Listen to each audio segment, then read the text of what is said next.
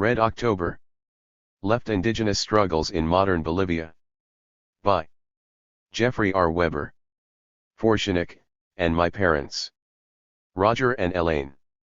Contents. Acknowledgements.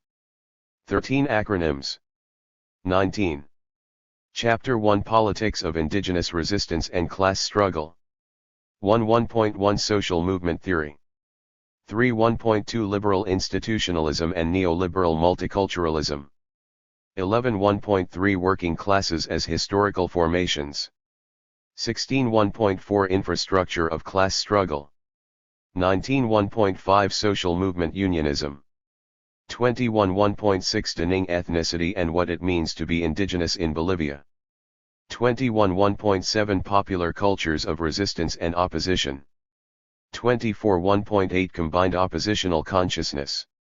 27.1.9 Neoliberalism. 31.10 The State, Crisis, and Repression. 33.1.11 Structure of the book. 36. Chapter 2 Indigenous Insurgency, Working Class Struggle, and Popular Cultures of Resistance and Opposition, 1781 to 1964. 37.2.1 Late Colonialism and Early Republicanism, Silver Capital, the State, and Indigenous Rebellion. 38.2.2 The Federalist War of 1899 and Early 20th Century. 44.2.2.1 Tin Capital, Working Class Formation and Indigenous Socialist Alliances, 1900 to 32. 46.2.2.2 Racial Ideologies of the Ruling Class. 47.2.2.3 The Labor Movement. 48.2.2.4 Indigenous Peasant Resistance, the Chayanta Rebellion, 1927. 51. 8 Contents. 2.3 The Chaco War, Left Party Formation, Revolutionary Workers and Indigenous Rebels. 52. 2.3.1 The Great Depression and the Chaco War. 52. 2.3.2 Military Socialism. 53. 2.3.3 The MNR and Radical Left Parties. 55. 2.3.4 Working Class Formation. 59. 2.3.5 Indigenous Resistance. The 1945 National Indigenous Congress and the 1947 Uprisings. 62. 2.4 National Revolution, 1952 to 64. 65. 2.4.1 The Legacies of Revolutionary Nationalism. 65. 2.4.2 Developmental Capitalism, a nationalist populist regime of accumulation. 67. 2.4.3 The Revolution Moves Rightwards. 68. 2.4.4 The Working Class, 1952 to 64. 70. 2.4.5 The Indigenous Peasantry, 1952 to 64. 73 Conclusion. 75. Chapter 3 Authoritarianism, Democracy and Popular Struggle, 1964 to 85. 77 3.1 The Legacies of Barrientos. 79 3.1.1 The Working Class, 1964 to 71. 81 3.1.2 The Assemblée Populaire, 1971. 85 3.1.3 The Indigenous Peasantry, 1964 to 71. 87 3.2 Political Economy of Hugo Banzer's Dictatorship, 1971 to 8. 93.2.1 Santa Cruz and the New Bourgeoisie. 93 3.2.2 The Working Class, 1971 to 8. 95 3.2.3 The Indigenous Peasantry, 1971 to 8. 98 3.3 The Struggle for Democracy, 1978 to 82. 103 Conclusion. 110. Chapter 4 Neoliberal Counter-Revolution, 1985 to 2000. 113 4.1 From State-Led Developmentalism to Neoliberalism. 115 4.1.1 Privatization of the tin mines. 118.4.1.2 The New World of Labor. 124.1.3 Formation of the Cocaleros Movement. 124.4.1.4 Formation of the Movimiento al Socialismo. 128. Contents 9. 4.1.5 Other indigenous peasant struggle in the late 1980s. 130. 4.1.6 The Acuerdo Patriótico. 134. 4.2 State multiculturalism and Phase 2 of neoliberal restructuring, 1993 to 2000. 135. 4.3 Privatization. 139. 4.3.1 Natural gas. 139. 4.3.2 Cochabamba's water. 141. 4.4 Recession and state crisis at the end of the 1990s. 142 Conclusion. 145. Chapter 5 Left Indigenous Insurrectionary Cycle, 2000-3. 147 5.1 The Cochabamba Water War, 2000. 148 5.1.1 Usos y Costumbres and Oppositional Consciousness. 148 5.1.2 Infrastructure of Class Struggle. 155.1.33 Battles and State Crisis. 157 5.2 The Insurrectionary Aymara Peasantry. 162 5.2.1 The Xatsib and Rural Infrastructure of Class Struggle. 163 5.2.2 Blocking Roads, April, September, October 2000 and June, July 2001. 168 5.2.3 Popular Cultures of Resistance and Oppositional Consciousness, Aymara Radicalism. 172 5.3 The 12 to 13 February 2003 Impuestazo. 177 Conclusion. 181. Chapter 6 Red October, Gas War, 2003. 184 6.1 A Portrait of El Alto. 187 6.1.1 A City of Migrant Laborers. 187 6.1.2 El Alto's Working Classes as Historical Formations. 189 6.1.3 Popular Cultures of Resistance and Opposition. 192 6.2 El Alto's Infrastructure of Class Struggle. 196 6.2.1 Fija of El Alto. 198 6.2.2 Cor El Alto. 199 6.2.3 Dialectics of Popular Power. 206.3 Infrastructure of the Formal Working Class and Social Movement Unionism. 203. X Contents. 6.4 Narrative of the Gas War, Dialectics of State Repression and Mass Radicalization. 204. 6.4.1 Indigenous Peasant Revolt and Urban Tremors in September. 212. 6.4.2 The Collective Frame of Gas. 214. 6.4.3 State Massacre in Warisata and the Radicalization of Left Indigenous Struggle. 216. 6.4.4 The Formal Working Class Steps in. 219. 6.5 El Alto de Pi. El Alto on its feet. Democratic Insurgency, State Repression, and Elite Fractures. 220. 6.6 Middle Class Moment, Goni's Resignation. 224 Conclusion. 227. Chapter 7 Carlos Mesa and a Divided Country, Left Indigenous and Eastern Bourgeois Blocs in the Second Gas War of May and June 2005. 229 7.1 Carlos Mesa and a Divided Country, Left Indigenous and Eastern Bourgeois Blocs. 231 7.2 Nationalization Frame, Class Infrastructure, Repertoire of Contention. 238 7.2.1 The Collective Frame of Gas Nationalization. 238 7.2.2 Infrastructure of Class Struggle and the Left Indigenous Bloc. 247.2.3 Repertoires of Contention. 247.3 Narrative of the May-June Gas War. 241 7.3.1 Tensions mounts in early May. 241 7.3.2 Elite ruptures. 243 7.3.3 Moderates and radicals. 244 7.4 The Second Gas War begins, the marches of May 16. 245 7.4.1 The absence of lethal state repression and further elite ruptures. 247 7.5 The new hydrocarbons law.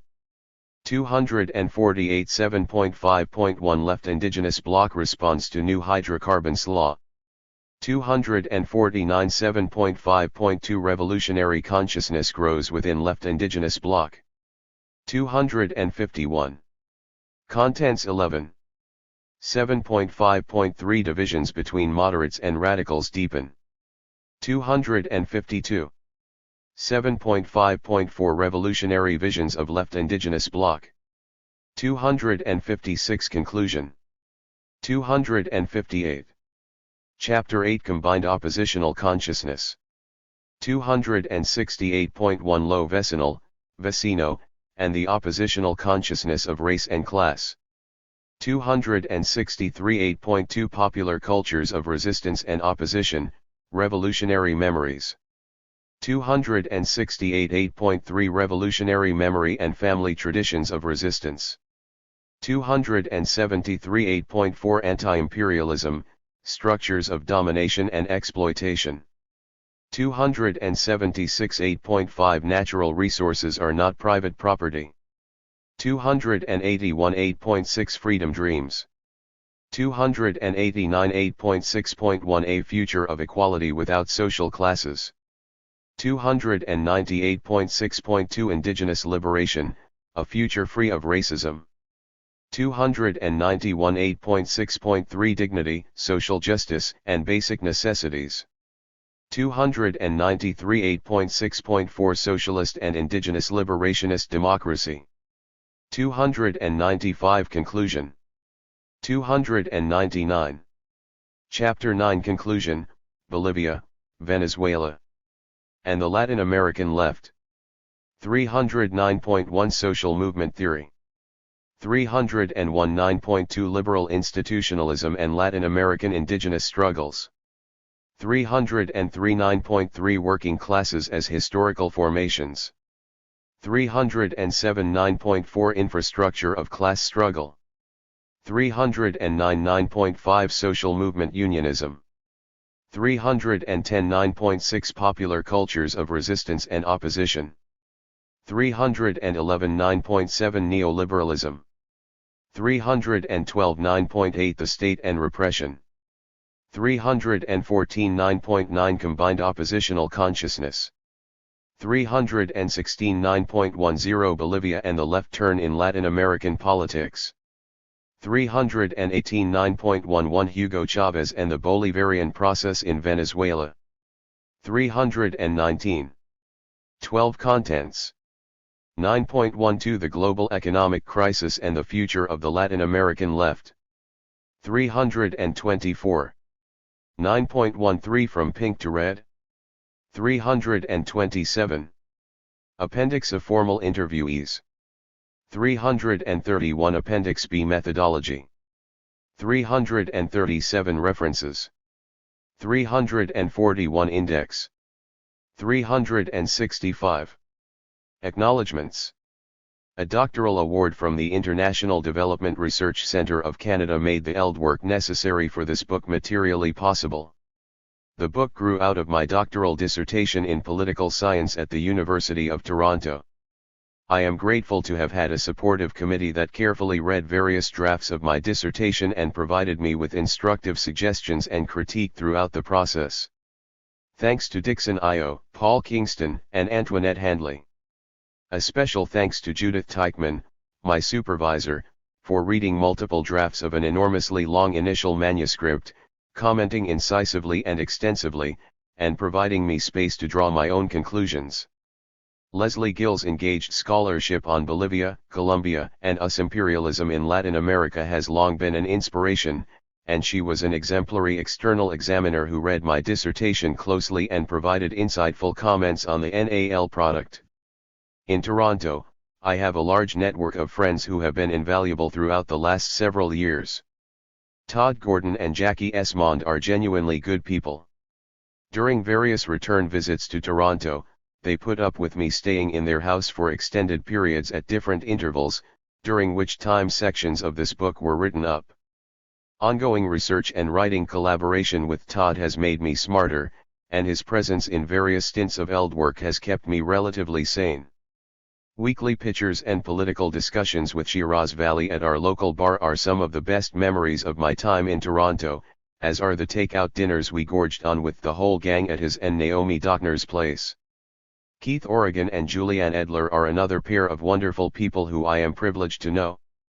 Fernando Soto, Seth Clark, Susan Bender, Clarice Coling, Alan Sears, Greg Schartzer, Catherine Grtzejczak, and Sandra Sarner are great friends, some of whom took money from me regularly at the poker table. From Toronto, to London, to New York, Clarice has been a consistent comrade, in politics, friendship, and, after our excess, on the circuit of historical materialism conferences. David McNally is a model of the scholar activist, and his friendship and interest in my work on Bolivia has been rewarding. Jasmine Herstoff's work on Colombia is reactive of her deeply felt commitment to social justice. Our discussions over coffee have been an education in the politics of that country, and she's a fountain of kind advice and support.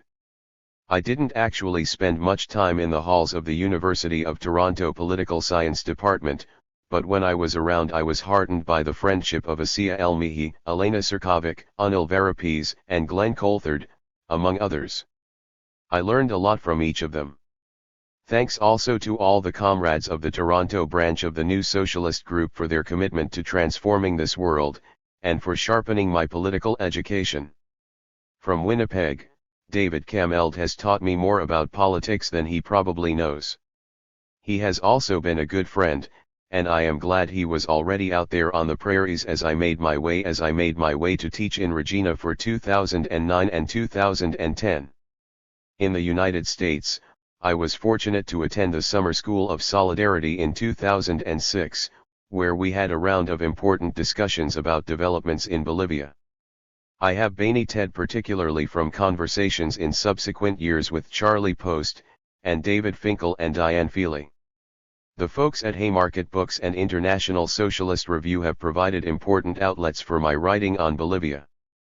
Thanks to Anthony Arnove, Ahmet Shaki, Julie Fain, John MacDonald, and Tom Lewis. Sinclair Thompson of New York University has shown a sustained interest in my work since we met Brewy in Montreal. It is always refreshing to encounter a great scholar who is also a down-to-earth human being. Greg Grandin, likewise, took time to read my manuscript, in what must have been the few available insomniac moments between writing a tide of books and articles condemning the U.S. empire and exploring the contours of the Latin American left today. His enthusiastic encouragement meant a lot, as did the advice, commentary, and constructive critique of Henry Veltmeyer and Mark Becker. Vanessa Bohm, in between Latin American newscasts for the excellent San Francisco-based KPFA radio show, La Raza Chronicles/Crónicas de la Raza, read the manuscript and provided valuable feedback. Sasha Lilly, co-host of another amazing KPFA radio program, Against the Grain, helped sharpen my ideas on Bolivia by inviting me on the show, and cutting through trivialities with a series of incisive questions. Ronald Chilcote, managing editor of Latin American Perspectives, has supported my work in various ways over the years, and I was happy to join the collective of participating editors of that journal recently. In the Netherlands, a number of individuals made my year there a rewarding one. Peter Thomas and Sarah Ferris showed Shanik and I around Amsterdam, gave us a place to stay for a couple of nights, talked politics, and gave us an excuse to go to Sardinia for their wedding. Peter Drucker and Christopher Beck were gracious hosts in Rotterdam. Great meals, great conversation, and great friendship. Antonio Carmona Baez was an important friend in Amsterdam, and I only wish I could have stayed longer to discuss Latin American politics with him over several pints. While in Regina, I was lucky to be a part of the Critical Political Economy Working Group. Discussions with George Bury, Emily Eaton, Phil Hansen, Andre Magnan, and David Webster taught me a lot. Jen Wallner and Steve White are good friends. Conversations with Annette Desmarais about her important work with Via Campesina provided me with a better grasp of their international peasant struggle. Mainly because of Miguel Sanchez, I gained a better grasp of Chilean community politics in Regina and the history of migration of Chilean revolutionary refugees to that part of the world. My former colleague Joyce Green is an example for all committed anti-racist, feminist activists. She was also constant source of new students for the Marxist theory class I taught at the University of Regina. Dave Mitchell, the former editor of the important magazine Briarpatch, has also been a good friend in the short time I have known him. Val Zink, one of the new editors of Briarpatch, is an inspiration. She exemplifies how a revolutionary life is to be led in non-revolutionary times. The anti-capitalist discussion group in town evolved into a dynamic space over the course of the year, with lots of young inspiring radicals involved. I am happy to learn it has since been transformed into the Regina Solidarity Group, responsible, among other things, for the city's RST Israeli Apartheid Week in 2010. In London, where I moved in 2010, the editors of Historical Materialism have been a wellspring of intellectual exchange. Special thanks to Demet Dindler for letting me stay at her place during my visits to London in 2008 and 2009, and for always interesting discussions on politics, and to Peter Thomas and Sebastian Budgen for encouraging me to publish this text as part of the Historical Materialism book series. I have had many rich political discussions over pints with editorial comrades, particularly Adam Haney, Rob Knox, Giorgos Galanis, and Lucia Perdella.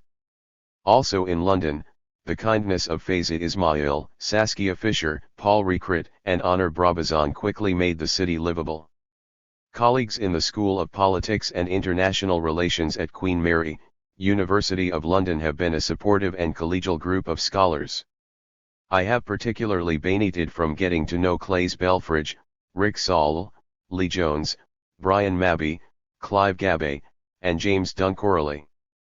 James, Sarah Mata, and Ben Selwyn were kind enough to read the manuscript and provide critical commentary for a panel at the Historical Materialism Conference in London in 2010. Their sophisticated interventions, from distinct angles, have spurred me to think through a number of the implications of the arguments advanced in Red October, some of which I hope to address in future research projects. Presenting my work on Bolivia at the University of Nottingham, at the invitation of Sarah, and at the University of Sussex, at the invitation of Ben, was equally rewarding. In Bolivia, I have accrued so many debts as to make a list impossible. I thank all of those who agreed to be interviewed and whose names appear in the appendix to this volume. Forrest Hilton helped me with initial contacts, and our stays in Bolivia thankfully overlapped. On several occasions we got together for coffee, and for many hours discussed uninterruptedly developments that were unfolding. For me, these were intensive training sessions on getting serious about Bolivian history and committed scholarship. I learned a great deal and met a good friend and comrade. Forrest also read the manuscript for this book and provided invaluable commentary and advice. Ben Cole and Linda Farthing were also in La Paz when I was there, and it has been nice to have stayed in touch with them ever since. Luis A. Gomez helped me out in more ways than I can describe. I benefited from our conversations, and continue to value the work he does with Jean Friedman Rudovsky on their website, A Campisha Bolivia.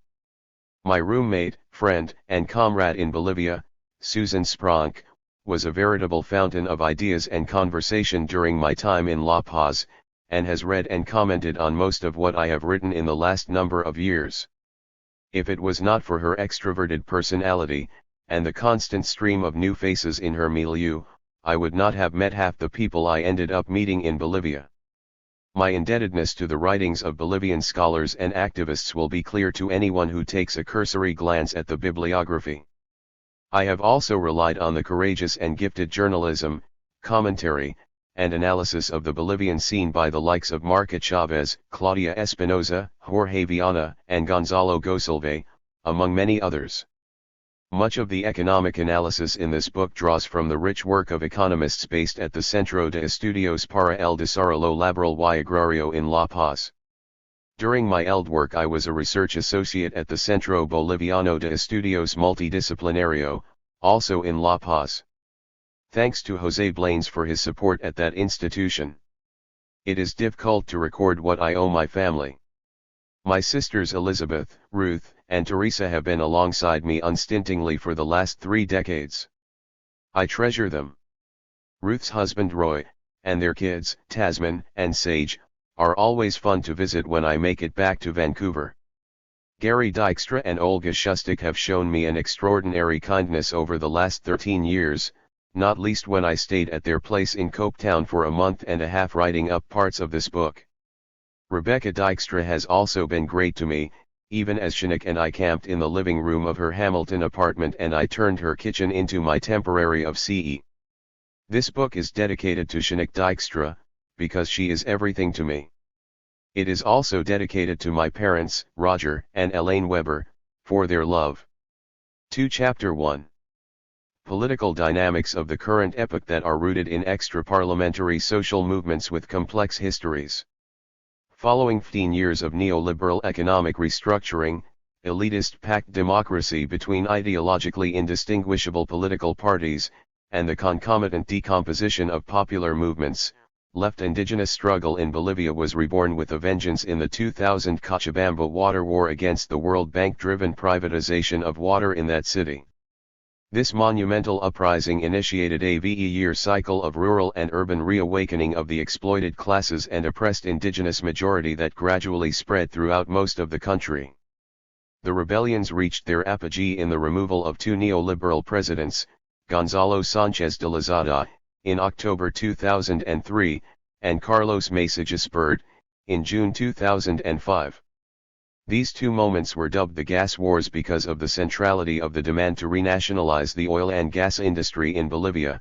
The country has South America's second largest natural gas deposits after Venezuela. This book provides an analytical framework for understanding the left indigenous cycle of extra-parliamentary insurrection between 2000 and 2005, and the long historical backdrop that preceded it. The central argument is that a species combination of elaborate infrastructures of class struggle and social movement unionism, historical traditions of indigenous and working class radicalism, combined oppositional consciousness and but insufficient state repression, explain the depth, breadth, and radical character of recent left indigenous mobilizations in Bolivia. The coalition of insurrectionary social forces in the gas wars of 2003 and 2005 was led by indigenous informal workers, acting in concert with formal workers, peasants, and to a smaller degree, middle-class actors. The indigenous informal working classes of the city of El Alto, in particular, utilized an elaborate infrastructure of class struggle in order to overcome structural barriers to collective action and to take up their leading role. The supportive part played by the formal working class was made possible by the political orientation towards social movement unionism adopted by leading trade union federations. Radicalized peasants mobilized within the broader alliance through their own rural infrastructure of class struggle. The whole array of worker and peasant social forces drew on long-standing popular cultures of indigenous liberation and revolutionary Marxism which they adapted to the novel context of the 20th century.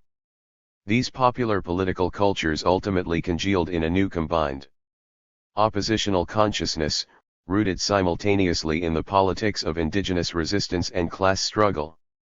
This collective consciousness, in turn, strengthened the mobilizing capacities of the popular classes and reinforced the radical character of protest.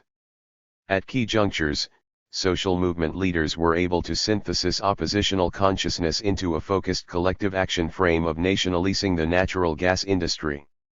Finally, throughout the left indigenous cycle, ruthless state repression was nonetheless insufficiently powerful to wipe out opposition altogether and therefore acted only to intensify the scale of protests and radicalize demands still further.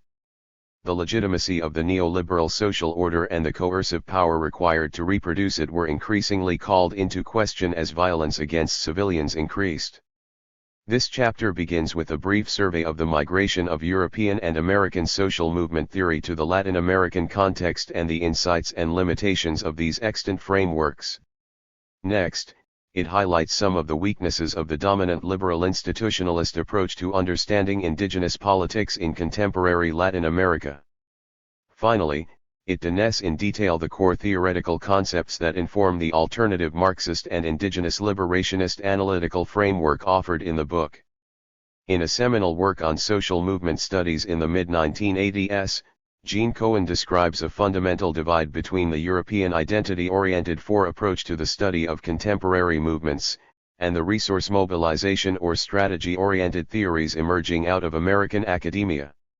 Together, the two bodies of literature challenged classical theories of social movements and shared the following assumptions: social movements involve contestation between well-organized groups with developed forms of communication, contentious collective action is normal and the individual participants typically rational, and, nally, there are two levels of collective action consisting, on the one hand, of large-scale mobilizations. 4 often referred to in the contemporary literature as the new social movement approach or theory. 4 Chapter 1. And, on the other, underlying forms of organization and communication that sustain participation and allow for wide-scale mobilization. 5 Both schools formed in response to earlier frameworks. New social movement theorists were reacting against what they deemed to be the inapplicability of Marxism to the heterogeneous movements in Europe in the 1970s and 1980s. Movements rooted in ecology, peace, gender, ethnicity, age, neighborhood, environment, and sexual diversity were seen as the new loci of contention in post-industrial society. According to these theorists, the new movements could not be explained or understood in terms of Marxist notions of class and the primacy of the economy and the state. Instead, the movements were said to engage in self-limiting, reformist struggles, primarily in the domain of civil society. 6 While not a uniform set of thinkers, these theorists generally agreed on where Marxists had gone wrong. First, Marxists were allegedly guilty of a set of two reductionisms: economic reductionism, in the sense that an economic logic determines social formations and political and ideological processes, such that politics and ideology are epiphenomena of the economic realm, and class reductionism, in the sense that the identity of social actors is derived primarily from their class position. 7 In contradistinction to this, NSM theorists suggested that the heterogeneity of the new movements were concerned more with the process of symbolic production and the redefinition of social roles than the economy. 8 These were expressive rather than instrumental movements. The following emphases, then, characterized the NSM perspective: culture, the struggle over meaning and the social construction of new collective identities, the preeminent role of civil society as the domain of contention, as opposed to the state, and the stress on discontinuity, the newness of these movements when compared to the traditional collective actors of old. 9 Across the Atlantic, resource mobilization, or strategy theorists took as their starting point a rejection of the psychological categories, and emphasis on breakdown, characteristic of the functionalist collective behavior approach. 10 The strategy school dominated the study of social movements in North America. 11 This school concerned itself with organizations, interests, resources, opportunities, and strategies. 12 In particular, the strategy perspective emphasized the following: the political orientation of social movements, the conception of movements as contests over goods in the political market, the strategic and instrumental components of collective action and the simultaneity of struggle at the levels of civil society and the state, and the continuity between new and old collective actors. 13 Overwhelmingly, Latin American social movement studies in 1980s and 1990s favored the identity approach, often uncritically applying the European lens to the Latin American setting. 14 Despite some incorporation of strategy, economy, formal politics, and the state, the emphasis remained on NSM themes of analysis in Latin American social movement studies. 15 Culture, civil society, and the heterogeneity of movement identities were front and center in the contributions of this school. These theoretical foci have been applied to topics as wide-ranging as the methodology of social science, citizenship, democracy and the state, cyberpolitics, ethnicity, race and gender, globalization, and transnationalism. The NSM paradigm had critical cross-disciplinary unions throughout the 1980s and 1990s, and retains its hegemony in anthropology as well as considerable weight in social movement studies in political science, sociology, and history. Diane E. Davis points out that, in addition to the positive appeal of the civil society focus of the NSM perspective, the strategy-oriented paradigm was often seen as state-centered by Latin American scholars. 16 She argues this was essentially a kiss of death for the paradigm in a region where the state was generally conceived of as the enemy given the proliferation of authoritarian regimes in the 1960s and 1970s. 17 Moreover, she suggests, the role of anti-Americanism among Latin American social movement scholars/activists, and a pervasive intellectual Eurocentrism, may also have played some role in determining the hegemonic status of the identity school. 18 There were also important empirical realities of the changing Latin American political, demographic, and economic contexts that helped to explain the character of social movement studies in Latin America during the period in question. From the 1930s to the 1960s, much of Latin America was characterized by populist politics and highly interventionist states. The preeminent collective action domains during this period were generally considered to consist of urban labor and agrarian peasant activity rooted in social class. In short, there was a circumscribed range of collective actors. Two subsequent developments were important in shaping the social movement context of the 1980s and 1990s. First, by the 1970s, rapid rural-to-urban migration in Latin America had contributed to a serious transformation of urban life. Second, the crisis of the populist and developmentalist state in the region led to the proliferation of military and authoritarian regimes. The combination of urban expansion and state repression fueled the rise of new social actors, especially women's movements. 19 Latin American literature during this period emphasized the discontinuity between the explosive heterogeneity of contemporary movements and the relatively limited range of social actors that were said to characterize Latin America 20 years earlier. 20 The NSM perspective shared these thematic emphases and provided a useful optic for many Latin American thinkers. However, influenced as they were by the wider intellectual concerns of postmodernism, NSM studies tended to bend the analytical stick too far, toward a seemingly autonomous cultural sphere. They had the effect of shifting the focus of social movement studies almost entirely from political economy and history toward literature and culture, an approach which entailed both the conceptual deprivileging of economic development, and the political rejection of Marxism, meta-narratives, and European Enlightenment discourse. 21 Recent Marxist literature on social movements in Latin America, particularly in peasant studies, challenges this exaggerated cultural turn, calling for the continued applicability of political economy methods to the study of peasants, and the role of a reconstituted class analysis that can take into account issues of gender and ethnicity. 22 They point out that the NSM framework is deeply ahistorical and is also unable to identify crises of capitalism, such as stagnation and national panics, or the social contradictions of increasing inequality at national, regional, and international scales, which impose structural constraints on the local level problems with which NSM studies tend to be preoccupied. 23 These Marxist theoretical and sociological critiques correspond closely to historian Greg Grandin's important interpretation of 20th-century Latin American history. Grandin points out that many scholars, in celebrating the focus of new social movements on culture, community, sexual, and gender identities and interests and for moving away from class analysis, sometimes lose perspective both on the continuing relevance of class and the continuities between old movements of the left and new identity-based movements.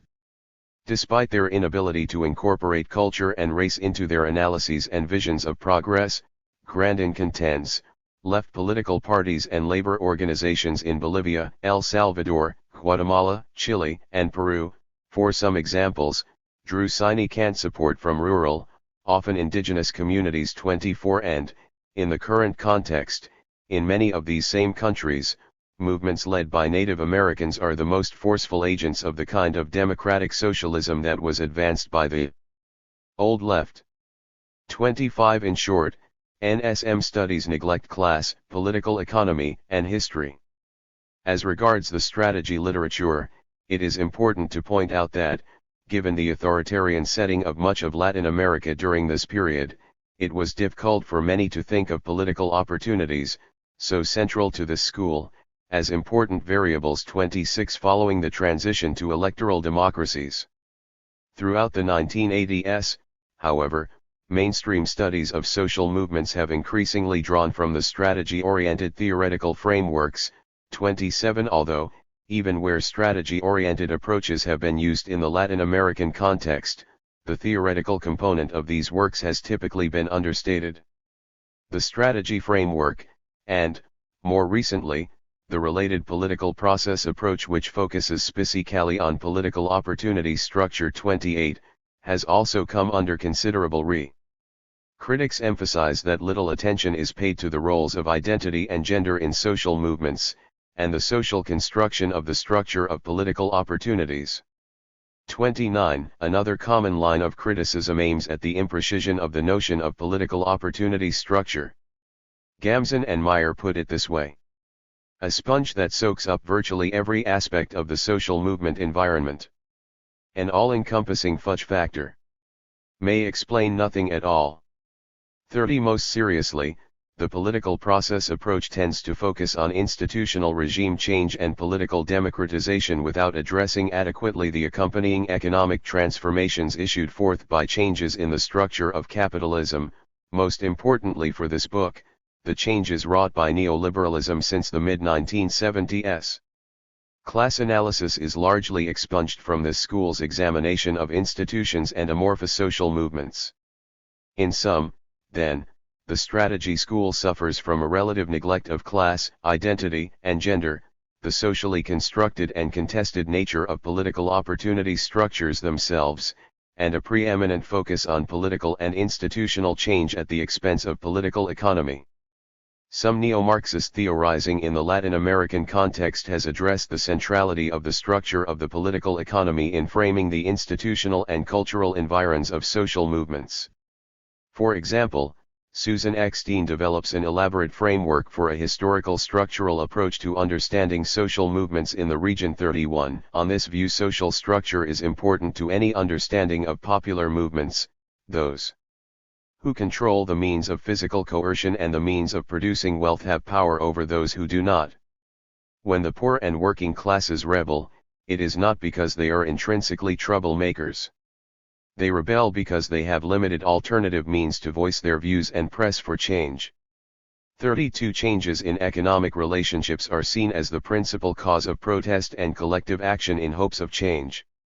33 However, protest is mediated by contextual factors, such as cross-class, institutional, and cultural ties, state structures, and real, or at least perceived, options to exit rather than rebel. 34 Similarly, Kenneth M. Roberts argues, in general, the literature on social movements has paid more attention to issues of regime change and democratization than to the challenges posed by economic restructuring. 35 His measure of the staying power of the Latin American left at the end of the 1990s focuses on the mobilizing capacities of the poor and working classes.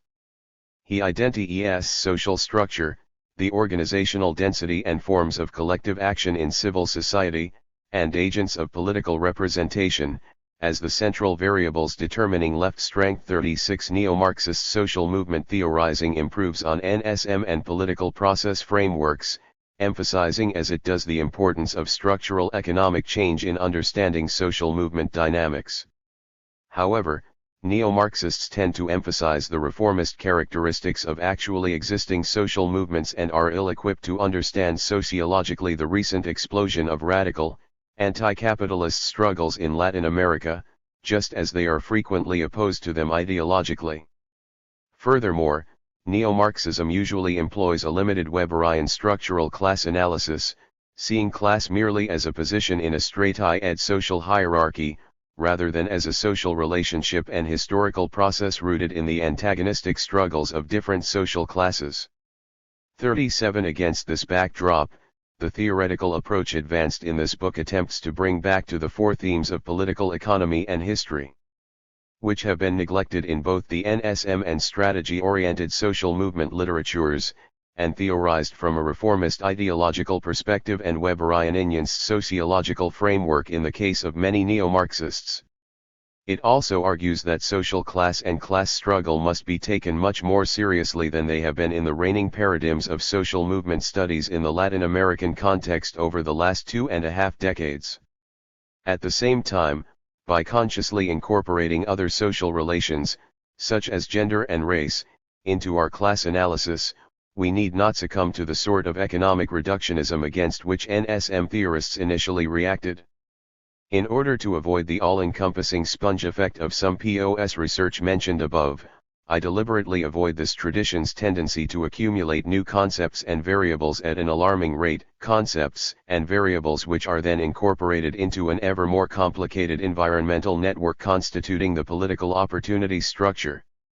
I draw selectively from this literature when appropriate, particularly regarding state repression and collective action frames, but have attempted to simplify and clarify the analytical edice necessary to understand social movements in Bolivia, with an emphasis on bringing out the centrality of class struggle and indigenous resistance. Before elaborating the core concepts that distinguish my approach, working classes as historical formations, infrastructures of class struggle, social movement unionism, popular cultures of resistance and opposition, and combined oppositional consciousness, it is important to trace the contours of the theoretical framework through which specifically indigenous movements and parties in Bolivia, and Latin America more widely, are most commonly understood today. The 1994 Zapatista rebellion in Chiapas, Mexico fueled scholarly interest in indigenous movements in Latin America. Apparently, more books were published on the Latin American Indian question between 1994 and 1999 than during the rest of the 20th century. 38 Despite the attention the Zapatistas received, the proliferation of studies of indigenous movements across the region showed that the Mexican rebels were, in fact, latecomers in the most recent cycle of indigenous political activity. Elsewhere in the continent, many of the indigenous movements of this wave had engaged in direct action, mass mobilizations, and roadblocks as far back as the 1960s. By one estimate, there are approximately 34 million to 40 million indigenous people in Latin America. 39 indigenous movements have emerged as key political actors in the current conjuncture, whether in countries with relatively large indigenous populations, such as Bolivia, Guatemala, and Ecuador, or in countries where those populations are minorities, such as Chile, Colombia, and Brazil. 1.2 Liberal institutionalism and neoliberal multiculturalism. During the 1990s, mainstream political science in North America was mostly devoted to the study of the third wave of democratization. 40 Consequently, one of the RST areas of interest with respect to the politicization of indigenous identity in Latin America was how it would have an impact upon liberal democracy, and specifically, its consolidation in the region. 41 A key normative concern driving this work was the idea that the exclusion of indigenous communities from participation in the political system intensifies ethnic connectivity and slows the process of liberal democratic consolidation. This turn in the literature was part of a general shift toward liberal institutionalism in the study of identity politics in Latin America. Liberal institutionalism in this field focuses on state institutions and how they shape indigenous movements. 42 Liberal democracy, and the system of capitalism that undergirds it, is seen to be at least potentially favorable to Latin American indigenous peoples. Liberal institutionalist analysis focuses on the transition from corporatist to neoliberal citizenship regimes in Latin America in the 1980s and 1990 South and the ways in which this shift in the institutional arrangements of the state challenged enclaves of indigenous local autonomy in several different countries. 43. It also pays close attention to processes of constitutional reform. 44. Beginning in the 1980s, a number of Latin American states drew up new constitutions. Many of these constitutions of Chile recognized the pluricultural and multi-ethnic nature of Latin American states for the first time since independence from colonial rule in the early 19th century. 45. Linking constitutional reform in Latin America in the late 1990s to the democratization literature, some scholars contend that constitutional transformation represents a new type of democratization. 46. The recognition by the state of society's multi-ethnic and pluricultural natures is presented as a major step forward. 47. A central concern of liberal institutionalism has been the formation of ethnic parties and the changes in state institutions, party systems, and social movements that account for their formation. 48. From this perspective, shifts to more permissive institutional environments, constitutional provisions, laws, and rules that structure electoral competition and/or shifts to more open party systems are necessary conditions for the formation and better performance of ethnic parties. 49. The liberal institutionalist framework suffers from a number of important weaknesses. It tends, to emphasize the newness of indigenous movements, situating them in a wave of allegedly non-class identity movements that emerged in the region in the 1970s, 1980s, and 1990s. A number of historians working in different Latin American countries have called this emphasis on the novelty of contemporary indigenous movements into question, and it is now clear that discussion of indigenous movements as separate phenomena from class struggle is misleading at best. 50. In the Bolivian case, I found it striking that the most important social movements in recent years have been rooted in the largely indigenous and informal proletarian urban centers, such as El Alto, and have been a response in large part to the social costs resulting from neoliberal economic restructuring. They have, therefore, been about race and class together, and are best seen as part of an emergent and dynamic indigenous left, rather than a phenomenon that has replaced the death of the left. Rather than being totally new movements, the contemporary left indigenous struggles in Bolivia are deeply linked to long-standing insurrectionary traditions of indigenous and working-class resistance stretching back centuries. 51. Liberal institutionalism also naturalizes the existence of capitalism and therefore assumes its essential uncontestability. How the contradictions of capitalist social relations impinge on the varied aspects of indigenous reality in Latin America is left largely unexamined.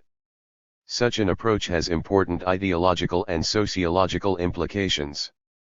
While liberal institutionalists include extensive theoretical exploration of theories of citizenship, for example, they tend to obscure the way in which capitalism, in uniquely separating the political sphere from the economic, circumscribes dramatically what citizenship can possibly mean within that system. 52. The separation of indigenous political struggles from the wider sphere of capitalist social relations leads liberal institutionalists to political conclusions that seem remote from the far-reaching, often anti-capitalist, demands of many actual indigenous movements in Latin America. Because liberal institutionalism treats ethnicity and culture as separate spheres from the economy and the historical and material foundations of social life, it exaggerates the significance of indigenous cultural gains in the 1990s, such as the constitutional reforms mentioned above. In this regard, we ought to be especially cognizant of the historical material reality underpinning the emerging ideology of neoliberal multiculturalism in that decade. The 1990s, in the Latin American context, were characterized both by massive indigenous mobilizations and neoliberal capitalist expansion.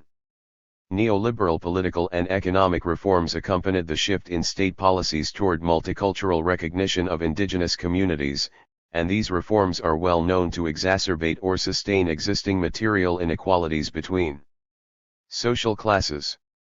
Since the culturally oppressed, at least in the case of Latin America's indigenous people, occupy the bottom rung of the class hierarchy in disproportionate numbers.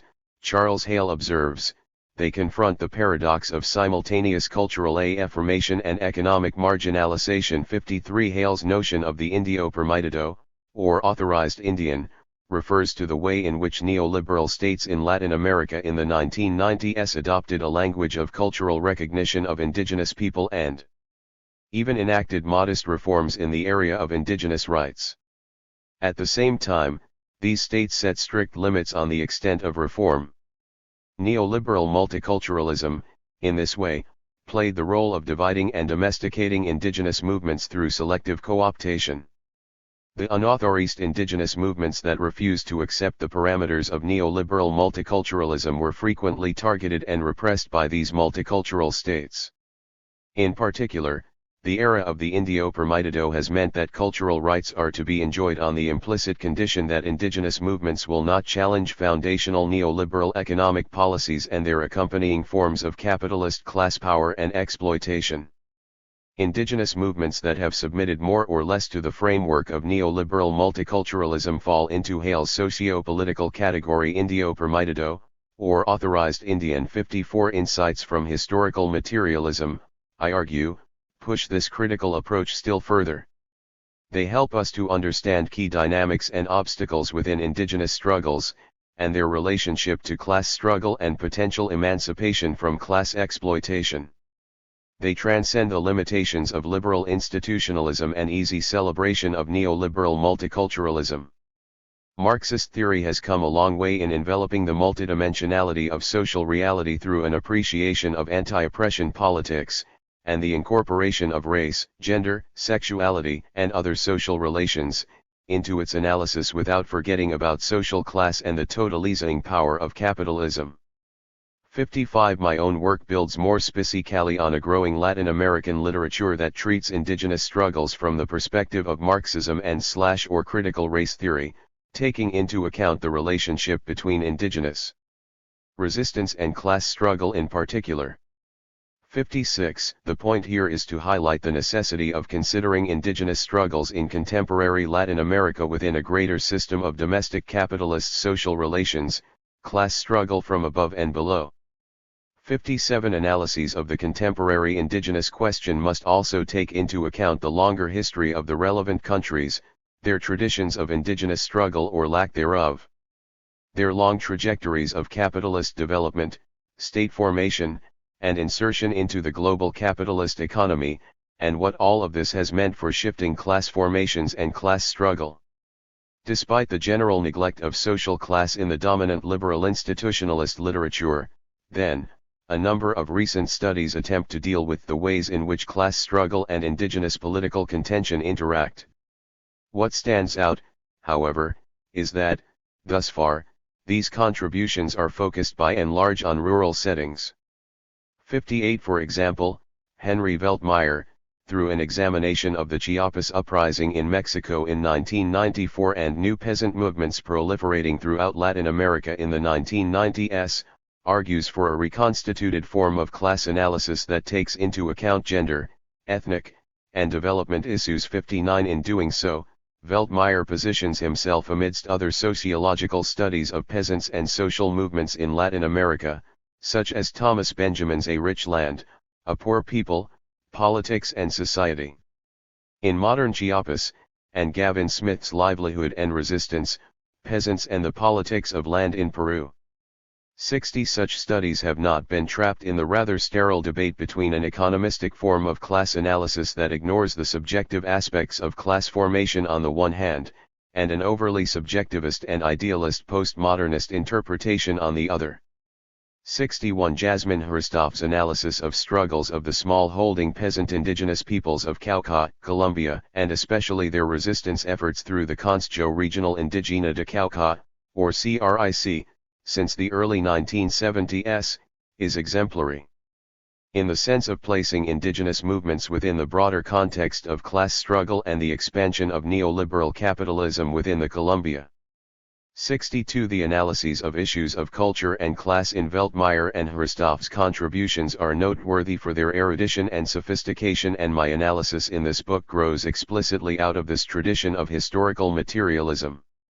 At the same time, however, the urban dimension of class formation and indigenous struggle, as well as the rural-urban dynamics of these issues, have not been adequately theorized. This is one of the gaps I hope to fill with this study. 1.3 Working classes as historical formations. According to Ellen Meiksins Wood, there are really only two ways of thinking theoretically about class, either as a structural location or as a social relation. 63 Static structural pictures may be useful as a starting point for the determining logic of class relations, but there is a very long way to travel in order to identify how a class in itself becomes a class for itself, to use Marx's terminology for the movement between an objective class situation and class consciousness, or from social being to social consciousness. 64 In order to get there, we need to think of class as a social historical process and relationship. The working class did not rise like the sun at an appointed time, E.P. Thompson famously argues in The Making of the English Working Class, for T was present at its own making. 65 Here he is RMLY asserting the importance of human agency in the class struggle, agency that is, however, bounded by the logic of a set of class situations that each person enters into involuntarily. Understanding class as a relationship in which the common experiences of real people living in real contexts matter, and which takes place in historical time, means that it evades analysis if we attempt to stop it dead at any given moment and anatomize its structure. 66 Thompson has been criticized for neglecting the objective structure of productive relations in favor of a conception of class which centers on consciousness and subjectivity. 67 However, as David Kameld points out, in Thompson's framework, common experience, human agency, culture, and subjectivity are not freeloading. They have a material foundation. 68 For Thompson, class experience is largely determined by the productive relations into which men are born, or enter into involuntarily. 69 Yet, as Kameld suggests, in Thompson's schema, relations of production are only the point of departure. 70 Class consciousness, writes Thompson, is the way in which these experiences, the experiences of being thrust through birth or an alternative form of involuntary entry into a class situation, are handled in cultural terms, embodied in traditions, value systems, ideas, and institutional forms. 71 Ultimately, class analysis requires looking at real people in real contexts. Class is denied by men as they live their own history, and, in the end, this is the only definition. 72 David Kameld's theoretical formulation of working classes as historical formations oozes out of the Thompsonian tradition and travels nicely to Bolivian context. 73 Kameld conceptualizes class as a structured social process and relationship that takes place in historical time and specific cultural contexts. Such a conceptualization, for Kameld, must consciously incorporate social relations other than class, such as gender and race. 74 Class formations in this theory out from the historical relations people experience with the relations of production and other antagonistic social classes. 75 Such an historical approach to understanding class formations reveals that, while class is ultimately anchored and sustained at the point of production, class relations pervade all aspects of social life.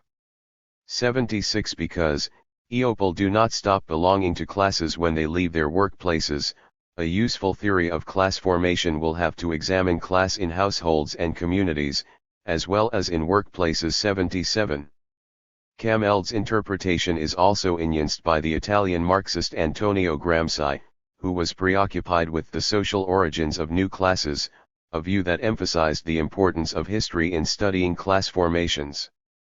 78 Working classes are not constructed abstractly out of theoretical structures, but rather, are formed out of pre-existing social groups whose particular traditions, aspirations, and cultural practices, modified by the devastating experience of proletarianization, will be those of an emergent proletariat. 79 If we take these insights seriously, it follows necessarily that any serious approach to class formation will require a profound appreciation of the society in question, and a deep understanding that national particularities have real significance. Taking this theoretical contribution seriously has led me to contextualize the period of left indigenous insurrection in Bolivia between 2000 and 2005, through an extended, long-view discussion of working-class formation and traditions of indigenous resistance in the country's history since the 18th century.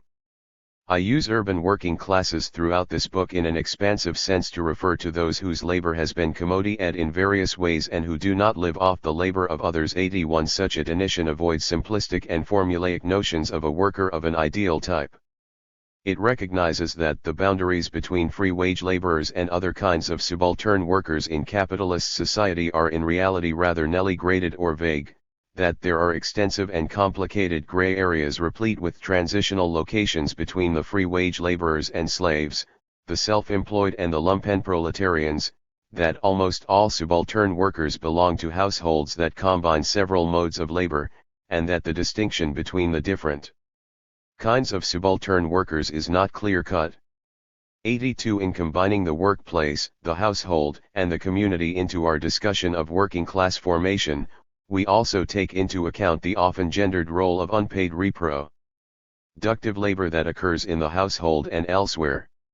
Working class families, and even individual workers, in many third world countries may hold different jobs simultaneously, or may be both urban and rural, with back and forth movement between the two worlds.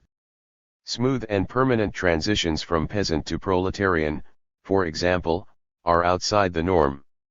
83 This is true in many cases of immigrant labor in the advanced capitalist countries as well. 84 Classes, therefore, ought to be understood as complex and heterogeneous formations. 85. 1.4 Infrastructure of class struggle. As a way of capturing the concrete processes by which working class formation and working class struggle developed in Bolivia during the neoliberal era, I have adopted and altered components of Alan Sears's concept of infrastructure of descent, by introducing what I call the infrastructure of class struggle. 86 The development of an infrastructure of descent, for Sears, facilitates the growth of individual and collective capacities of the oppressed and exploited to mobilize and challenge the hierarchical power structures responsible for their exploitation and oppression. That infrastructure can include formal and informal networks in workplaces, unions, communities and political organizations, various informal gathering places for radical dissidents, and an array of alternative media. That infrastructure, furthermore, strengthens the collective memory of past struggles, fosters more sophisticated theoretical debate and analysis among radicals, and facilitates unofficial and non-commercial communicative ties between various dissident groups and individuals. 87 Working class formation does not spring up straightforwardly. Common experience is necessary both within and outside the workplace. The infrastructure of class struggle might be thought of as the incubator of that common experience. My use of Sears's term is adapted to the particular context of Bolivia, and to my more specific thematic focus on Bolivia's left indigenous insurrectionary cycle between 2000 and 2005. At the heart of this insurrectionary wave is racialized class struggle.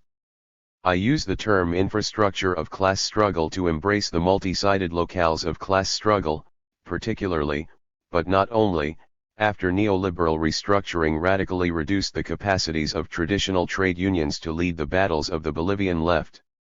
Informal workers in this setting have often found organizing primarily in the community as the only feasible way of building resistance and protest movements for their class interests.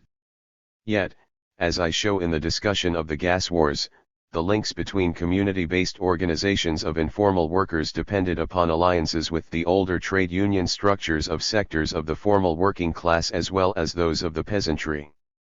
I mean by the infrastructure of class struggle all those formal and informal networks, in the workplace, community, household, land, and territory, that orient, organize, politicize, and mobilize the class struggles of the largely indigenous proletarian and peasant majority. 88. A key facet of any infrastructure of class struggle is the way it provides a means through which long-standing revolutionary memories and popular cultures of resistance and opposition can be sustained and adapted to changing contexts of struggle. The historical parts of this book chart the multifaceted contours of the development of various infrastructures of rural and urban racialized class struggle over the longue durée. My discussion of neoliberalism reveals the purposeful decomposition of this popular infrastructure by the ruling class between 1985 and 2000, particularly the state's attempt to demobilize and fragment the Federación Sindical de Trabajadores Mineros de Bolivia and the Central Obrera Boliviana through the privatization of the tin mines. The 20th century in Bolivia, I then argue, has witnessed the recomposition of that infrastructure in novel ways that borrow from the repertoires of struggle and popular cultures of resistance and opposition of the past. Social movement unionism, for our purposes, is understood as militant unionism that is deeply democratic, GHTS for increased power and organization of workers in the workplace, and at the same time seeks to multiply its political and social power by reaching out to other sectors of the class, be they other unions, neighborhood-based organizations, or other social movements. It GHTS for all the oppressed and enhances its own power by doing so. 89. Alliances between unions and community-based social movements are seen as an integral component of the move toward the organization of the proletarians into a class, as Marx put it 150 years ago. 90. In the Bolivian case, I show how an orientation toward social movement unionism by important sectors of the labor movement was essential in facilitating the links between community-based organizations of informal proletarians and the formal working class, all of which together formed a dense infrastructure of class struggle. 1.6 Defining ethnicity and what it means to be indigenous in Bolivia. It is important to be clear about what is meant by ethnicity and indigenous identity. For our purposes here, we follow the definition offered by anthropologist Susanna Sawyer in her study of indigenous movements in modern Ecuador. For Sawyer, ethnic identity is a process of constant negotiation over collective senses of being that naturalizes certain attributes as innate possessions stemming from a mythical history. 91 Ethnicity, then, is a relation, not a thing, and consequently, a terrain of struggle, through which different groups engage in the political act of defining who is and is not indigenous. 92 Because it is relational, the content of ethnic identity is forged from ongoing historical contexts. 93. Sawyer's notion of ethnicity contains certain shared elements of our theory of working class formation, process, relation, history, and contestation. Just as in the case of social class, such a conceptualization of ethnicity avoids transhistorical, essentialist renderings that exist outside of historical time and concrete settings. Race and ethnicity are social constructions, terrains of social struggle and political contestation that are altered in accordance with shifts in the wider balance of social forces within a particular society. 94 In terms of ethnicity's relationship to class, there are those who suggest that ethnicity is an analog for social class. 95 This perspective strikes me as ahistorical. More attractive is the notion that ethnicity has a heterogeneous relationship to class that is contingent on the historical and social relations of a particular time and a particular place, as ethnic identities and relations are variously constituted historically and socially, their relationship to class is highly variable. Under some circumstances, Komarov's thesis that ethnicity is an analog for class holds, in others not. 96 In the case of Bolivia, there has been an historical tendency, not unbroken or free of contradiction, for ethnicity to stand in as an analog for class. In contemporary El Alto, to use the strongest example, roughly 93% of the population is working class, in the sense that their labor is commodity in various ways and they do not live off the labor of others, and 82% self-identify as indigenous. 97 Altinos often take pride in their indigenous and working class identities simultaneously, and are, at the same time, stigmatized by the Bolivian elite along the same cultural and socio-economic axis. Much of this book is devoted to the how of indigenous ethnicity in its relationship to class over the history of modern Bolivia. For an introductory comment on the specificity of Bolivian race relations, however, it is useful to have a synchronic portrait of the contemporary period. Bolivia's indigenous population is comprised of at least 37 distinct groups. The Quechua and Aymara, concentrated in the western highlands, are the largest by far, followed by the Guarani of the eastern lowlands. As Table 1 indicates, the so-called Media Luna departments of Beni, Pando, Santa Cruz, and Tarija have the lowest proportion of self-identified indigenous people. This is an important part of the explanation for the racist component of a bourgeois autonomist movement of the eastern lowlands that re-emerged in 2005 and which tends to pit the idea of a light-skinned Kamba nation against a Kala nation of the western highlands. 98 racial categories of Quechua, Aymara, Guarani, and so on, have been UID and mutable over time. Some working class and peasant individuals of Aymara or Quechua descent, for example, have not self-identified as such given the stigma that has been attached to these identities for much of the colonial and republican periods. 99 This situation has begun to change since the 1990s, however, as rates of indigenous self-identification increased parallel to the recomposition of infrastructures of racialized class struggle by the end of the 1990s, and the explosion of left indigenous resistance in the early 2000s. In the interest of further semantic clarification, mestizo in this book will refer to racial or cultural mixture of Indian and European ancestry, yet in the highlands it carries a marked sense of difference from Indians or popular sectors of Aymara descent. In valley regions like Cochabamba, mestizo is more frequently applied to the peasantry and urban popular sectors. 100 Finally, Creole denotes people thought to be of predominantly European ancestry who are raised in the Americas. 101. 1.7 Popular cultures of resistance and opposition. In addition to, and intricately rooted in, long-term historical and material factors that help to shape the character of contemporary social movements in Bolivia, capitalist development, state formation, and racialized class struggle, are the ways in which organized groups of people come to understand and make sense of the political and economic change going on around them. In other words, how do subjective understandings of the changing times intersect with more structural economic and political processes to inform the dynamics and outcomes of social and revolutionary movements?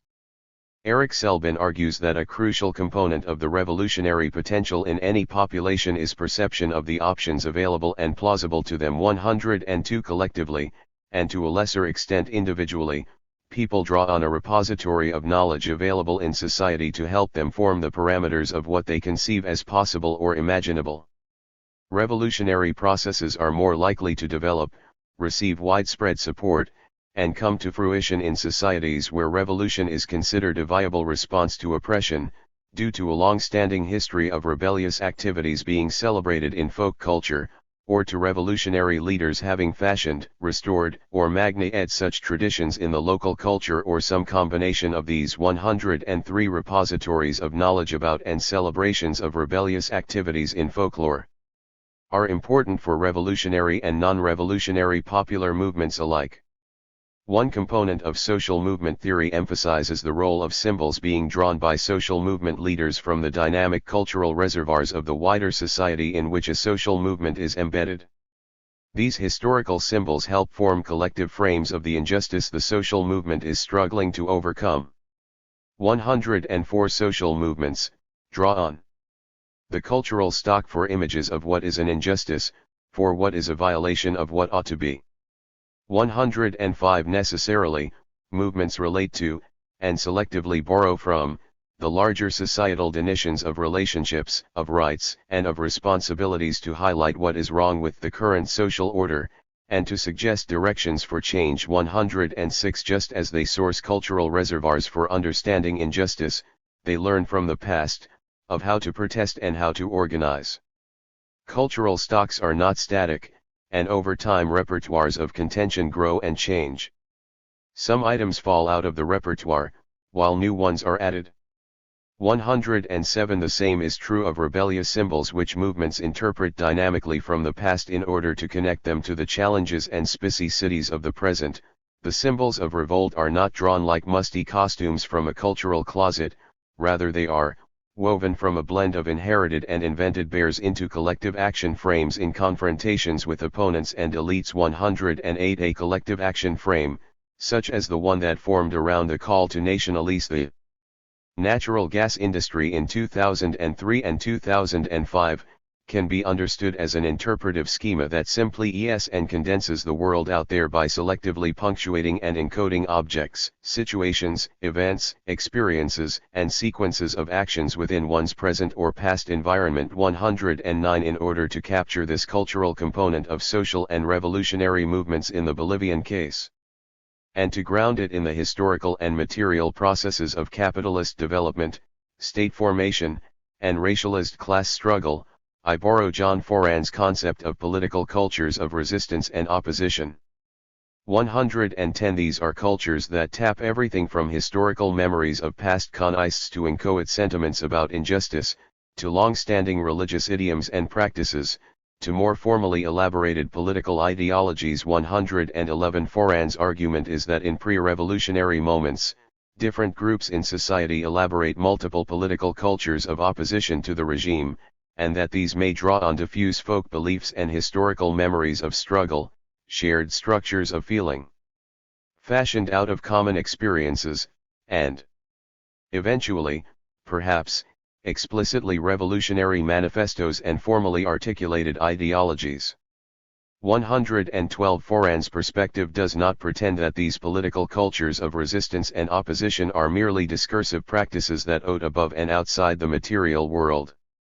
Instead, he insists that they be linked with actual social forces for the study of revolution. 113 An integral part of the historical analysis developed in this book is, therefore, a mapping of the contours of the main political cultures of resistance and opposition that were formed, transformed, and re-articulated at various stages in the development of Bolivian capitalism and state formation, as popular classes and indigenous movements battled for their rights within and sometimes against the capitalist system. These battles took place in ever-changing material and temporal conditions.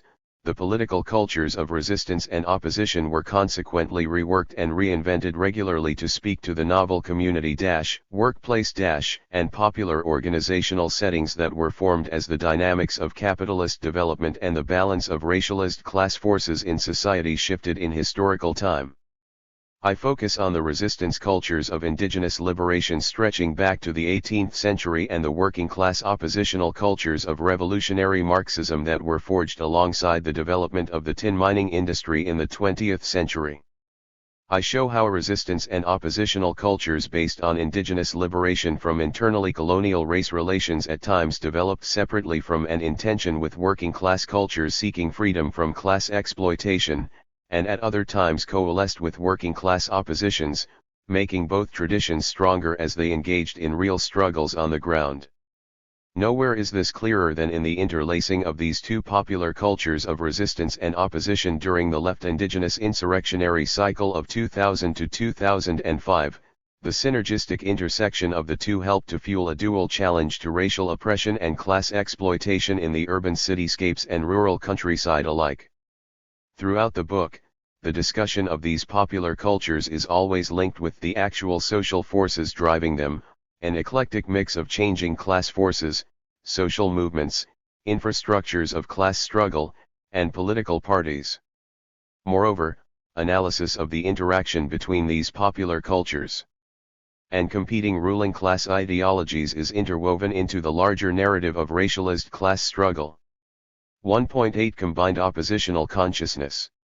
We have now reacted on some of the theoretical issues of class formation and class consciousness, ethnicity and its relationship to class, and popular cultures of resistance and opposition. In order to describe the species coming together of the politics of indigenous resistance and class struggle in the collective worldview of leading social movement activists in 2003 and 2005, I introduce the more precise concept of combined oppositional consciousness, building on Jane Mansbridge's notion of oppositional consciousness.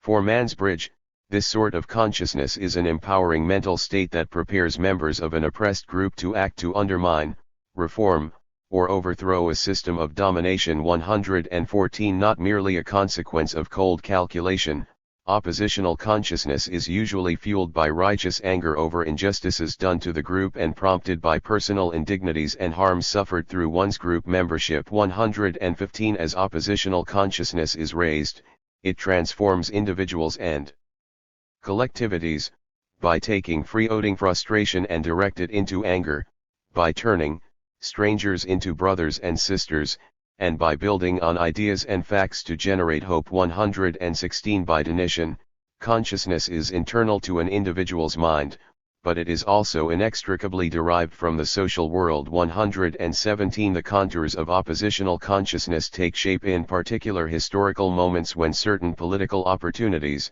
certain mobilizing institutions, and certain repertoires of collective action and self-understanding become available. 118 It would be simplistic to suggest that collective or individual oppositional consciousness is something that a group or individual has or does not have. Full stop.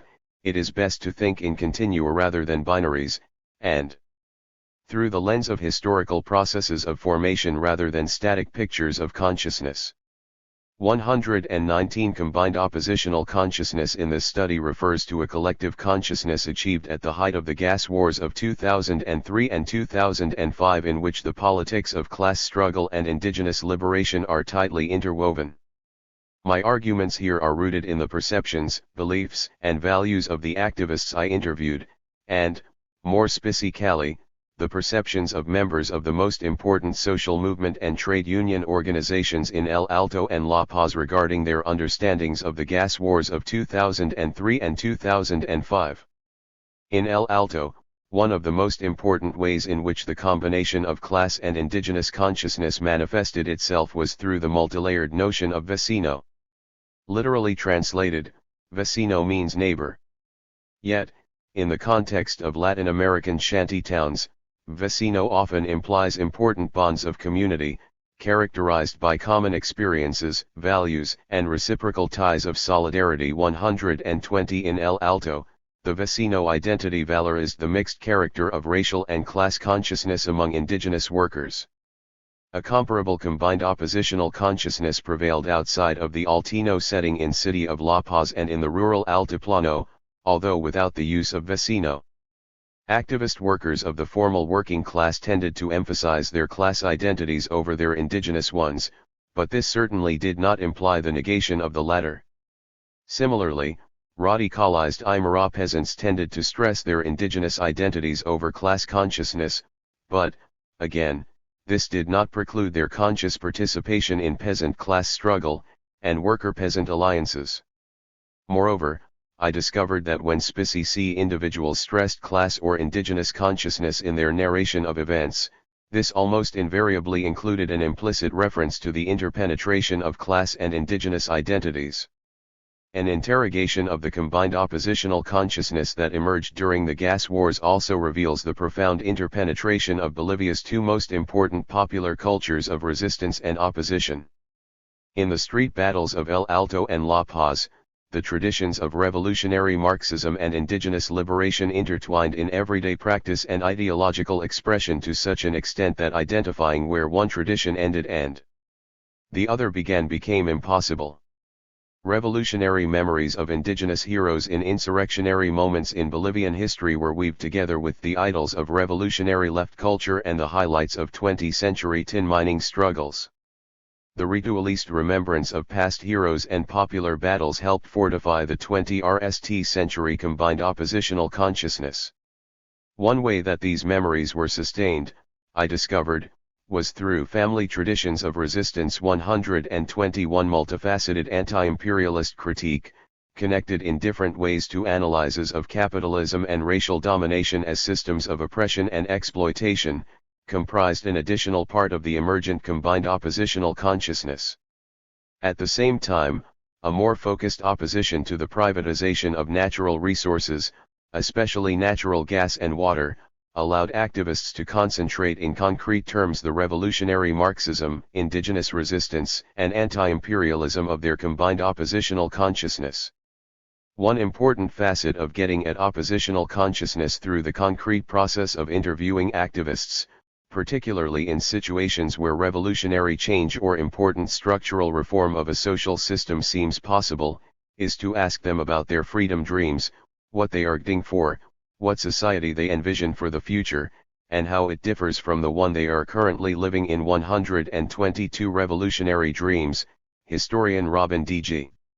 Kelly points out, erupt out of political engagement, collective social movements are incubators of new knowledge, new theories, new questions. The most radical ideas often grow out of a concrete intellectual engagement with the problems of aggrieved populations confronting systems of oppression. 123 The best social movements do what great poetry always does, transport us to another place, compel us to relieve horrors and, more importantly, enable us to imagine a new society. We must remember that the conditions and the very existence of social movements enable participants to imagine something different, to realize that things need not always be this way. 124 Most important in the Bolivian case are the ways in which the principal protagonists of the gas wars envisioned a better society along four principal lines: equality, the end of poverty, and the abolition of social classes, a future free of racism, dignity, social justice and basic necessities, and socialist and indigenous liberationist democracy. 1.9 Neoliberalism. Neoliberalism on a world scale ought to be understood as a political project of the ruling classes in the advanced capitalist countries, especially in the US, to create or restore capitalist class power in all corners of the globe in response to the crisis of embedded liberalism in the late 1960s, the decline in pro-stability and the growth of stagnation by the 1970s, and the rise of leftist political threats to capital in the shape of radical popular struggles, labor movements, and peasant insurgencies across large parts of the world during that period. 125 Rather than a core set of ahistorical neoclassical economic policies, often cited as the Washington Consensus, neoliberalism is better understood as a historical, class-based ideology that proposes all social, political, and ecological problems can be resolved through more direct free market exposure, which has become an increasingly structural aspect of capitalism. 126 The purist theory of free market economic fundamentals, which provides the bedrock for neoliberal ideology, should be understood as a flexible toolkit for justifying the project for restoring capitalist class power, rather than as a guide to the actual policy practice of states during this period. The extent to which state policy has conformed to the precepts of the purist theory of neoliberalism has varied tremendously across different cases. Globally, neoliberalism has failed miserably in terms of its declared objectives of increasing economic efficiency and improving human well-being. However, seen as a political project for the formation or restoration of capitalist class power, neoliberalism has been successful. Nonetheless, its implementation has created massive social contradictions, and in Latin America in particular, organized popular rejection of the model is widespread and resistance is growing faster there than anywhere else in the world. 127. The expansion of neoliberal capitalism in the last quarter of the 20th century and the opening years of the 20th had a number of defining characteristics. To start, given the fact that its economic dominance in the realm of production was threatened by the late 1960s, the US state placed its bets in NANS. Financial capital in the US increasingly played a central role in the renewed project of capitalist imperialism initiated through the neoliberalization of the globe. 128 In order for this to be successful, the US required the liberalization of markets, and, in particular, capital markets. Taking advantage of the leverage over third world countries offered up by the debt crisis of the 1980s, both the US state, and, to a lesser but important degree, other core imperialist powers, utilized their control of the most important international financial institutions, commercial banks, the multilateral lending institutions such as the International Monetary Fund and the World Bank, and various regional banks, to push through structural adjustment programs in a vast number of countries. 129 SAPs, which were often imposed by IMF and World Bank conditionality, typically included demands for third world countries to commit to fiscal austerity with minimal to zero deficits, cutbacks in spending for social services and subsidies for food and other basic necessities, reform of the tax system, liberalization of financial markets, unification of exchange rates, liberalization of trade, elimination of barriers to foreign direct investment, deregulation of industry, and strengthening of guarantees of private property rights. 130 Within the international context so described, between the mid-1970s and the mid-1990s, virtually all Latin American countries more or less rapidly reconstructed their economies according to the dictates of the Washington Consensus 131 while, in the 1980s, the transition away from import substitution industrialization toward models of export-led growth coincided with the transition from authoritarianism to electoral democracy. We should understand that, in the preceding decades, Latin American state terror backed by American imperial might was key to the necessary destruction of the political left, labor unions, and other popular class organizations in civil society. The mass movements and revolutionary and populist projects that had proliferated throughout large sections of the region since the end of the Second World War needed to be quite definitively expunged from the scene if neoliberalism was to take hold. 132 This was the process, seen most dramatically in the authoritarian regimes of the Southern Cone beginning in the 1970s and the counterinsurgency terror operations throughout the 1980s in much of Central America, which made feasible the path toward neoliberal economics.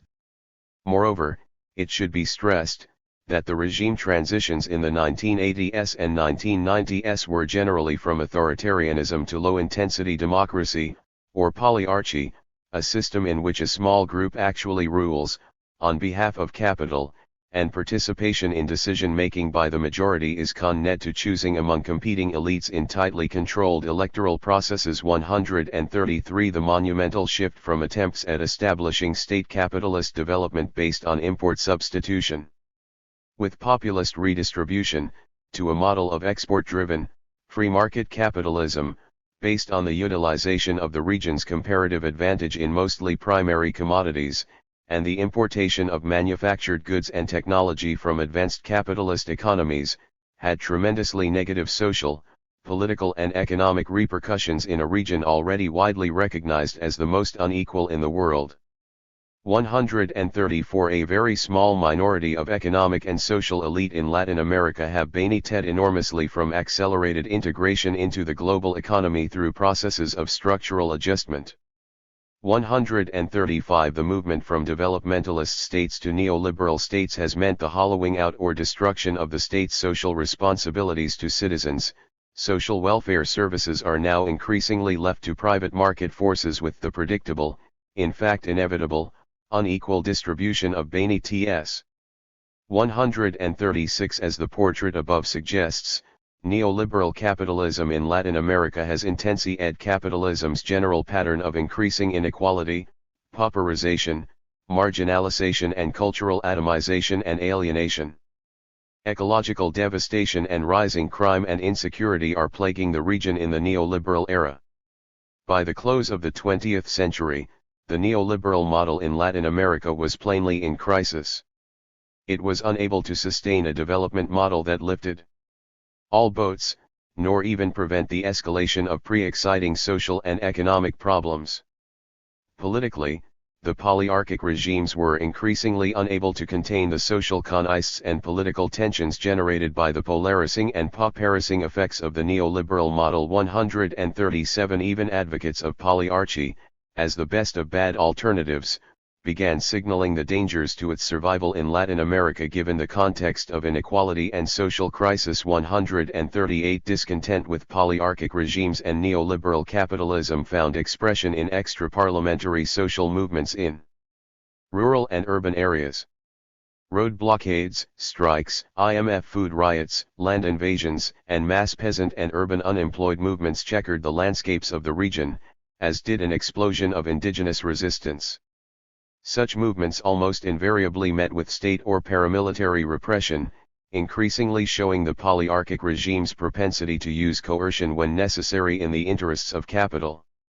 In Chapter 4, we analyze in considerable detail how these general dynamics of neoliberalism at the international and regional levels played themselves out in the SPICI Bolivian context between 1985 and 2000, setting the stage for the left indigenous cycle of insurrection thereafter. 1.10 The state, crisis, and repression. The nature of capitalism generates social contradictions and political crises through which the stability of social order is challenged.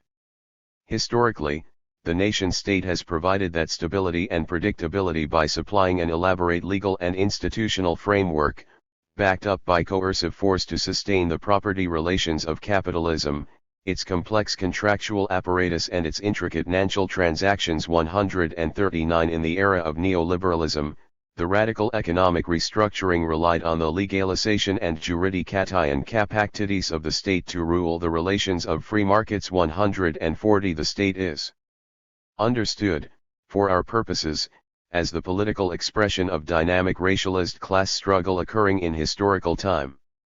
The state assumes a SPICI form that expresses politically the contradictory nature of capitalist social relations, just as the production process expresses the relations economically. 141 The SPICI form of state power under neoliberalism in Bolivia saw the further concentration of authority in the executive, the frequent use of coercion to control popular resistance, and even greater distancing of democratic control over policy making, particularly in the economic sphere, as elite technocrats were provided enormous powers in the most powerful ministries. Leslie Gill has described the Bolivian experience of ongoing deployment of coercive state power to reproduce the interests of capital, and the thorough liberalization of certain parts of the economy through state policy, as the armed retreat of the state. 142 Neoliberalism is characterized, in other words, by authoritarian hardening of the central state and the reorganization of its administrative apparatus. 143 When I refer to a crisis of the state, I am referring to historical moments when the balance of racialized class forces undergirding the SPICI social form the state has taken is altered to such an extent that the reproduction of that form of state power is undermined. In order to esh out the particular dynamics of state repression and popular movement response at the height of state crisis, I draw from theories of social movements and revolutionary change. Sidney Tarrow argues that, governments that categorically reject all challengers' claims and back their rejection with force will either destroy the opposition, where repression is effective, or bring about a revolutionary polarization where it is not. 144 My endings from the Bolivian gas war of September and October 2003 show that the government of Gonzalo Sánchez de Lozada was always reticent to negotiate seriously with the mobilized forces of the indigenous peasantry of the Altiplano and the insurrectionary working classes of El Alto and La Paz. Instead, the state's response at this juncture was repression in an attempt to stymie popular opposition through force and intimidation.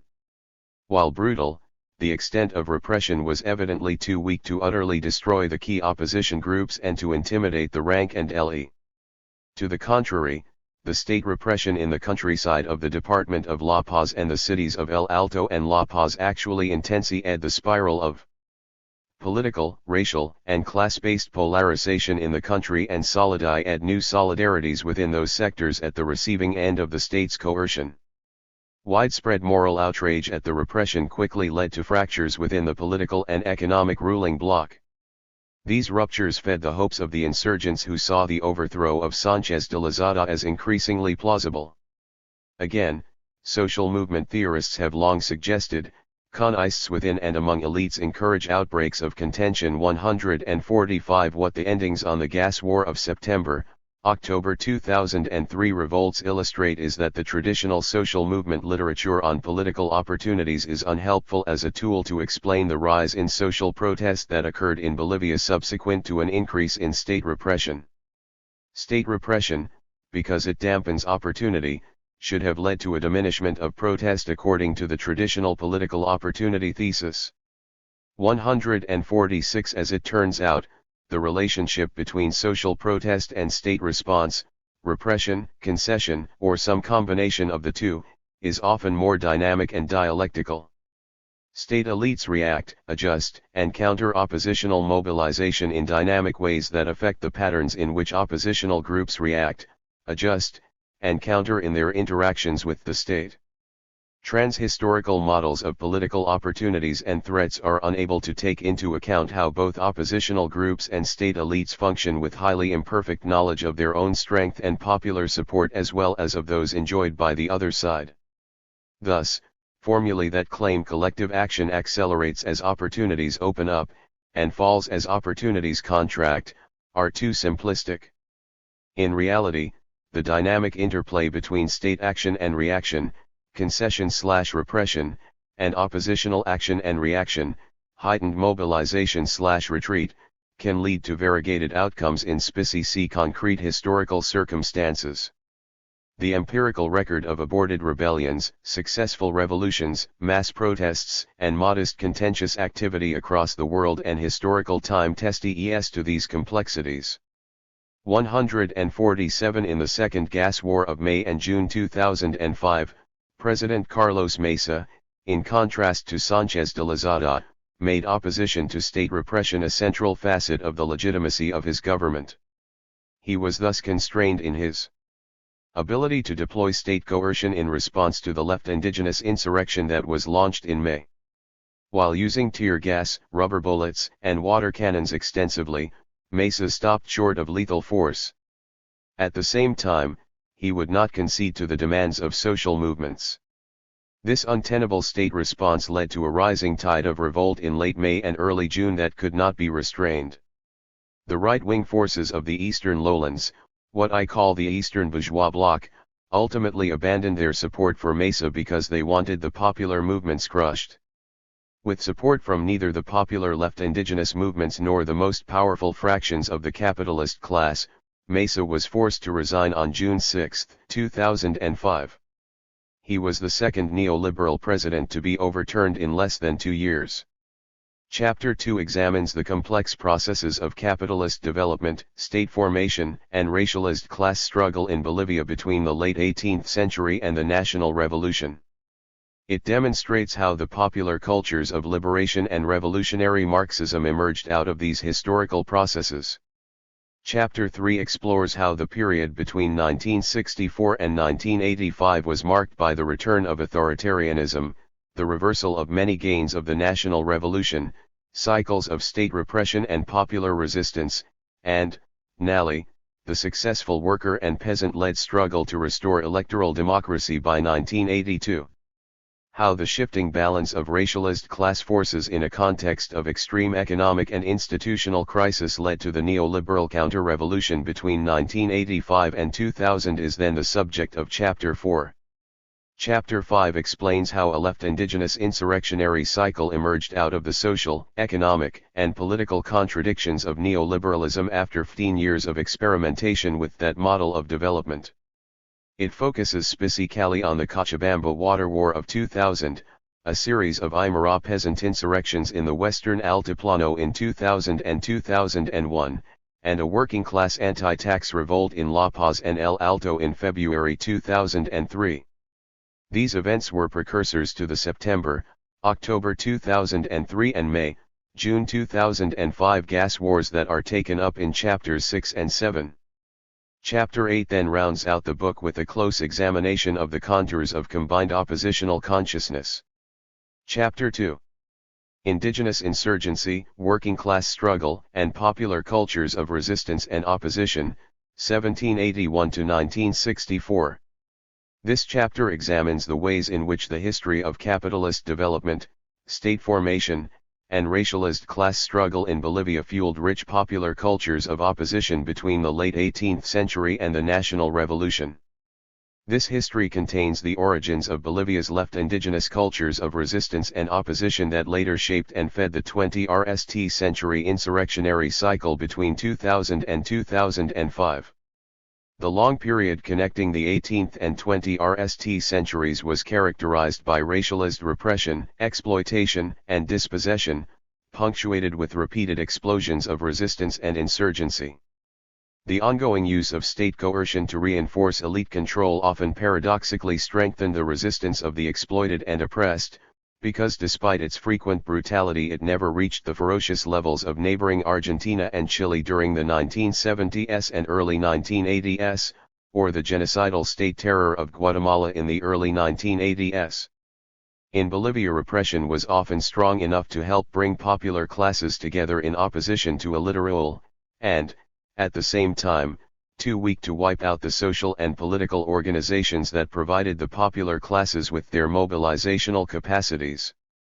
Various cycles of repression and resistance gave rise eventually to the 1952 National Revolution, which, although a movement of heterogeneous classes, led by the reformist Movimiento Nacionalista Revolucionario, contained within itself a powerful strain of worker radicalism fed by a connivance of militant organizations and left ideologies. Ultimately, however, the revolution was betrayed by divisions that emerged between the peasantry and the workers, as peasant militancy temporarily subsided in the wake of land redistribution in 1953. Following a rightist military coup in 1964, Bolivian politics returned to the familiar cycles of state repression and militant popular resistance. One between the 18th century and the coup that reversed the national revolution, the resilient features of popular Bolivian politics were independent indigenous resistance and militant working class activity sustained by powerful worker organizations and myriad left ideologies. These two traditions of struggle, indigenous resistance and worker radicalism, came together at various junctures in powerful unison, despite other periods of mutual tension and hostility.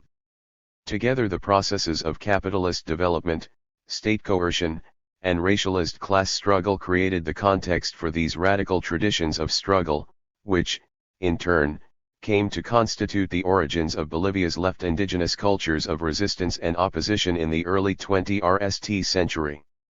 2.1 Late colonialism and early republicanism, silver capital, the state, and indigenous rebellion. In their discussion of indigenous rebellions spanning from pre-republican to post-colonial Bolivia, Forrest Hilton and Sinclair Thompson argue that an overarching Andean culture of insurrection is discernible. 2. The insurrectional indigenous culture apparent in Bolivia's Altiplano and the city of El Alto at the opening of the 20th century is inspired in part by the memory of anti-colonial uprisings of the past. The most visible manifestation of this comes to light in the frequent portrayal of and allusion to indigenous heroes. From earlier struggles, Tomasz Katary, Tupac Katary, Bartolina Sisa, Zarate Wilka, by indigenous rebels and organic intellectuals of contemporary movements. 3. The origins of indigenous state relations are to be found, in the RST instance, at the moment of initial Spanish colonization. But the specie forms of the initial republican oligarchic race relations of the 19th century have their most immediate start in the crisis of the colonial system in the 18th century and the popular movements that grew out of this crisis. In Bolivia and Peru, the apotheosis of this moment took its shape in the Great Andean Civil War of 1780-2, when indigenous forces led respectively by Tupac Amaru and Tupac Katary laid siege to the colonial power. 4. State repression in response to the Andean insurgency was terse and ethnically based, helping to recreate and deepen cultural and spatial distances between whiteness and Indianness, lending a more hierarchical and exclusionary quality to the independence process, in which Indian communities scarcely participated. 5. The underlying historical and material dynamics of 19th-century Bolivian race formations, indigenous state relations, and processes of indigenous rebellion, are rooted in the contraction of silver and large land-holding agricultural economies in the RST few decades after independence in 1825, the rapid expansion of the silver economy in the last decades of the 19th century, and, subsequently, the displacement of the silver economy by tin around 1900. All of these turns in the country's political economy dialectically shaped, and were shaped by, highly racialized domestic class struggle and fluctuations in the prices of the relevant commodities on the world market. Since as far back as the Spanish exploitation of the Potosi silver mines in the 16th century, mining had been the central axis around which the Bolivian economy turned. However, The 17th century was marked by a generalist depression in mining, the 18th century saw the rise of competitive mining in Mexico, and the early 19th century introduced the disruptive wars of independence in Latin America. 6. Combined, these three factors meant that by the 1820s the Bolivian economy was in dire straits.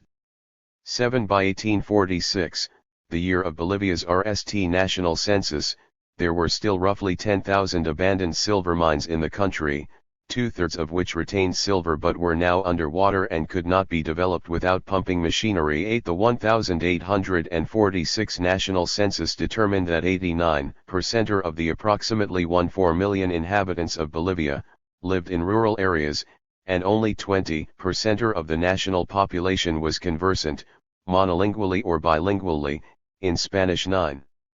Nonetheless, Spanish was the only official language of the Republic. Perhaps the clearest indication of the chasm between the white mestizo ruling class and the indigenous majority. The agrarian racial class structure was divided into roughly equal parts, servile tenantry living on haciendas, and comunarios, or members of illes. 10. With mining in a slump, the tribute paid collectively by indigenous illes contributed 54% of total state revenue. 11. Thus, on the one hand, accepting the relative autonomy of free indigenous communities in exchange for tribute to the state was functional for the ruling class during this extended period of economic crisis. 12. From the other side, indigenous illes valued their relative autonomy and agreed to the tribute system. 13. This Andean pact between the state and illes 14 was maintained relatively securely until the age of silver expansion in the late 19th century shifted the balance of racialized class forces, and fostered an orgy of state-sponsored enclosures of indigenous land and territory through processes of accumulation by dispossession. 15. All of this, in turn, stoked the aims of Andean indigenous insurgency once again. The period between 1873 and 1895 is widely considered the great age of 19th century altiplano silver mining, characterized by phenomenal growth in Bolivia's silver output. 16. The silver expansion introduced new dynamics into the class struggle and the race for land, positioning the Indian problem in the center of politics with renewed vigor. Migrants and settlers were amassing in the highland hamlets and cities, agricultural commodities were entering new and expanding markets, and thus, the 1860s also fortified the Creole land-holding class, which began to covet neighboring lands under the control of the illes. 17. Arm in arm with the Creole land-holding class, the new silver mining capitalists, enamored with ideas of modernization drawn from 19th century liberal ideology, touted the benefits of government deregulation of mining and minting, the end of protectionism, and the promotion of railroad building to give the mine owners cheaper access to the world market. 18. With new revenues from mining, the state's relative dependence on the indigenous tribute was receding, providing it the space and initiative to tackle indigenous collective holdings with a new determination. 19. While an aborted attempt at land reform was made as early as 1863 under President José María de Acha, the most sustained attack on indigenous communities for decades was fostered by an 1866 decree issued by President Mariano Melgarejo. With the mine owners behind him, Melgarejo's administration marked the beginning of a long series of racialized class battles waged from above and resisted from below, in which indigenous communal lands were attacked and the liberalization of the economy attempted. Melgarejo's confiscation decree declared that indigenous communally held land was in fact state property and established measures for putting the land up for public auction.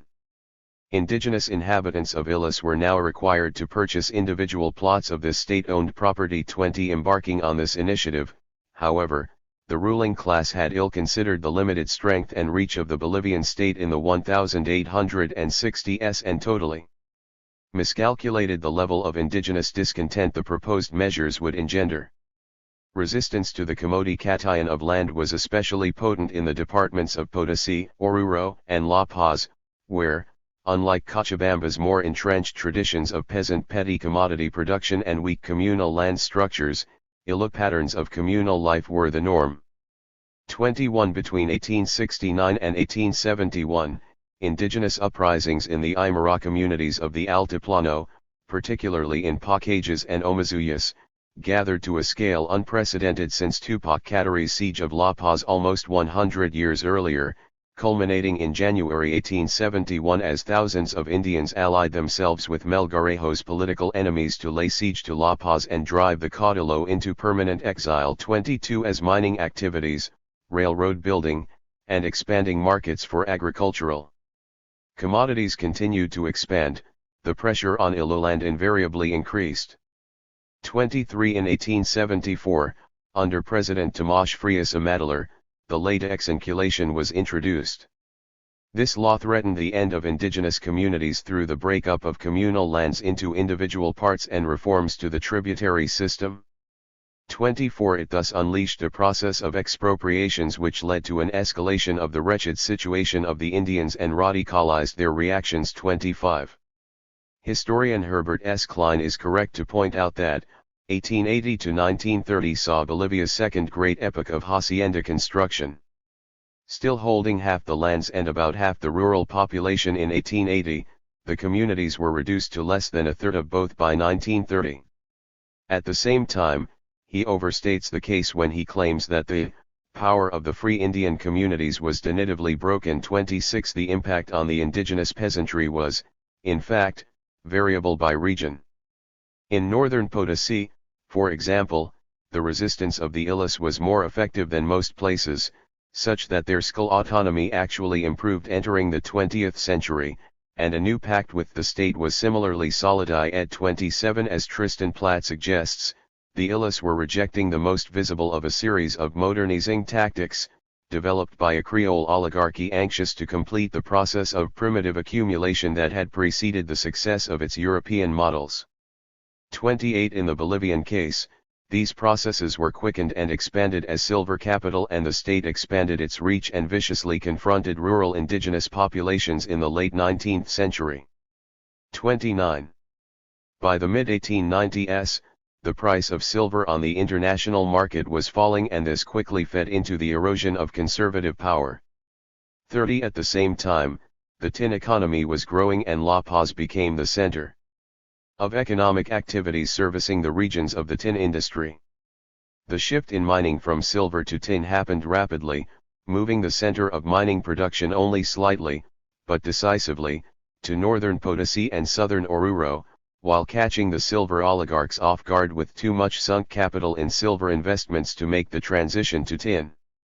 Instead, a plethora of foreign companies entered the market, and a new group of Bolivian entrepreneurs emerged for the first time on the national scene. 31 Despite the withering away of their economic basis, the conservatives continued to cling to political power with force, leading inexorably to the militarization of politics and imminent conflict with the economically and politically ascendant liberals. What became known as the Federalist War of 1899, in fact began in December 1898 as a combined liberal and regionalist revolt, whereby the largely liberal elite of La Paz called for local federalist rule and the overthrow of the conservatives. 32 This was the material basis of the war at an elite level, but indigenous insurgency from below also formed a major part in the development of the war and its outcome. 33 The most contentious theme in the historical understanding of this period has to do with the nature of the formation and unraveling of the liberal indigenous alliances that emerged and broke down before, during, and after the Federal War. 34 The two most prominent leaders of the liberals and indigenous forces were Colonel José Manuel Pando and Pablo Zarate Wilker respectively. 35 The ideological binds that linked these men together were tenuous.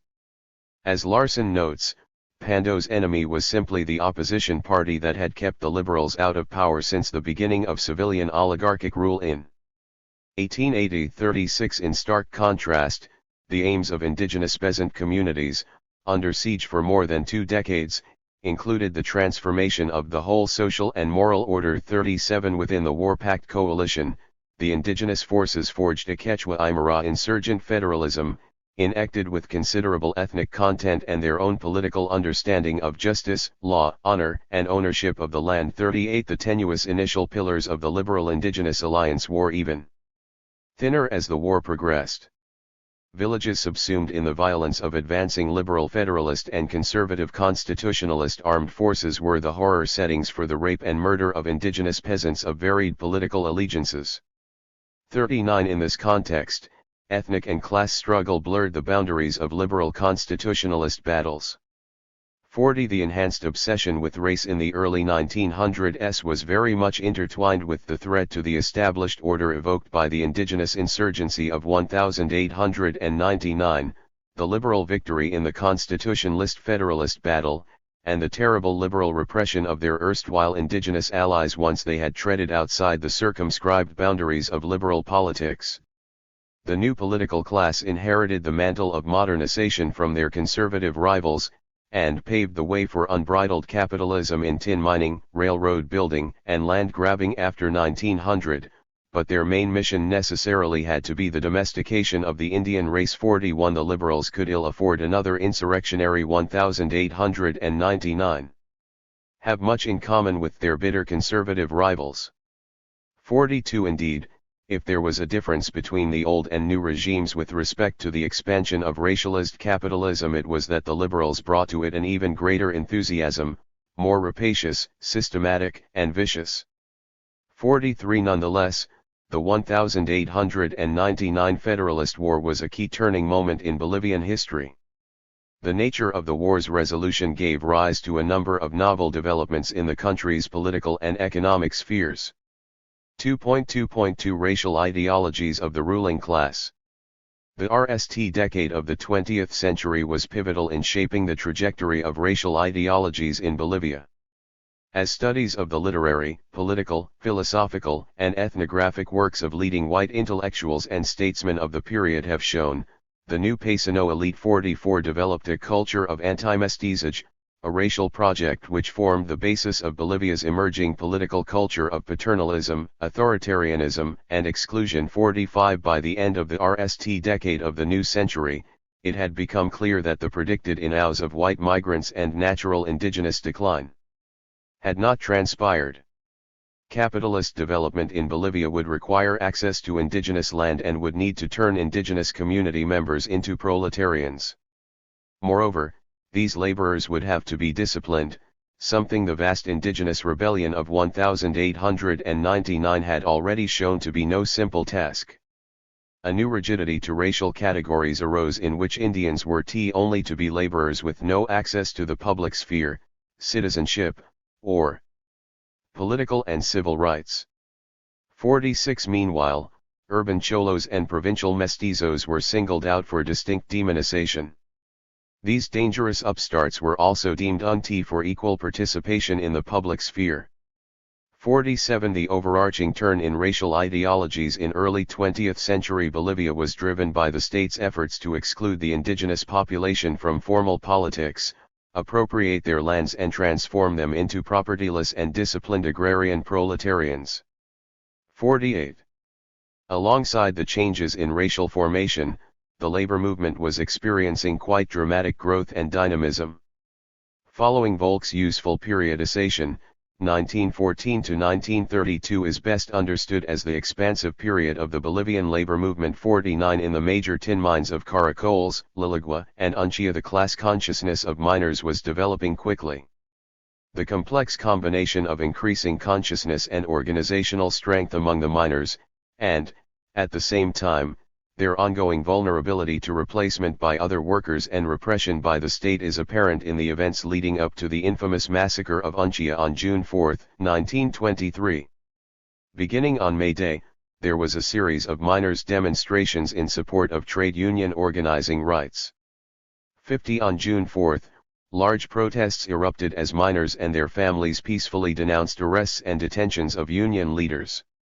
In response, the army was ordered to re-on the crowds, killing several dozen. 51 Despite elaborate attempts by the Bautista Saavedra government to cover up the killings, closure of opposition newspapers, presidential lies to Congress, the massacre of Unchia became a potent historical symbol of heroism in the working class struggle.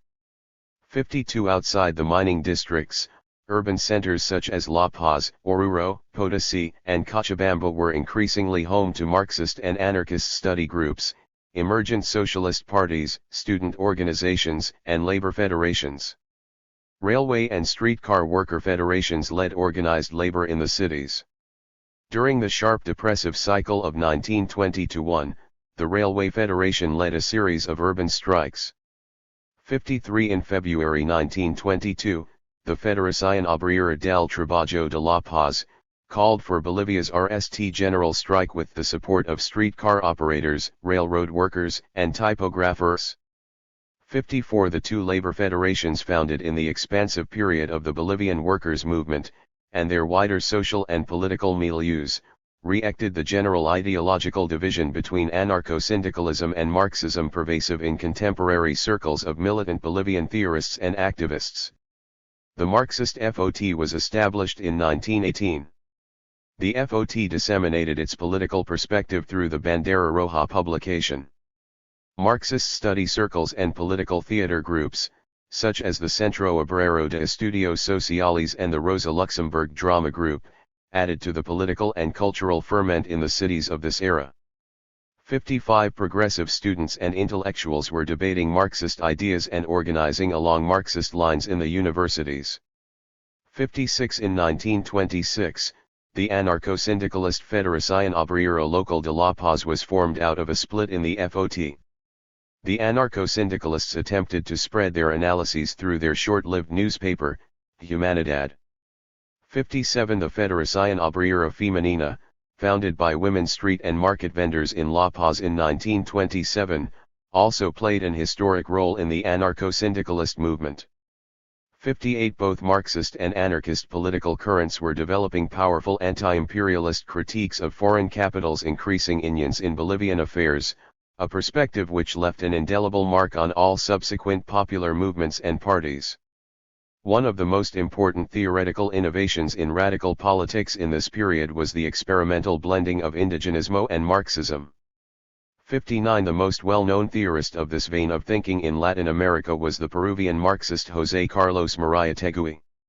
60 In the Bolivian case, however, much more influential was the local novelist, political writer, and contemporary of Mariátegui, Gustavo Navarro, better known by his pseudonym, Tristan Marof. In fact, Marof was a correspondent for Mariátegui's journal A Moda. 61 By 1926, Marof had published La Justicia del Inca in Belgium. La Justicia, perhaps his most famous book after La Tragedia del Altiplano, included the phrases Tierras al Indio and Minas al Estado, that would end their echo in a number of revolutionary currents over the following decades. 62. In amidst the development of the new tin economy, the formation of new racial ideologies and categories, and the expansion of the labor movement, the 1910s and 1920s also witnessed a cycle of indigenous peasant resistance.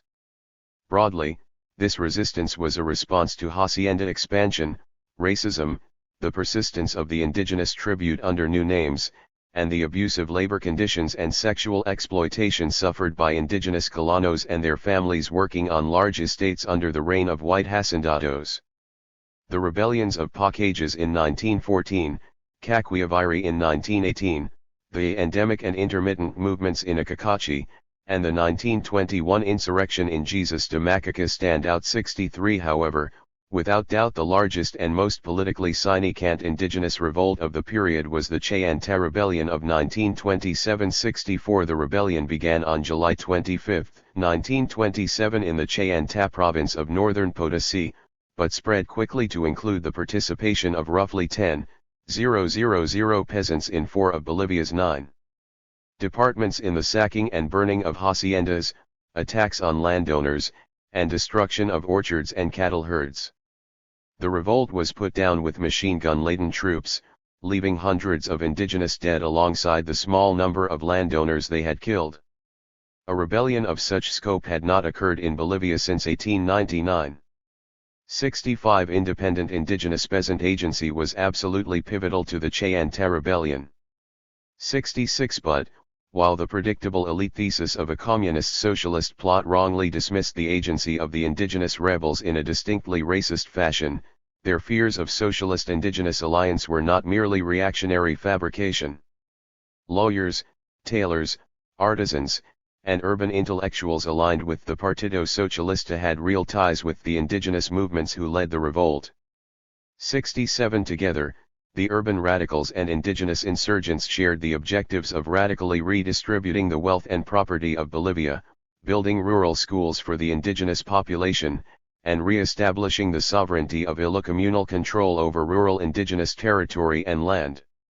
The indigenous rebels drew from and reinvented the repertoires of contention from 1781 and 1899, but they also were persuaded by urban and revolutionary socialist ideas of equality, building alliances between all the oppressed and exploited, and engaging in direct action on these bases.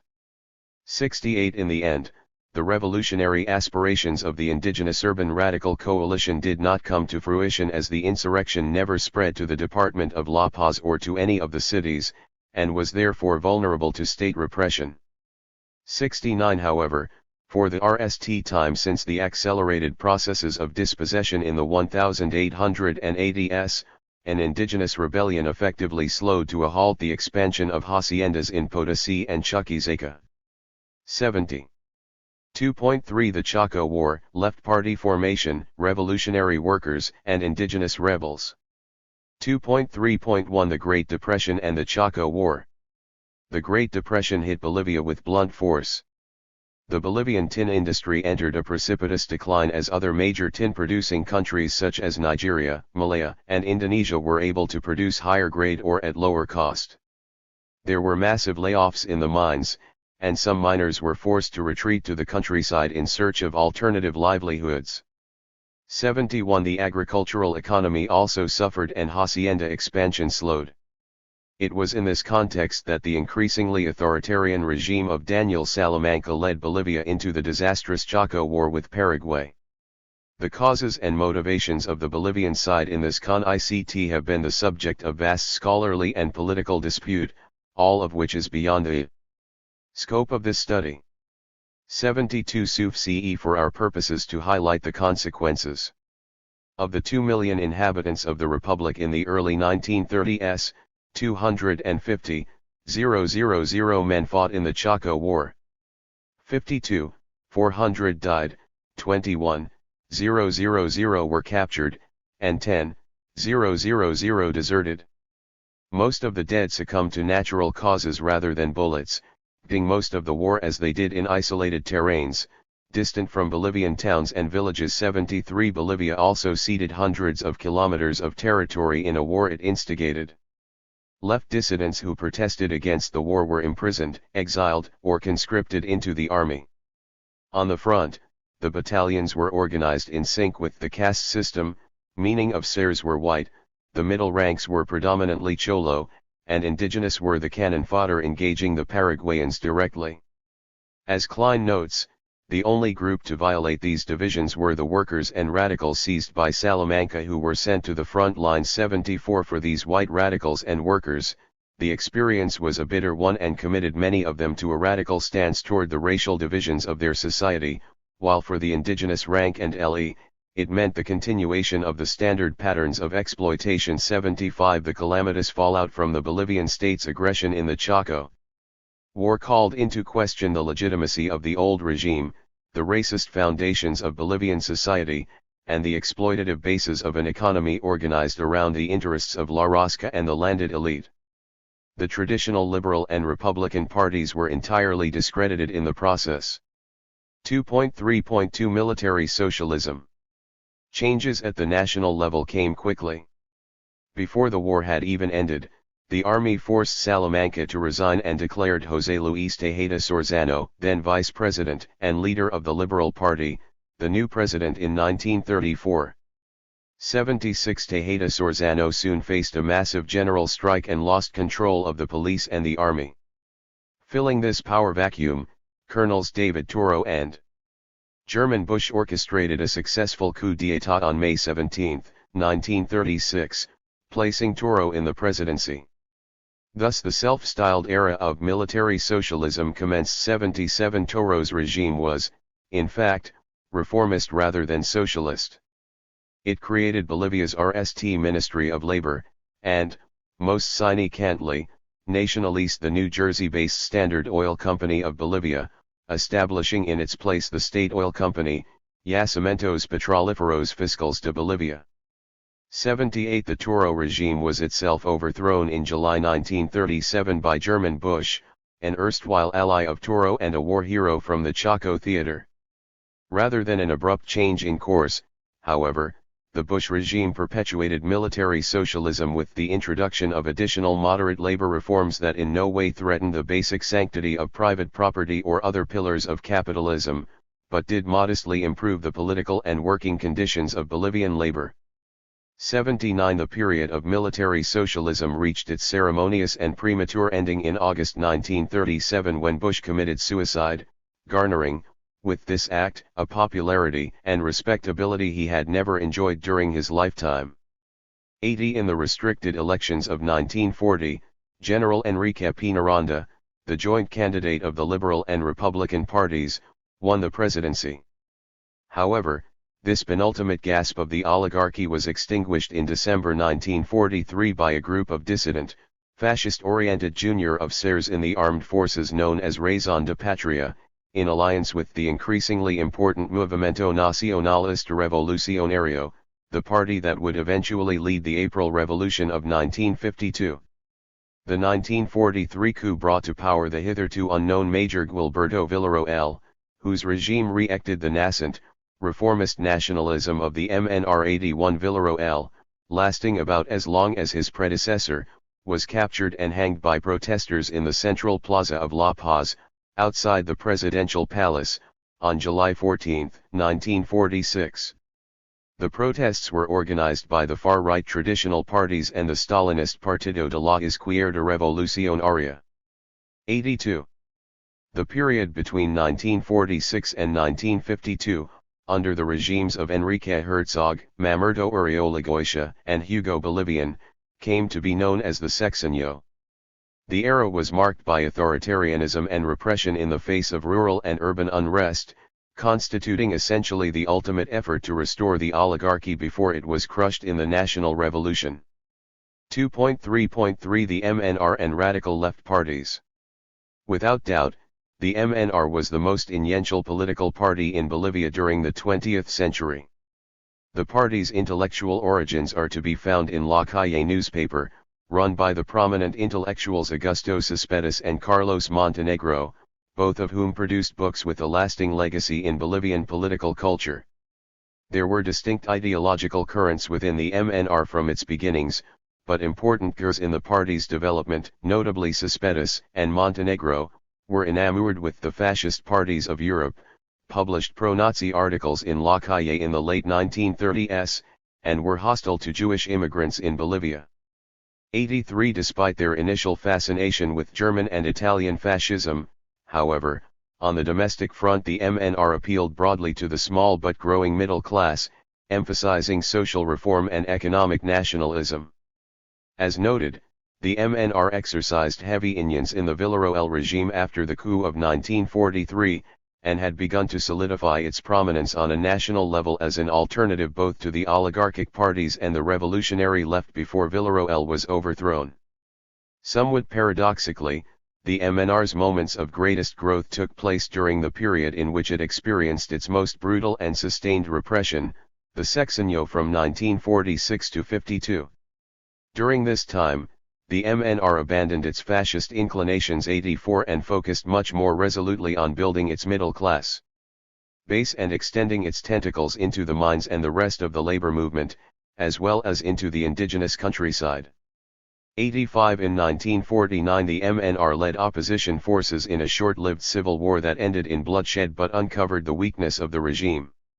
86 In 1950, the MNR supported an armed labor insurrection that was likewise repressed.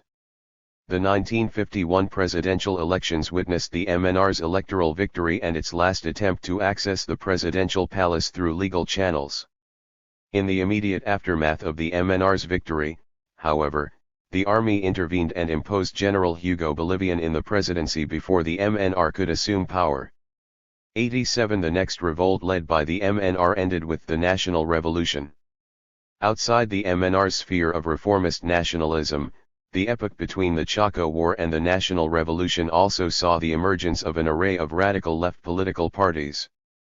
The most influential, initially, was the aforementioned PIR, founded in 1940. The PIR was established at a labor congress in Oruro at which 150 representatives of radical leftist parties and the labor movement were present.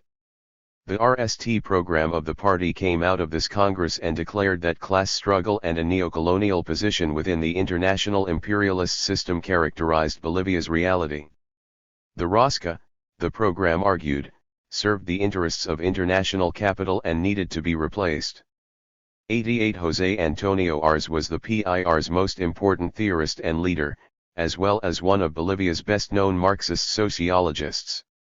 89 Jeffery served as a legal advisor to the Ministry of Labor under the Toro regime before being exiled to Chile in 1936. Arz later ran as the presidential candidate for the PIR, surprisingly winning 10,000 of the 58,000 votes cast in the 1940 elections. 90 Parallel to Stalinist developments on the far left in Bolivia during the 1930s and 1940s, there emerged a vibrant Trotskyist movement which became the most important in all of Latin America. Indeed, outside of Ceylon, no other country in the globe would match the importance Trotskyism came to have in national political life in Bolivia. 91 Tristan Morov, whom we have already considered was the RST personality of national significance linked to the development of Trotskyism in the country. After returning to Bolivia from diplomatic duties in Europe in 1926, Morov was instrumental in the formation of the short-lived Socialist Party. The party was repressed and Morov was forced into exile in Argentina in 1928. There he became part of the Grupo Tupac Amaru, a loosely-knit revolutionary group with ties to both the socialists and communists in Argentina. The GTA, along with other exiled Bolivian radicals, the Izquierda Boliviana based in Chile, and exiliados en el Peru, met for a congress in Córdoba, Argentina in 1934 where the POR, Bolivia's preeminent Trotskyist party, was formed. 92 The party immediately affiliated with the international left opposition, which was under the leadership of Leon Trotsky. Despite Morov's elevated public status, José Aguirre Gainsbourg was actually the principal force in pushing for the POR's Trotskyist identification. It was Aguirre Gainsbourg, an important activist in the radical university movement in Cochabamba in the late 1920s, a major revolutionary in the 1930s, a prisoner in an Altiplano jail, and an exile in Chile, who authored the POR's initial platform. 93 By the late 1930s, the POR had adopted Trotsky's theory of permanent revolution as a fundamental basis of its program. For the POR, revolution in Bolivia would be shaped by the country's particular semi-colonial position in the world system. The revolution would be a combined one, meaning a bourgeois democratic revolution with warfare and peasant uprisings would run alongside a proletarian socialist revolution, consisting of working-class insurrection. 94 In further accord with the theory of permanent revolution, the POR insisted that the socialist revolution must out beyond the borders of Bolivia and become international if it was to survive. Moreover, the party argued, within the Bolivian context, revolution could be successful only if the workers and peasants did not ally themselves with the national bourgeoisie.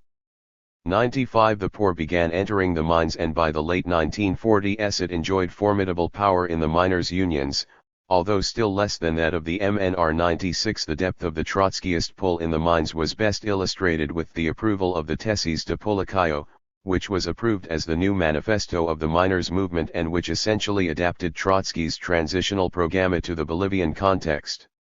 97 After Villarroel was overthrown, the POR cooperated extensively with the MNR in resisting the attempts of the oligarchy to re-establish its reign over Bolivian society. 98. Stephen S. Vogt characterizes the period between 1936 and 1946 as the semi-cuctive phase of the Bolivian labor movement. 99 The Great Depression beginning in 1929, repression under the Salamanca government, and the enhancement of the national crisis engendered by the Chaco War, together served to weaken Bolivian labor's capacities to resist capital. 100 The rise of military socialism under Toro and Bush raised for the RST time the realistic possibility of state strategies of co-optation. After the objective weakening of the labor movement following depression and war, workers reignited their militancy in the 1936 general strike that helped bring down the Tejeda-Sorzano regime and allowed space for Toro's ascent to office. Of the many ideological currents visible in Bolivia's military socialist period, state corporatism was one important force.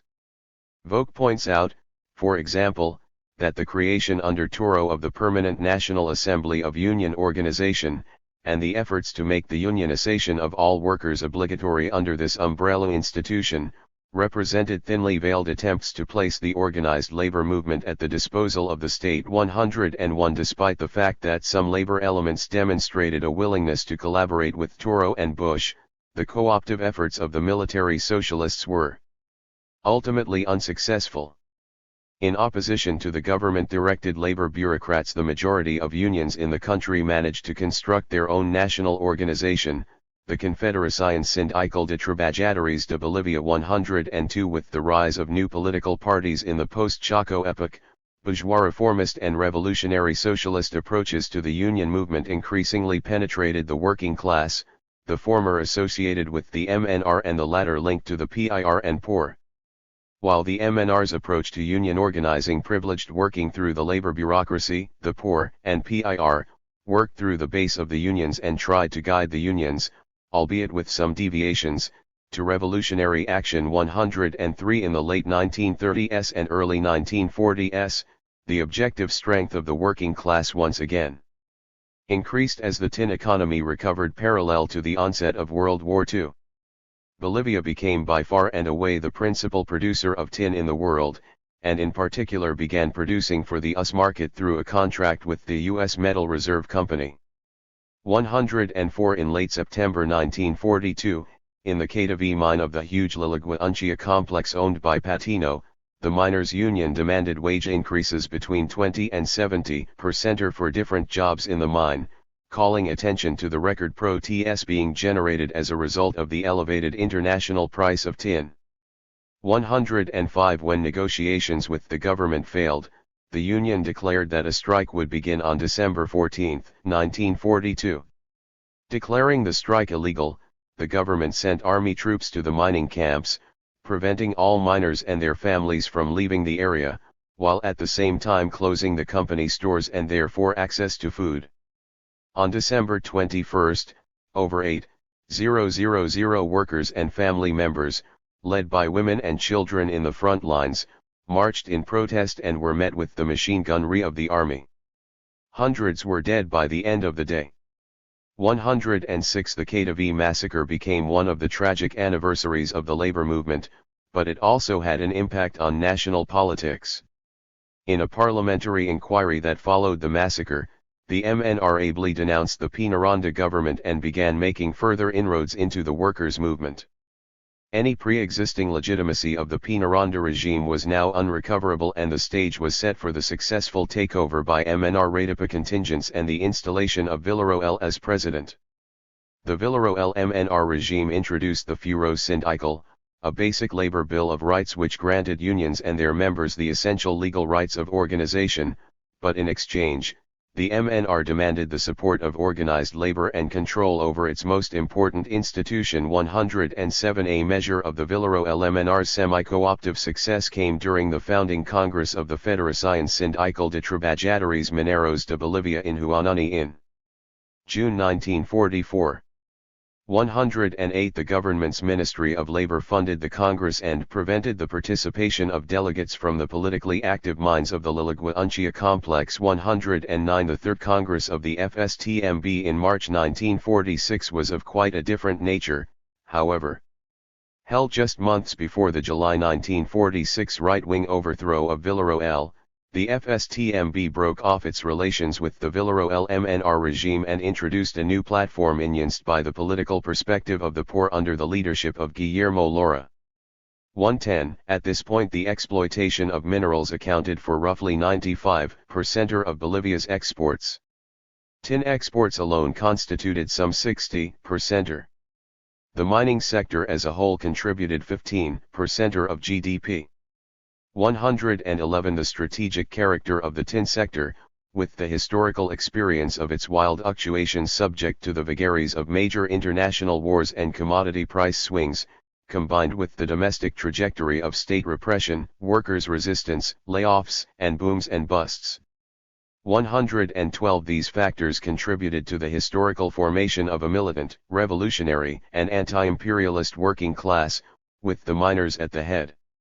In the first extraordinary Congress of the FSTMB, held in the town of Pulicayo in November 1946, the miners adopted as their central guiding doctrine what would become the most famous document of Bolivian labor history, the Thesis of Pulicayo. 113 Between 1947 and 1952, labor and the popular sectors of the countryside were engaged in full-scale battle with the state, the Rosca, and the landlords, and the miners were a favored target of vicious state repression and generalist political assault. In 1948, for example, more than 800 miners and members of their families were killed in a battle with police and army units at Catavi Siglo XX Mines 114. Traditional scholarship on the Bolivian national revolution has tended to privilege the role of workers in the mines and the cities, the MNR, and middle-class sectors in the defeat of the oligarchy in 1952. The preceding tumult of the 1940s, however, extended deeply into the indigenous countryside as well. Moreover, historical episodes such as the 1945 National Indigenous Congress, which brought together over 1,500 indigenous representatives, and the 1947 indigenous peasant uprisings in its aftermath, reveal that networks between urban workers, miners, intellectuals, and revolutionary and reformist party militants, on the one hand, and grassroots indigenous leaders in the countryside, on the other, increased dramatically in scope and depth during this period. What is most critical about the NIC is that it emerged as a result of indigenous popular agency in the countryside in alliance with various progressive allies, even if it also epitomized the Villaro-LMNR strategy of co-opting and regulating popular movements to advance a reformist and nationalist state-building project quite different from that envisioned by the indigenous movements themselves. 115 If, in the Chayanta insurrection of 1927, networks linking urban radicals and indigenous rebels were tenuously entering their birth pains, by the mid-1940s linkages between labor radicals, reformist and revolutionary party militants, and indigenous rebels in the countryside, were better established and expanding rapidly in a period of mass mobilization. Political relationships between different indigenous groups were also maturing. 116 The fact that the oligarchy was unwilling to consider even the limited agrarian reforms proposed by the Villaro-LMNR helps to explain the overthrow of that regime and the subsequent widespread repression in the countryside during the sexenio. The generalist hostility of the hacendados to any reform whatsoever in the wake of the 1945 NIC and the subsequent right-wing overthrow of Villaro-L, then, provide much of the background for the 1947 indigenous uprisings that spanned the departments of Cochabamba, Chuquisaca, La Paz, Oruro, and Tarija. 117 Immediately prior to Villaro-L's ascension to the presidency, rural strikes had proliferated. This was one of the key impetuses for the government considering a national indigenous congress. However, before Villaro-L had even issued the official green light, indigenous leaders had already established a Comite Indigenal Boliviano to plan for the NIC. 118 The CIB facilitated the expansion of rural infrastructures of class struggle and urban-rural alliances at a rapid pace. It acted as coordinator and promoter, historians have observed, pushing for the collective organization of the peasantry, and relating peasant leaders from diverse regions not only with one another, but also with national authorities, union leaders, printers, miners, factory workers, and others. 119 The CIB issued a 27-point agenda for the NIC without the approval of the government prior to the NIC's inauguration and had it published in the national press. Of the many demands in this richly detailed plan, the most notable include that the Indian be free, secure in his life and work, and respected the same as everyone, that there be special laws and authorities for the Indian, and that there be committees of lawyers paid by the government to defend the Indian. Not coincidentally, the list begins and ends with the long-standing claim that all the land belongs to the Indians, that it be returned to the community and belong to those who work it. The Indian. 120. These radical objectives were accompanied by increasing levels of contentious peasant action in the countryside in the lead-up to the NIC, including a wave of sit-down strikes. 121. The signs of rural unrest were sufficient for the MNR to declare prominent indigenous leaders agitators and jail them before they could attend the Congress. 122. It should not be surprising, therefore, that the of-jail agenda of the Congress and the presidential decrees passed therein managed to domesticate or leave out altogether many of the objectives of the indigenous movements who had been staging actions against landlords in various regions of the country. 123. Nonetheless, the NIC brought together different indigenous activists from across the country, and indigenous movements on the ground began interpreting the decrees announced by Villarroel at the Congress in ways that matched their much more revolutionary aims. At the same time, Villarroel's reforms were duly ignored by landlords. 124. Radicalized indigenous peasants sought to enforce them through the mobilization of their own social power, from below, with direct action against landowners and local authorities. Repression began soon after the NIC under the direction of the Villarroel MNR government. It reached new and sustained heights after the hanging of Villarroel. Herzog, the next president, refused to recognize the decrees setting off the massive 1947 rural insurgencies. 125. Although the uprisings of that year failed to break the landlords' grip on power, the collective memories and infrastructure of rural insurgency were reawakened powerfully very soon after the mainly urban revolution of April 1952 successfully installed the MNR at the helm. Between April 9 and April 11, 1952, an MNR-led insurrection under the leadership of Hernan Siles Zuazo quickly escaped the boundaries of the basic coup envisioned by the MNR leadership. Popular militias of factory workers and miners, and MNR rank and LE militants and urban dwellers, overran most of the armed forces of the ancien regime, compelled swathes of low-ranking troops to switch sides, and sent many of the remaining hostile forces into exile. Chaco veterans were armed with their 20-year-old weapons, miners were equipped with the dynamite of their trade, and the mutinous troops who joined the revolutionary forces brought with them arms of the state. The coercive apparatuses of the old order caved in almost completely under the weight of revolutionary advance. The immediate consequence was a remarkably low level of revolutionary and counter-revolutionary violence, although many more would die over the following decades as those seeking to defend the nationalist-populist revolution, and others attempting to steer it towards socialism, were repeatedly subjected to the brutalities of military authoritarianism and state terror. 126. 2.4.1 The legacies of revolutionary nationalism. The militancy of the working class, led by radical miners, drove forth the initial radicalization of the revolution. While the peasantry played a limited role in the initial insurrectionary phase, by the end of 1952, as we will see, they were also mobilizing en masse in the countryside and pushing forward agrarian reform. It also seems to be, as Leon Trotsky once pointed out, that a revolution needs from time to time the whip of the counter-revolution. 127 In the Bolivian case, two right-wing coup attempts against the new MNR regime further engendered a hardening of resolve within the popular forces and made clear the necessity that the MNR leadership take quick measures to ensure the irreversibility of the national revolution. In this context, between 1952 and early 1956, the major advances of the revolution, those associated to this day with the Estado de 52, were consolidated: the nationalization of the three big mining companies and the establishment of the state mining company, Comibol, agrarian reform, and universal suffrage.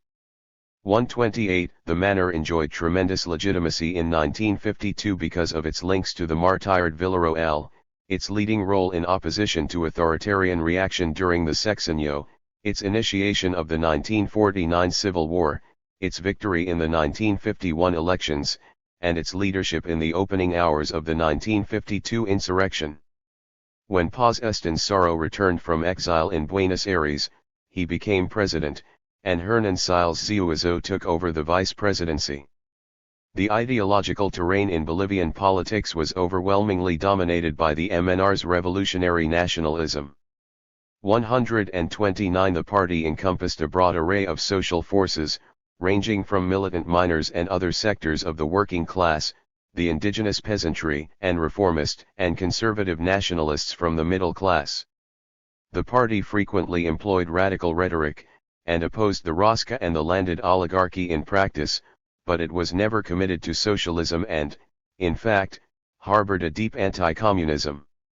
In the RST 3 years following the revolution, the MNR made its deepest reforms and absorbed many leftist militants into its ranks. At the highest levels of the state, for example, the working class was represented in the Ministry of Mines, Ministry of Labor, and Ministry of Peasant Affairs. 130 The manor also developed an elaborate system of state patronage and clientelist networks connecting the highest echelons of the party to the smallest local levels of the cities, municipalities, and villages. Political support was ensured through petty favors and a steady distribution of jobs. Indeed, the size of the civil service apparently doubled in the RST 4 years of the new government as loyalists reaped their rewards. 131 Thus, the net of co-optation was cast wide and functioned remarkably well in terms of consolidating the party's power. 132. The United States, for its part, recognized the anti-communist character of the MNR regime early on, and provided increasing levels of aid to tame the leftist elements of revolutionary nationalism and fortify the right over the coming decades. 133 Another facet of the revolutionary nationalism of the MNR in this period left an indelible print on Bolivia's cultural politics. The indubitable advances in citizenship for the indigenous peasantry, re-acted in universal suffrage, agrarian reform, and access to rural education, were granted at a cost. In the process of becoming citizens, indigenous peasants were expected to assimilate into the newly dominant conceptualization of race, cultural mestizage. Citizenship was to include the westernization of indigenous political practices and traditional economies.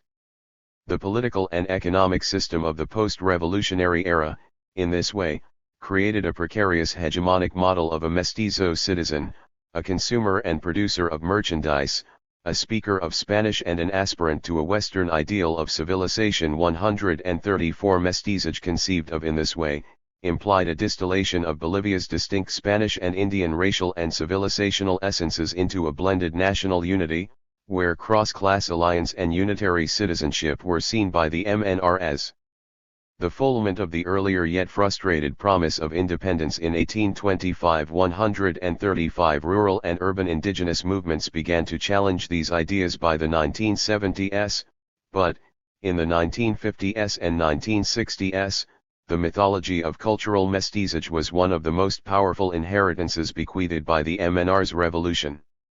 At the time of the 1952 revolution, the Bolivian economy was characterized by the uneven development of capitalism, in which a relatively advanced, export-oriented capitalist sector, in this case tin mining, coexisted and interrelated with an archaic, stagnant, and predominantly provincial organization of agriculture. 136 The country was wrought with profound economic, social, and regional inequalities rooted in unique patterns of intense, enclave capitalist development and the survival of pre-capitalist social formations.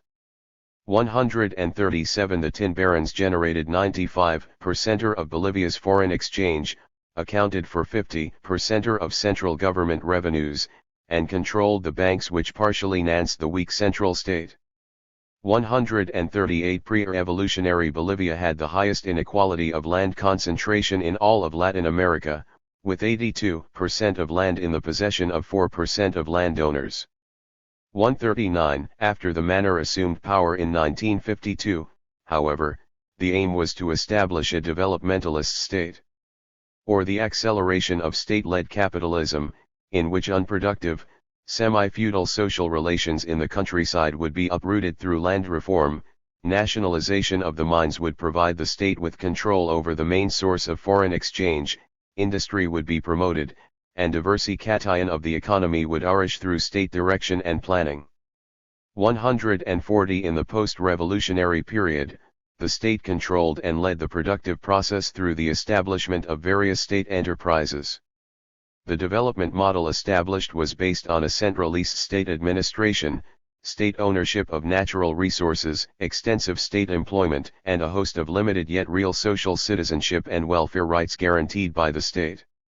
141 Finance, agriculture, and mining were the major activities of capitalists in this period, with manufacturing industries still employing only 3% of the economically active population by the 1970s. 142 The Bolivian conjuncture of 1952 engendered, on the one hand, major reforms to land tenure, mining, and the state's involvement in the productive process of the economy more generally, that were difficult to uproot for many years to come.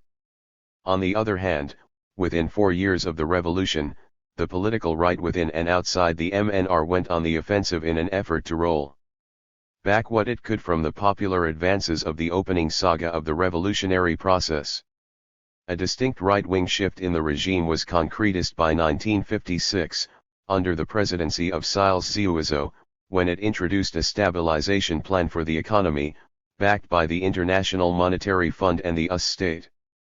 143 The decree did succeed in curbing inflation, but, at the same time, suffocated production, increased unemployment levels, and slashed the real incomes of all working-class sectors. The peasantry, on the other hand, enjoyed increases in the prices of their produce. 144 The trajectory to the right signaled by the stabilization plan was enriched and extended under Paz Estensaro's second administration, as was the escalation of foreign ties with the United States.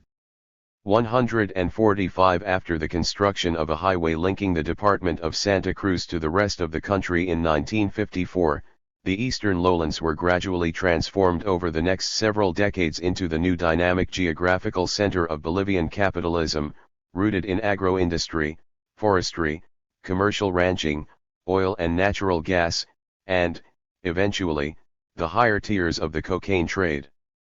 The social and political repercussions of these developments would become enormous over time, not least of them was an increasing polarization between the regional ethnic political identity of white mestizo Cambas and the more indigenous Calas. 146 Parallel to the stabilization plan, the MNR rebuilt the nation's armed forces with the assistance of the U.S. in order to wrestle control from the popular armed militias and reassert the authority of the state over the popular classes. Between 1960 and 1964, it should be stressed, U.S. aid to Bolivia catapulted by over 600% or 147. Recall that, as early as April 11, 1952, the masses in the streets of La Paz were demanding the complete dismantling of the military apparatus, nationalization and workers' control of the mines, an agrarian revolution, and the formation of popular militias. 148 Between 1958 and 1964, the Army's troop base increased threefold from 5,000 to 15,000 men, its share of the budget increased from 6.8% to 16.8% of GDP, and its officers were sent to the School of the Americas in the Panama Canal Zone for specialized training in the enforcement of US imperial security doctrine for the Americas. 149 Hence, while the armed forces had been crushed in 1952, by 1964, under MNR impetus, in alliance with US imperial Nansing and direction, they had been fully reconstituted. Wide-scale repression of the popular classes was once again possible, indeed, inevitable. 2.4.4 The working class, 1952-64. One of the most salient features of the revolutionary period of the early 1950s was the consolidation of the miners as the vanguard of the labor movement. This leadership was facilitated in part through the extraordinary wealth of the popular cultures of resistance and opposition in the mining camps.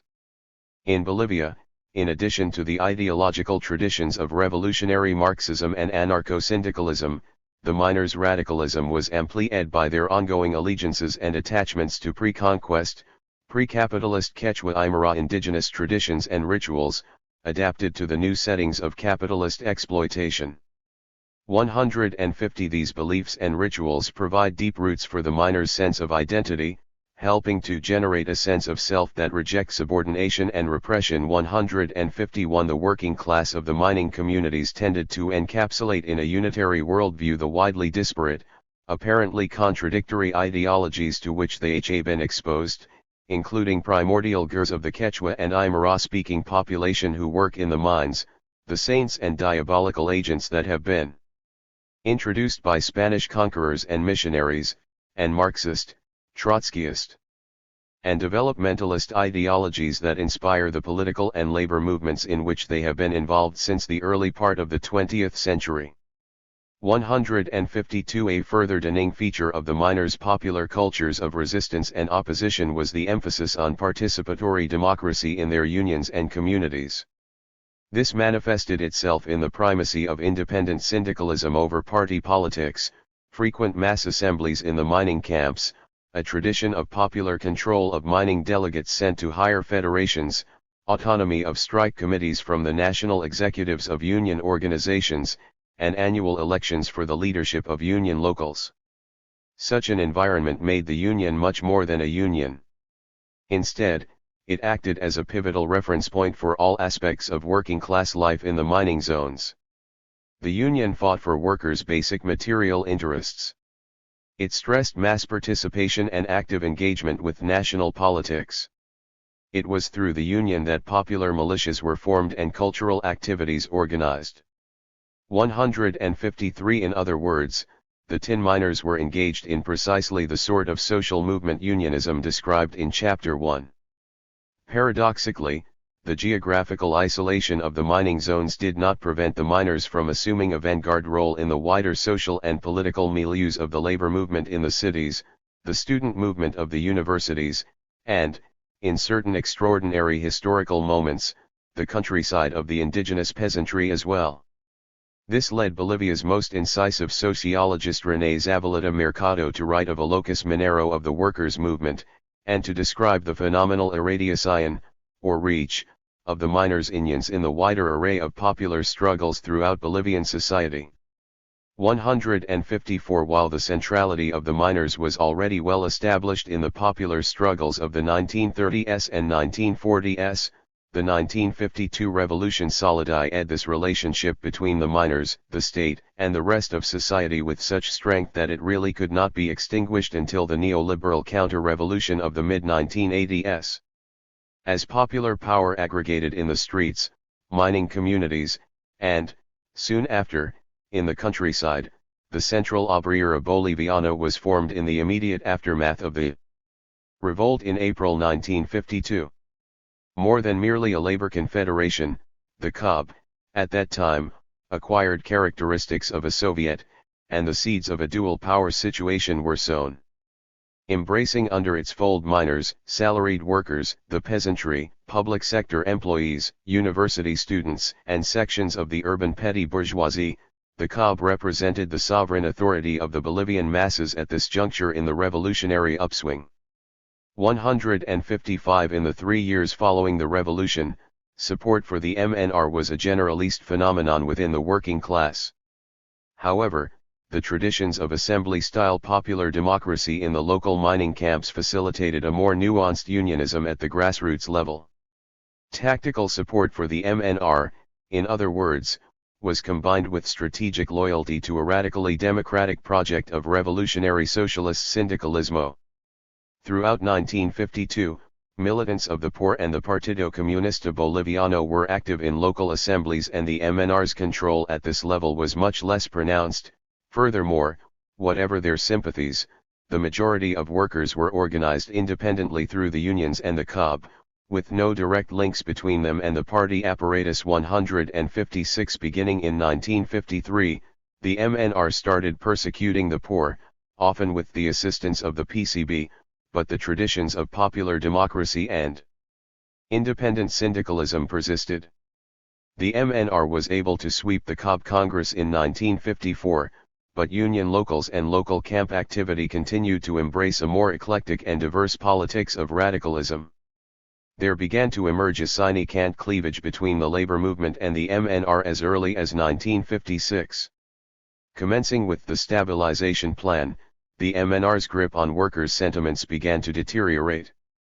At the 1957 Congress of the FSTMB, for example, a resolution inspired by the poor was passed demanding an end to cogobierno and the declaration of a general strike. 157 The same resolution was supported soon after in the National Congress of the COB, but it was never successfully carried out. 158. A fundamental sewer between the MNR and the labor movement was only secured, however, in the fallout from Paz Estensaro's implementation of the Triangular Plan in 1961. The details of the plan, including mass layoffs and stricter labor discipline, drove the FSTMB and the COB to support a lengthy and bitter strike in the mines in 1963. 159 The strike lasted 100 days and was centered in Catavi Siglo XX. At the pinnacle of the strike, miners, still armed from 1952, sealed access to Siglo XX and took U.S. government representatives and foreign technicians hostage in order to leverage their demands. 160 The strike failed to reverse the policies of the Triangular Plan, but it did rupture the relationship between the MNR and the workers, and, in so doing, spurred the fragmentation of the MNR itself. 161. The MNR revolutionary government enacted a series of reforms that substantially altered social relations in the countryside, as well as the relationship between indigenous peasants and the state. Agrarian reform satiated landless peasant and agrarian laborer demands for land. It challenged the gross concentration of latifundia, or large land holdings. Universal suffrage enfranchised huge numbers of illiterate rural indigenous producers previously excluded from basic citizenship rights. The expansion of free rural education responded to a key grievance expressed in the indigenous peasant activism of the RST half of the 20th century. 162 Despite the peasantry's minimal role in the initial April insurrection, the importance of which is easy to overstate in relation to the revolutionary developments that preceded and followed it, responsibility for the depth of agrarian reform lies with the direct action tactics and independent land occupations orchestrated by radicalized peasants in Cochabamba, La Paz, and Oruro, and, to a lesser extent, in northern Potosi and Chuquisaca, by the end of 1952. 163 Sociologist Sylvia Rivera Cusicanqui has described indigenous peasants' relationship to the state between 1952 and 1958 as active subordination. 164 Peasants took the initiative in the countryside through mobilization and self-organization, but, even in this early period, their actions were steadily subordinated to the MNR's project of populist state-led capitalism. 165 In spite of the MNR's relatively slow initial instincts on agrarian reform, the party was able to build an infrastructure in the countryside in the wake of peasant mobilizations and land occupations. It soon controlled the political processes of much of rural Bolivia by effectively balancing an acceptance of many initial popular demands for reform with the channeling of the social power of the peasants into the party machine through elaborate patron-client networks and state-controlled peasant unions. 166 The networks were coordinated through the Ministry of Peasant Affairs, established shortly after the revolution. 167 The MNR government, sensing the fragility of its clutch on the peasantry in the immediate post-revolutionary period, decisively changed course and implemented the Agrarian Reform Law in August 1953. The law recognized the seized haciendas in Ocurana and the Cochabamba Valley, and redistributed large tracts of land in the Altiplano. 168 In so doing, the MNR effectively seized control of the popular rural momentum and steered it toward the government's own ends. The basic material impact of land reform in quelling peasant radicalism and binding peasant communities to the MNR cannot be overstated. 169 By 1958, the peasant relationship to the state had therefore shifted to passive subordination, a situation that would only thicken with time under the Barrientos regime. 170 Nonetheless, it is also true that these expansive peasant networks created by the MNR, which were interlaced in heterogeneous patterns with pre-existing indigenous communal structures as we have seen, provided an infrastructural basis for independent peasant politics and peasant-worker alliances decades in the future. 171. Conclusion. The historical forces of capitalist development, state formation, and racialized class struggle between the 18th and 20th centuries provided the material context for rich popular cultures of indigenous liberation and revolutionary leftist politics. The cultures of resistance forged over this long period laid the basis for the left indigenous insurrectionary politics of the early 20th century. The Bolivian political and social history navigated in this chapter was distinctive for its racialized state repression, economic exploitation, and processes of primitive accumulation. But the interruption of these abusive ruling class practices by periodic rebellions, and even revolutions, were just as important. State repression fueled the escalation of resistance from overwhelmingly indigenous popular classes more often than it silenced their efforts to defend their rights.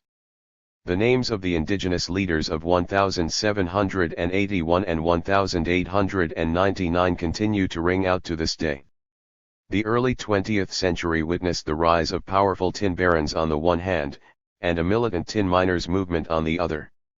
Developing alongside this advance in the formation of the working class was the outring of new radical ideologies in the labor movement, including Marxism, anarchism, socialism, and communism.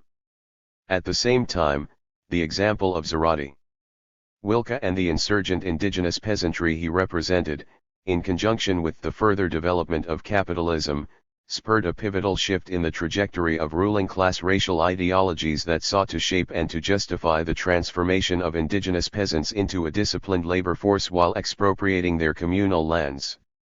Wilke's example and the expansion of capitalism also facilitated the rise of new cycles of indigenous peasant struggles and the formation of novel popular cultures of resistance and opposition. In the midst of this complex and multifaceted social setting, Bolivia witnessed experimental ideological convergence and political alliances between urban radicals informed by Marxism and indigenous peasants informed by earlier uprisings.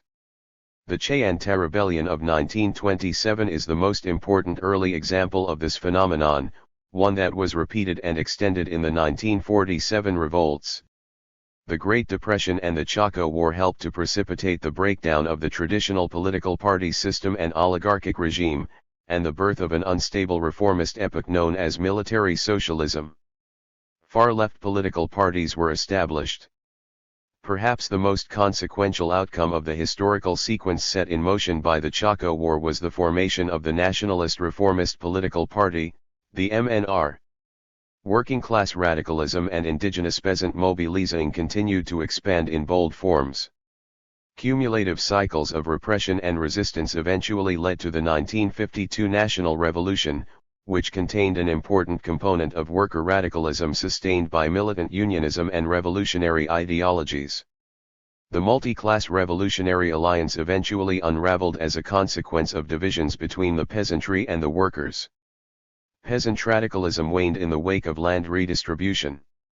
By the end of the 1950s, intra-party strife was as intense as that among parties, classes, and groups. 172 The party fragmented, labor abandoned the MNR, and the armed forces were rebuilt into a relatively effective coercive force. The ground was set for Barrientos's coup in November, 1964, a coup that would usher in a period of authoritarian dictatorships lasting almost 20 years. The familiar cycles of state repression punctuated by explosions of militant popular resistance returned to Bolivian politics. Chapter 3. Authoritarianism, Democracy, and Popular Struggle, 1964–85. The new regime of General René Barrientos, whose slogan was Revolución Restauradora, endured until April 1969. The social bases underpinning it included the military, nascent bourgeois interests in Cochabamba and Santa Cruz, and parts of the urban middle class. In terms of foreign relations, the government adopted an avidly pro-American stance, tying itself closely to the US state and the International Monetary Fund.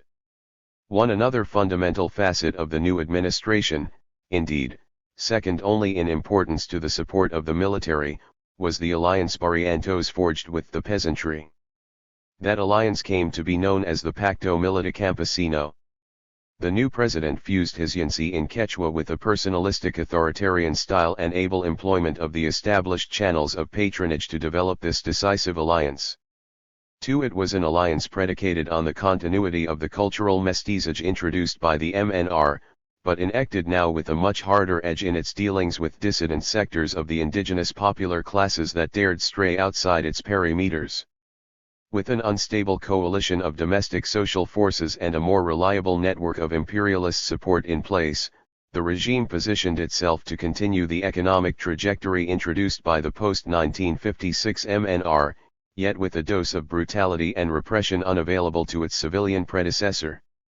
Hugo Banzer's regime signaled the hardened extension of the authoritarian historical sequence set into motion by the 1964 coup of Barrientos.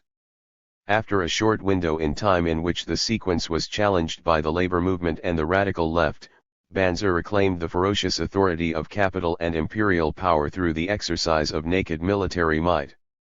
By the end of the 1970s, however, a convergence of factors came together to force Banzer from power, kicking off a popular battle to restore democracy.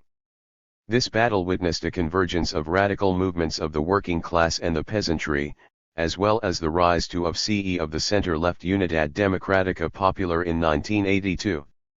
This chapter demonstrates how the period between 1964 and 1985 was marked by the intensifying use of state repression, punctuated by militant resistance of the organized popular classes.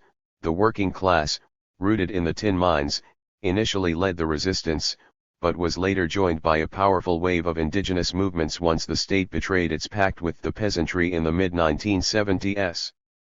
The configuration of domestic bourgeois power changed, too, as the geographic fulcrum of capitalism in the country shifted from La Paz to Santa Cruz, but the dynamic of state repression against the popular classes was maintained. Cycles of mobilization and repression interacted and intensified, as the propertied classes remained inexorable to reform, on the one hand, and the labor movement, and later the peasantry as well, went through a process of radicalization, on the other. Worsening inequality and poverty over the course of this period fueled this dynamic.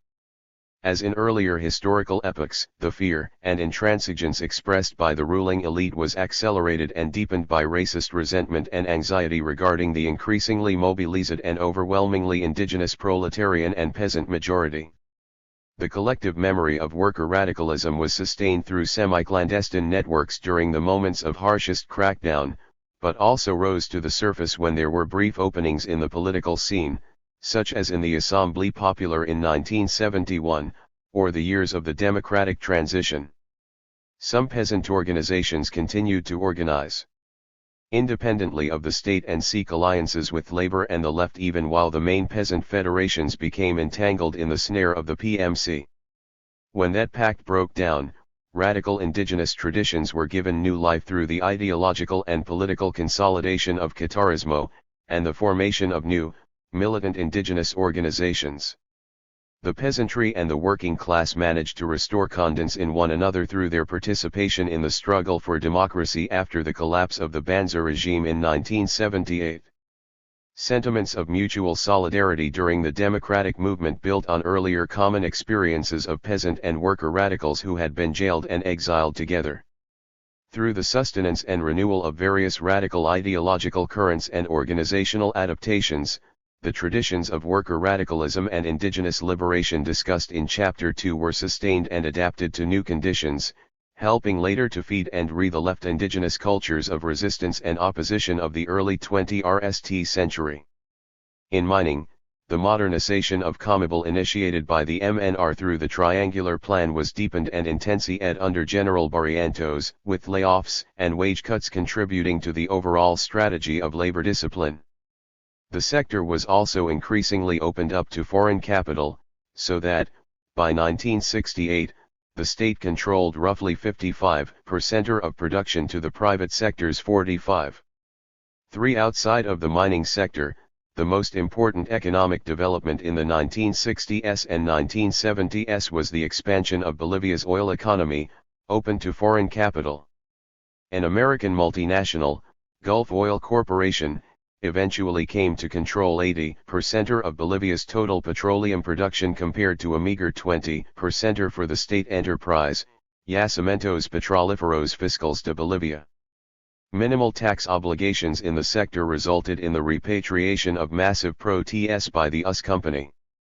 4. As a percentage of GDP, agriculture and mining declined, manufacturing, energy, and transportation remained steady, and hydrocarbons, construction, commerce, finance, and housing increased.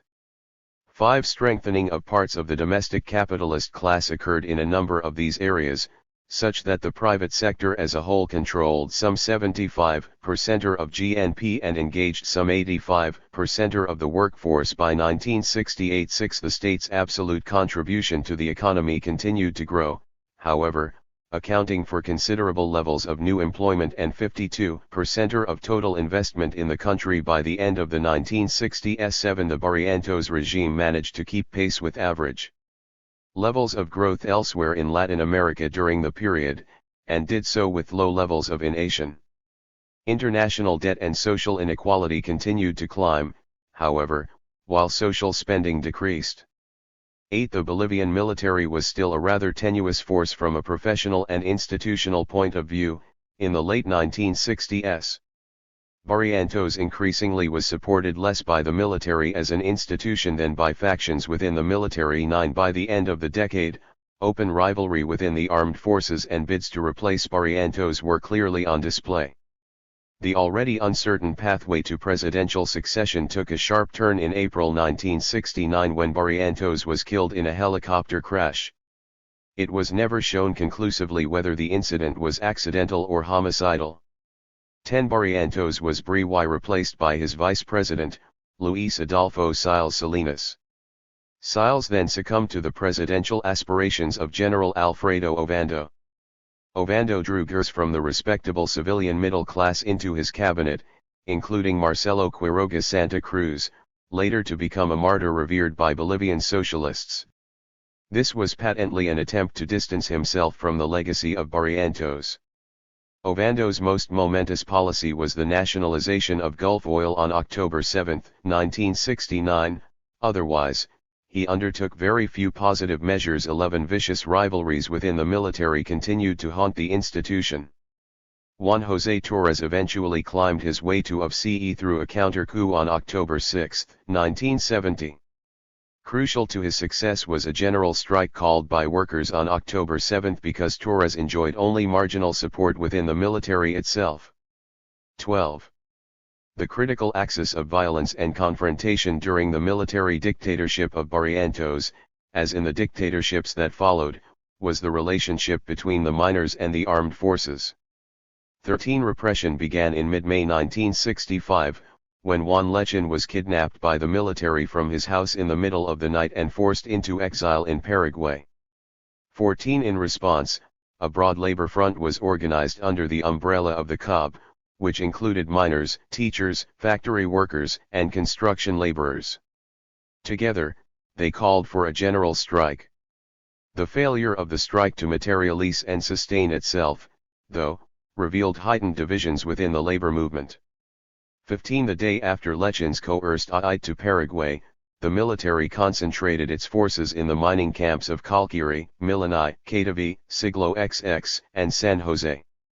16. Fierce battles between armed miners and the military left many dead and wounded. The same week, the Federación Sindical de Trabajadores Mineros de Bolivia and COB were declared illegal and many union and political leaders were driven into exile or hiding. 17. Cogobierno and control obrero were eliminated, worker participation in decision-making in Comebol was abolished completely, wages were slashed by 40 to 50%, and food subsidies in the pulperias of the mining camps were cut, driving prices of basic goods into the clouds. 18. In addition to exiling union and leftist political leaders, the Barrientos regime engaged in selective assassinations of its opponents. Among the casualties was Cesar Lora, brother of Guillermo Lora, and leading Gur of the poor in the mining regions. He was arrested and murdered by the army on July 20, 1965 in the department of Potosí. 2 months after Lora's killing, rebellion erupted in Siglo XX in an attempt by the miners to end the military occupation of their camps. In Katavi, the rank and LE managed Brihuay to take control of the military barracks. The miners' advance was tragically short-lived. With reinforcements from the eastern lowlands, the military reasserted control through 3 bloody days of repression, leaving over 200 dead and scores injured. The next infamous mine crackdown, known as the San Juan Massacre, occurred in June 1967, and left a minimum of 87 people dead, including women and children. 21 Because of the particularly vindictive and sadistic nature of that massacre, its legacy has been indelibly imprinted in the miners' collective memory of resistance and state terror. 22 The prolonged authoritarian period that Barrientos ushered in was overwhelmingly a dark one for labor, save for a brief respite under the military populism of Alfredo Ovando and Juan José Torres, and the remarkable if short-lived experiment in the extension of workers' power known as the Assemblée Populaire in 1971. 23 Despite serious levels of repression, the Bolivian state never achieved the efficiency of coordinated bureaucratic state terror against the civilian populace as was soon to appear in the Argentine dictatorships, the Pinochet nightmare in Chile, or the genocidal horror of Guatemala in the early 1980s. While the years between 1964 and 1982 were mostly bleak and brutal, therefore, the working class, and in particular the miners, was able to maintain a semi-clandestine infrastructure of class struggle, to hold illegal union congresses occasionally, and to mount the odd general strike against their class enemies, the state and imperialism. These semi-clandestine networks and activities helped to sustain the popular cultures of resistance and opposition formed in earlier epochs that had been more hospitable for labor. 24 Militants of the poor and PCB made advances in clandestine union organizing, although their activities came at a high cost. In addition to Cesar Lora, the RST 3 years of the Barrientos regime claimed the lives of Cesar's close comrade from the poor, Isaac Camacho, as well as PCB organizer Federico Escobar. 25 The courageous underground organizing of GER such as these staved off the annihilation of the labor movement but was unable to reverse brutal wage and food subsidy cuts, or stem the tide of attack on social security benefits. 26 Women in the mining camps played a vital role in the survival of families whose fathers were imprisoned, in hiding, exiled, or unemployed. They used their skills in marketing, Nash points out, buying vegetables and fruits in Cochabamba or the Yungas, or manufacturing goods in La Paz and selling the products for a few cents pro T in Oruro. 27 Others bought illegally mined minerals from the Jucos, those who scavenged for minerals in the abandoned shafts, and sold them at less than half of the legal price, using their polleras to hide the contraband on trips between mine and market. 28 When General Ovando took of CE in September 1969, he had little popular support and therefore initially reached out to labor by reducing restrictions on union organizing and activities, announcing the forthcoming nationalization of Gulf oil, and facilitating a political relaxation that allowed for the return from exile of some union leaders and leftist political activists. 29 The FSTMB perceived the new political space, with all of its limitations, as an opportunity to re-emerge from the shadows. The miners were able to reorganize and held their Confederation's 14th Congress at the Siglo XX Katavi mines. 30 By 1970, the militants of the labor movement had had time to re-ECT on the extraordinary sequence of events since the 1952 revolution, and in particular the nationalist-populist outcome of the revolution, the limitations of cogobierno and control obrero, the introduction of the far right and repression beginning in 1964, and the legacy of the ephemeral guerrilla adventure of Che Guevara in 1967. 31 At the FSTMB Congress, major strategic questions were addressed, The Congress itself was perhaps the most representative of its kind to be held in Bolivian history up to that point. Pensioners had representation, as did non-contracted workers in the mining zones, and women of the mining camps. 32. The political thesis adopted by the Congress was one introduced by the poor. 33. It privileged direct action of the working class over parliamentary forms of political participation, rejected the experience of cogobierno as reformist, criticized the nationalization process as having become excessively bureaucratized and for having reduced the role of workers to obeying commands from on high, and called for an anti-imperialist, socialist revolution. The thesis was subsequently approved by the Fourth Congress of the COB later that year, making it the political platform of the working class movement as a whole. 34. 3.1.2 The Assemblée Populaire, 1971. Under the regime of Juan José Torres, the working class was mobilized and organized to a much more significant degree than it had been under Ovando. Torres recognized the strength of the left and thus responded politically to that strength, but his regime never espoused revolutionary socialism. He wanted to surprise and seduce with friendly overtures, but it was obvious that he was fundamentally afraid of it. 35 His allegiance was ultimately to the military, rather than the masses. Torres offered the COB cogobierno on quite generous terms, but the COB refused based on its analysis of the cogobierno experience under the MNR and how it worked to circumvent the extension of workers' control throughout the economy rather than acting as a means toward that end. The workers in 1970 preferred militant class independence. Right-wing colonels Hugo Banzer and Edmundo Valencia soon carried out a coup attempt against Torres on January 10, 1971. Again, Torres was indebted to the workers for their mobilization and central role in preventing a right-wing overthrow. The experience of thwarting Banzer's reactionary maneuver, moreover, increased the consciousness of the workers and the masses as they came to recognize to a greater and greater extent their potential power.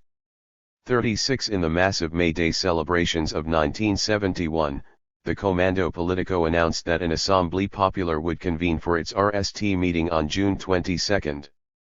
The Assemblée, held in the Bolivian Congress with the sanction of Torres, but emphatically independent of the government, was made up of 218 delegates, 123 of whom were representatives of the labor unions, compared to a mere 23 from peasant confederations. The rest of the delegate seats were led by the traditional parties of the left as well as two new parties formed in the immediate lead-up to the Assemblée, the Partido Socialista, which based itself on an independent radicalism built upon a united front and anti-imperialism, couched in Marxist language but devoid of strict strategic limitations. 37 And the Movimiento de la Izquierda Revolucionaria, which in its early stages proclaimed an unambiguous Marxist line, adopted extremely radical postures, and appeared to be set to displace the authority of the PCB and the poor with a bold and youthful politics that skirted the traditional stumbling block of syndicalism. 38 The AP lasted but 10 days and was consumed to some extent by fractious debate over procedure. However, its significance at the time and the legacy it bequeathed to later popular movements in the country is difficult to exaggerate. There was truly a sense in which the Assemblée was understood by its participants as embodying at least some characteristics of a Soviet, and therefore the basis for the conquest of power and the establishment of a workers' state. Three principal ideological positions were visible in the Assemblée. The poor, the faction led by Guillermo Lora, determined that the existence of the Assembly in its current form represented a situation of already existing dual power and, specifically, the working class wing within that dual power. Its position was the immediate invocation of that incipient power through mass revolt. The PCB was theoretically inclined to take a more cautious approach toward the character of the Assemblée, but in practice tended to support the poor. Other groups on the far left, including the MIR, the ELN, and PC considered the Assemblée as merely dual power in an embryonic form. For the Assemblée to sustain itself as the prefiguration of a workers' state would require the arming of popular militias of the grassroots, independent of, but allied with, the Torres government and army. 39 The right viewed the developing revolutionary process with palpable anxiety, concentrating its capacities, overcoming its divisions, and preparing a coup of its own. 40 By August 21, 1971, the neo-fascist Hugo Banzer had fully ousted the Torres regime from power and installed himself in the presidency. 41. The initial phase of land reform in 1953 was highly valued by much of the peasantry because it quenched a thirst for land and abolished seigneurial obligations to overlords on the haciendas. However, the process was unequal from the start and, because it was also always intended to advance agrarian capitalism, its internal dynamics inevitably led to inequalities in land holdings over time. Peasants were granted title to land during the agrarian reform based on the land they had held previously in usufruct. The plots held in usufruct varied in size prior to the revolution, and therefore so did the plots after the agrarian reform. A small group of peasants who acquired larger plots were therefore able to lease sections of their land and or hire poorer peasants and workers on their land. 42 The geographical differences in the processes and consequences of the agrarian reform were also vast. The Andean highlands and valleys were the regions that experienced the largest expropriations and redistributions, and where peasants obtained small plots and engaged in agricultural activities with low levels of productivity and technological advance. By contrast, in the relatively underpopulated eastern lowlands, land grants were much larger and the explicit objective of the state was to advance agrarian capitalism through large industrial farms. So, in 1967, 59% of peasant families had less than 5 hectares, while by the end of that decade, the average size of new ranches in the lowland region of Santa Cruz was around 8,000 hectares. 43 These were the material conditions in which Barrientos established the Pacto Military Campesino in 1966. In immediate power terms, suggest Malloy and Gamarra, the two pillars of the Barrientos regime were the peasants and the military. 44 The PMC created an institutional structure through which the military transformed the peasant unions that had been controlled by the MNR into parastate structures controlled by the military itself. This helped to ensure peasant loyalty to the state. Mechanisms of control were worked out through the military organization Acción Cívica and through military bureaucratic handling of local mayoralties and departmental prefectures. 45 Barrientos, a Cochabambino, naturally found his relationship with the peasantry most successful in the department of Cochabamba. As Xavier Albo points out, Barrientos spoke Quechua, drank chicha beer, hopped to any corner of the countryside in his helicopter, lavished small gifts, gave subordinate of chale posts to loyal peasants, and, with the motto of exchanging RIES for plows, set up the Armed Forces Civic Action and Community Development Program. 46 Of course, even in the mid to late 1960s the PMC was not impermeable, and began to show signs of contradiction, sewers, and subterranean tensions. These underground tensions surfaced in December 1968 in Acacachi when an assembly of indigenous peasants staged a hostile reception for the visiting Barrientos. 47 Barrientos, following the advice of his American economic advisors, had attempted to implement a new tax on peasants based on the size of their plots. 48 The protests that started in Acacachi spread throughout the rest of the Department of La Paz, and eventually extended into Oruro. Peasant opposition was detectable on a smaller scale in Santa Cruz and Potosí, and Barrientos was ultimately forced to renege on the tax increase. 49 The tax con ICT, which marked the serious confrontation between the peasantry and the Barrientos government, opened up a window for dissident peasant leaders associated with the political left, sympathetic to the COB, and in favor of peasant union independence. 50 Dissidence expressed itself in the formation of the Bloque Campesino Independiente, which was a small but important development under Barrientos. After Barrientos's death, the tilt in Bolivia's political culture to the left under Ovando and Torres provided further space for nascent stirrings of independent peasant unionism, and new political orientations. The rise in anti-Ochelist peasant politics was especially advanced in La Paz and Oruro. These early challengers to the PMC reached their zenith in the 6th National Peasant Congress of the CNTCB, held on August 2, 1971 in Potosi. Cataristas won the presidency of the Confederation, which was taken up initially by Raimundo Tambo, and later by Genaro Flores. 51 All of this was occurring as the revolutionary left took charge of the opportunities under Torres, and called together the Assemblée Populaire. 52 Outside of the BCI, whose project was primarily concerned with the indigenous peasantry of the Altiplano, the Maoists in the PCML made some advances in the eastern part of the country with the formation of UCAPO in Santa Cruz. They focused on organizing the mostly Quechua and Aymara migrant highland peasants of the post-revolutionary colonization projects who had relocated to the lowlands. 53 By and large, however, the PMC retained its hold on the peasantry throughout this period. The revolutionary left either saw the indigenous peasantry as reactionary because of its recent history in the PMC and hostile orientation toward the miners, or they wedded themselves dogmatically to the idea of a workers' revolution, narrowly conceived, that left little role for the agency of the indigenous peasantry. This short-sightedness failed to contend with the fact that the peasantry still represented a majority of the country's population. A combination of these attitudes was on display in the Assemblée Populaire in 1971, when peasants were granted so few seats as delegates.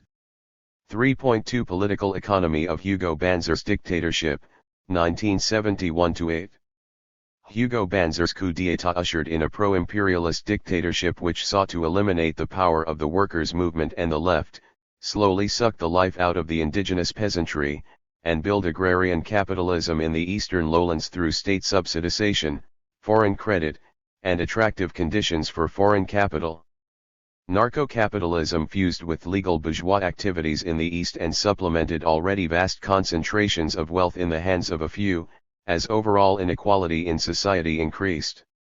The model of accumulation envisaged by the regime unfolded with the support of authoritarian brutality, far in excess of that under Barrientos. Banzer's domestic social base included the agro-industrial bourgeoisie of the lowlands, the military, the mining bourgeoisie, and the technocratic layer of the state bureaucracy that controlled the extensive state enterprises. 54 For the opening years of the regime, he also relied on the passivity of the peasantry. These social forces were expressed in the political coalition which backed the Banzer regime. To consolidate its power, the president created the umbrella political party, the Frente Popular Nacionalista, which consisted of the armed forces, the right wing of the MNR under Victor Paz Estensoro, the fascistic Falange Socialista Boliviana, and the Confederación de Empresarios Privados de Bolivia. 55 Between 1971 and 1974, the FPN administration displayed corporatist fascist tendencies. 56 The immediate post-coup strategy of the regime was a full-frontal violent assault on the organized working class and the political left. After this, however, the MNR, within the FPN coalition, played the role of securing small slivers of regime support from sectors of the petty bourgeoisie and working class.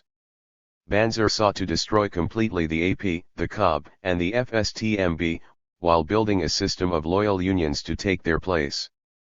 57 Under an ideological cloak of national security and the threat of communist subversion, Banzer led a sustained campaign of press censorship, deportations, killings, and arrests. Students, liberation theologians, union activists, and leftist party militants were detained in remote camps. 58 The tone of Banzer's economic policy was set early on. IMF-backed shocks to the popular economy occurred on October 27, 1972 and January 20, 1974, in an attempt to decrease popular consumption and free up capital for investment. 59 The model of capitalist accumulation under Banzer sought to maintain an important role for the state in the market by mediating between foreign capital and the domestic private sector. Excluding the peasant agricultural sector, the state controlled approximately 70% of the economy by the late 1970s. This marked the peak of the state's involvement in the market in the post-revolutionary period. 60 At the same time, the state played a vital role in subsidizing and enriching the private entrepreneurs of the eastern lowlands whose economic and political power continued to surge.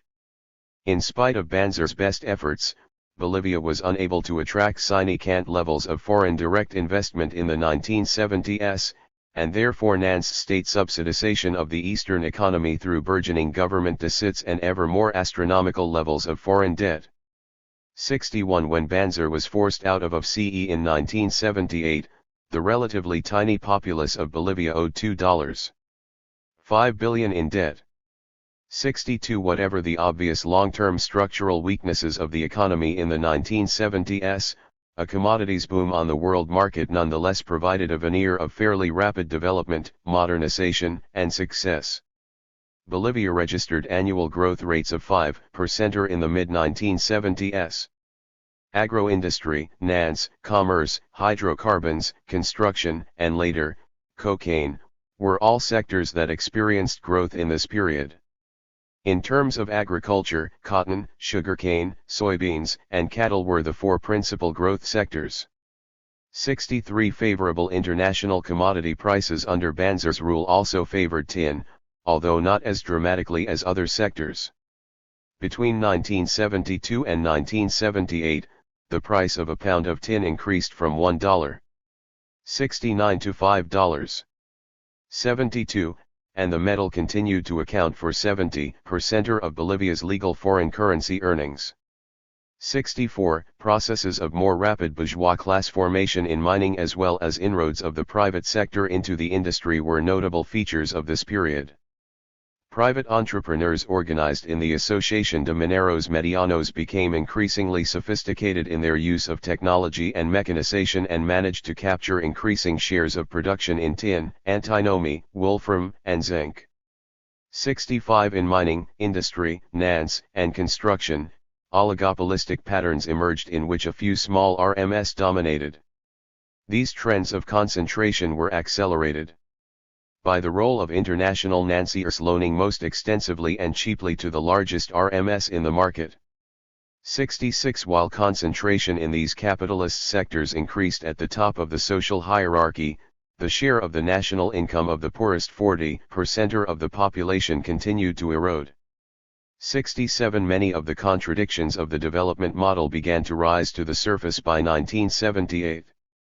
That year, the economy grew at a rate of only 2.8% followed by 2.8 and 1.2% in 1979 and 1980, respectively.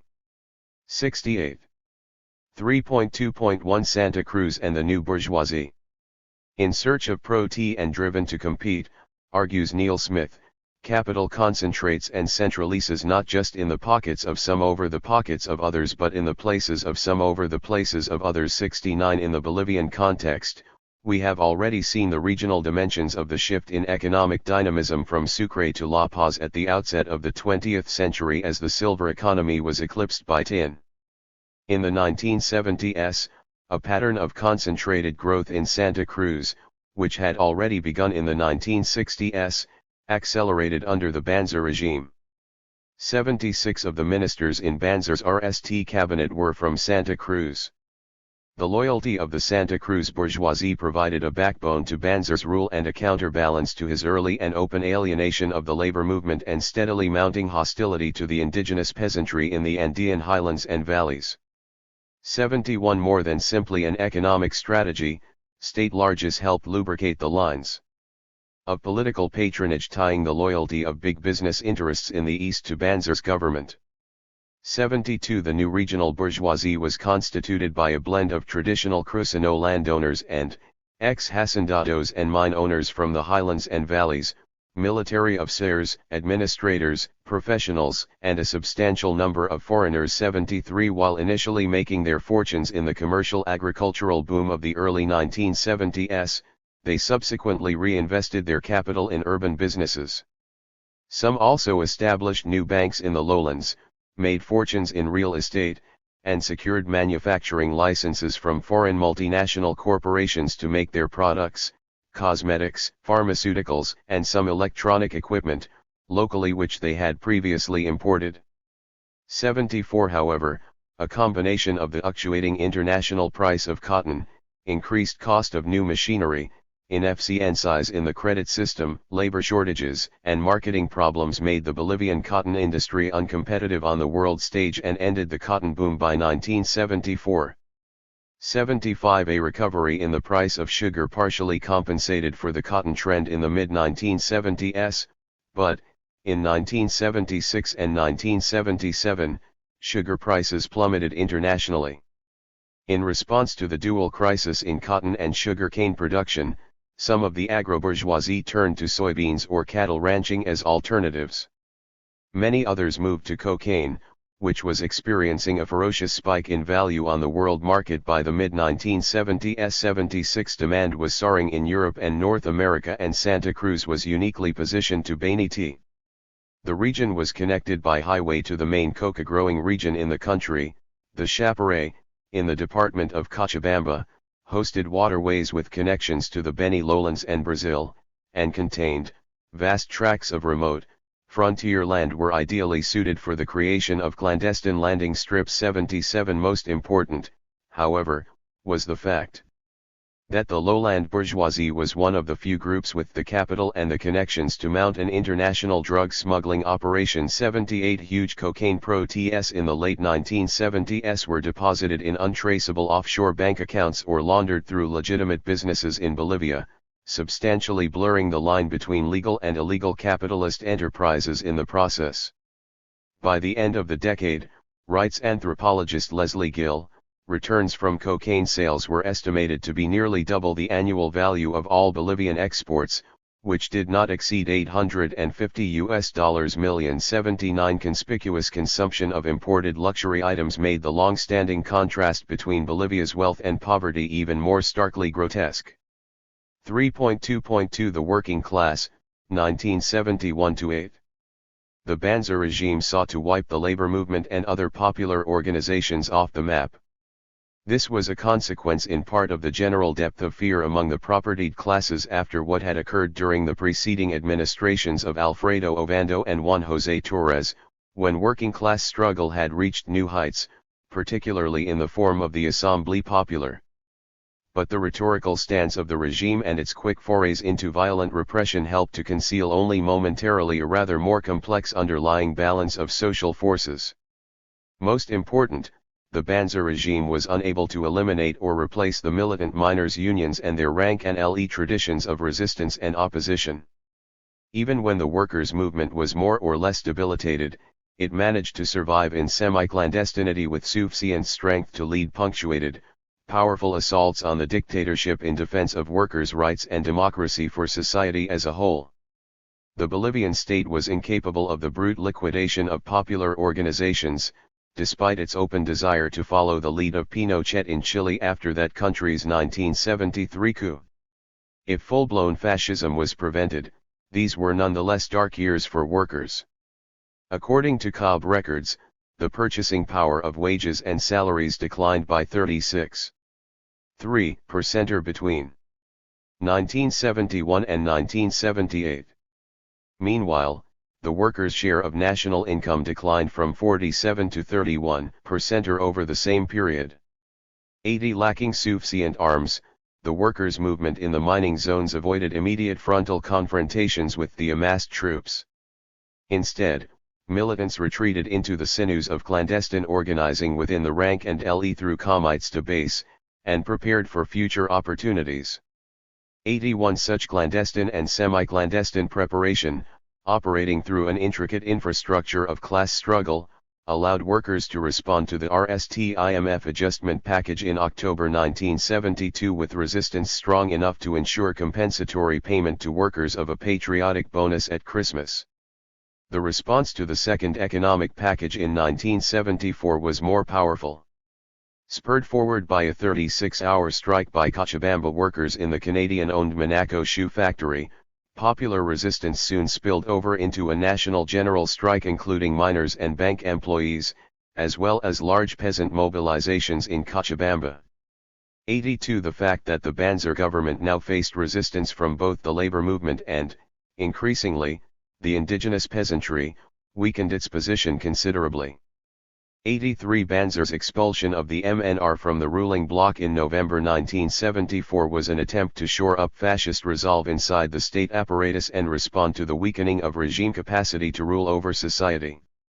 Radically authoritarian measures were decreed and more union leaders were forced into exile. 84 But the effectiveness of the resistance of the Comites to base is re-acted in the fact that the Comibol was still forced to negotiate with the authentic union representatives rather than state-appointed hacks. Moreover, working-class militancy actually increased after the 1974 internal reorganization of the military administration.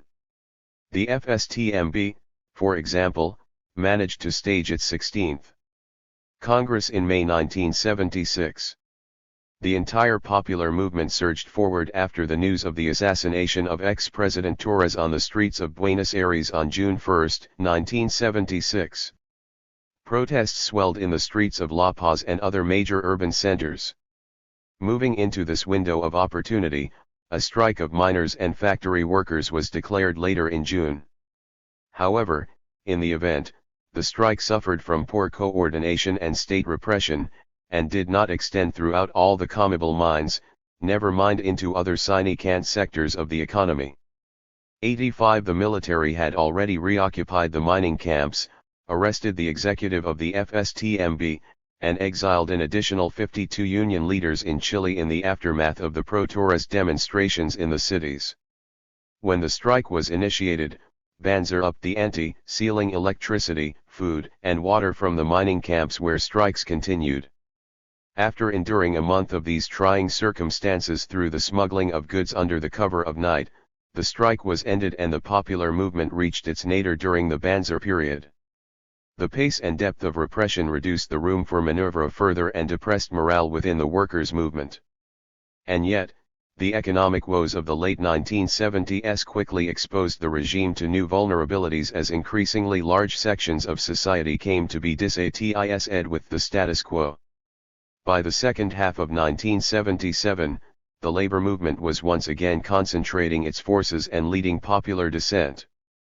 Between December 28, 1977 and January 1978, a small hunger strike led by 4 wives of prominent FSTMB leaders grew exponentially into a hunger strike of more than 1,000, with thousands more supporting the action from different sectors of the society, including the Catholic Church.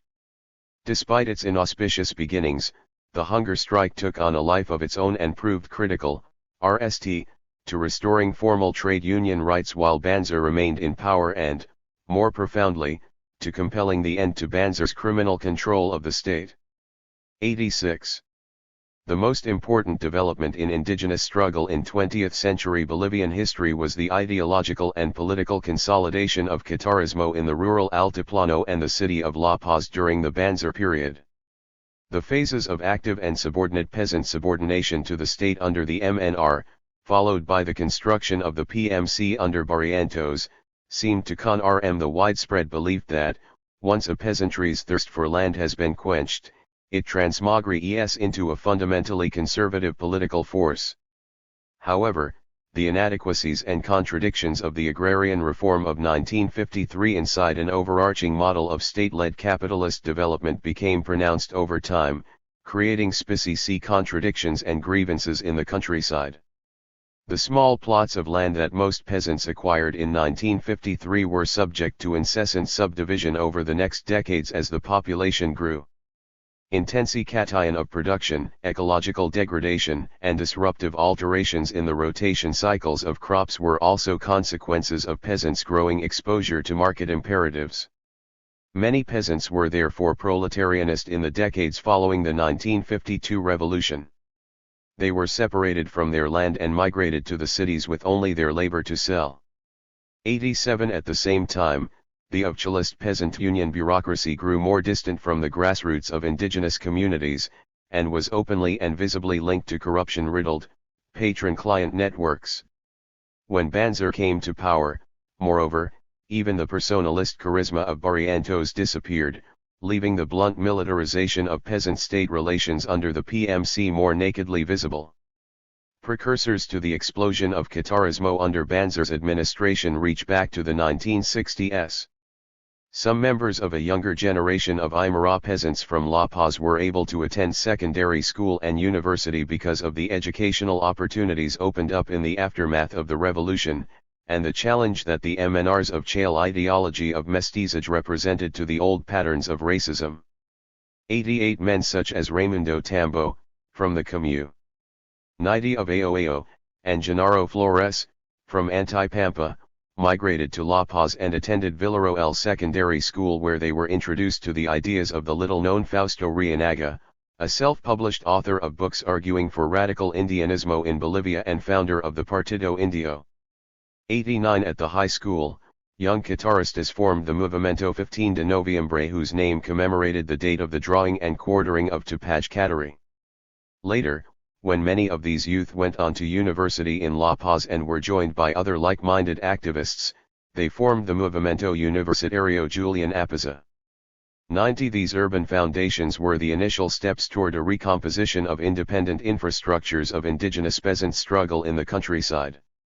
In 1969, Aymara residents of La Paz also formed the Centro de Promoción y Coordinación Campesina Minque, which sought to educate and organize Aymara peasants in the Altiplano on themes of guitarismo and build effective networks linking rural and urban indigenous communities. Shortly after, in August 1971, Aymara peasants and residents of La Paz founded the Centro Campesino Tupac Kateri, whose mandate was to produce and disseminate radio programs in the Aymara and Quechua languages, publish a journal, and end a market for peasant produce in the cities. 91 In the late 1960s and early 1970s, therefore, there emerged the initial infrastructure of a guitarista movement which was developing a critique of internally colonial race relations since 1825, exposing the cultural, political, and socio-economic limits of the 1952 revolution, and drawing inspiration from anti-colonial struggles dating back to the 18th century. 92. It is essential to emphasize that guitarismo was a phenomenon that quintessentially bridged the rural and urban worlds, linking together urban Aymara teachers and students in the capital with the grassroots of the peasant movement organized through ILAS, primarily in the rural provinces of the Department of La Paz, but also extending into parts of Oruro. The coalescence of improved communications infrastructure and more educational opportunities meant that previously illiterate and monolingual populations in the Altiplano were increasingly exposed to quite radically new ways of life through the proliferation of rural public schools and radio stations. 93 Young Aymara migrants to the city experienced in their daily lives the persistent racism of the dominant Bolivian culture, which called into question the integrity of the integrationist program of the post-revolutionary MNR project. In the face of precarious and exploitative work for the urban indigenous poor, and racist hostility from the white mestizo upper and middle classes, the revolutionary message of equality under mestizage often seemed little more than cliché and platitude. 94 Whatever momentum the guitaristas enjoyed in 1971, all immediate progress was cut short by the Banzer coup. While some of the overtly cultural initiatives of the guitarista movement such as radio shows and festival activities were able to continue, open political contestation of the Chale peasant union movement became immensely difficult. However, the Banzer regime soon caused the most momentous break in peasant-state relations since the Revolution in 1952. In response to the January 1974 Economic Adjustment Package, 20,000 peasants in Cochabamba joined the striking factory workers of Monaco and blocked the roads connecting Cochabamba with Santa Cruz, the Chaparral, Oruro, and Sucre. At the same time, in an act of solidarity, indigenous peasants in the Aroma province of La Paz paralysed Trafsi between La Paz and Oruro. 95 On January 29, the peasants demanded that the president meet the protesters in face-to-face negotiations and that Colonel Alberto Nadish Bush, Minister of Peasant and Agricultural Affairs, be replaced with a peasant representative. That evening, rather than a negotiating team, the government sent troops to repress the peasants, leading to the death or disappearance of at least 80 according to La Comisión de Justicia y Paz. The killings came to be known as the Masacre del Valle. The massacre was the most crucial event in the discrediting of the PMC and contributed to massive support for independent peasant unionism. 96 At RST glance, it appears paradoxical that the renewed drive for an autonomous peasant union movement after 1974 came from the Cataristas in the Altiplano rather than from the Cochabamba Valley, where the massacre occurred. However, the different regional trajectories of the peasant movement at that time had to do with the deep historical legacies of each area. In Cochabamba, the integrity of free indigenous communities had been deeply compromised by capitalist development, extensive proletarianization of the peasant population, and more profound processes of cultural mestizage. In this historical context, peasant subordination to the MNR, and, subsequently, to the PMC, was always more advanced and difficult to overcome than in the Altiplano. By contrast, in many of the rural areas of the departments of La Paz and Oruro, where indigenous peasants tended to be less integrated into the market and more deeply engaged in subsistence farming, the PMC was perceived as an imposition on previously established ilo-state relations.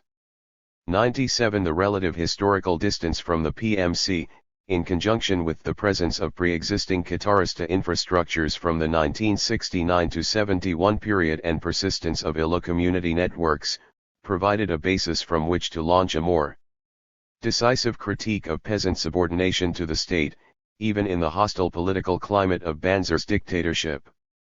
Banzer eventually responded to the growing peasant unrest by clamping down on the electoral processes within the CNTCB, and engaging in open coercion, such as when paramilitaries were unleashed on Catarista supporters in the province of Aroma in 1976.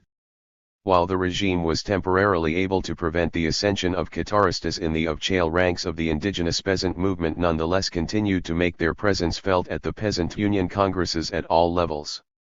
98 By the late 1970s, when the economy began to crash and the labor movement was picking up steam, the Cataristas expanded their links with the working class and began to make building an alliance with the CAB a much clearer priority. In 1976, Catarista militants were present in multiple protest events at the universities and in workers' congresses as representatives of the peasantry. They supported the miners in their 1976 strike, supplying food and supplies for their comrades who had been cut off from basic necessities by the military occupation of the mining zones. In the escalation of repression that followed, Cataristas were among the many dissidents incarcerated or sent into exile. 99 Again, the collapse of the PMC allowed the slow re-articulation, in a very new historical period, of indigenous peasant/proletarian alliances that characterized the Che and Ta uprising in 1927, and the indigenous peasant/labor insurrections of 1946 and 1947 during the authoritarian Sexenio period. The time in jail and exile actually served as an incubation period for political development and cooperation between the Cataristas and the labor movement in their joint GHT against the dictatorship.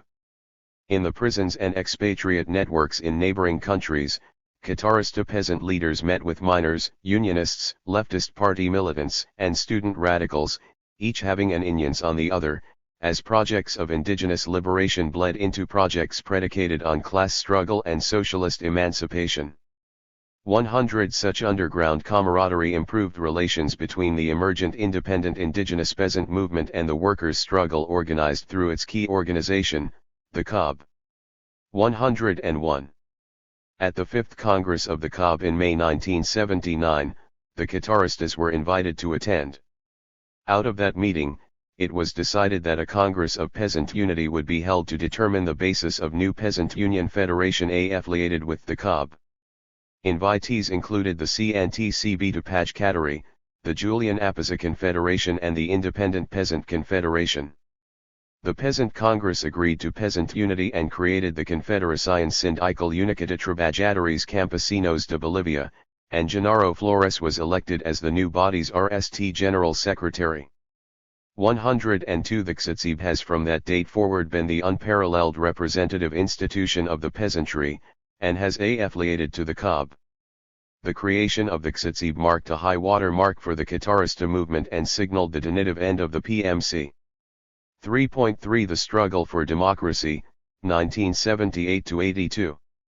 Cleavages in labor state and peasant state relations expanded into veritable chasms by the late 1970s.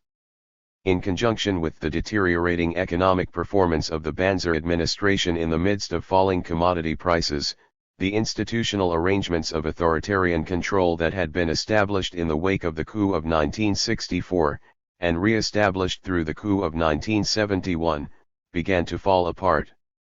A new period opened, characterized by the struggle for democracy.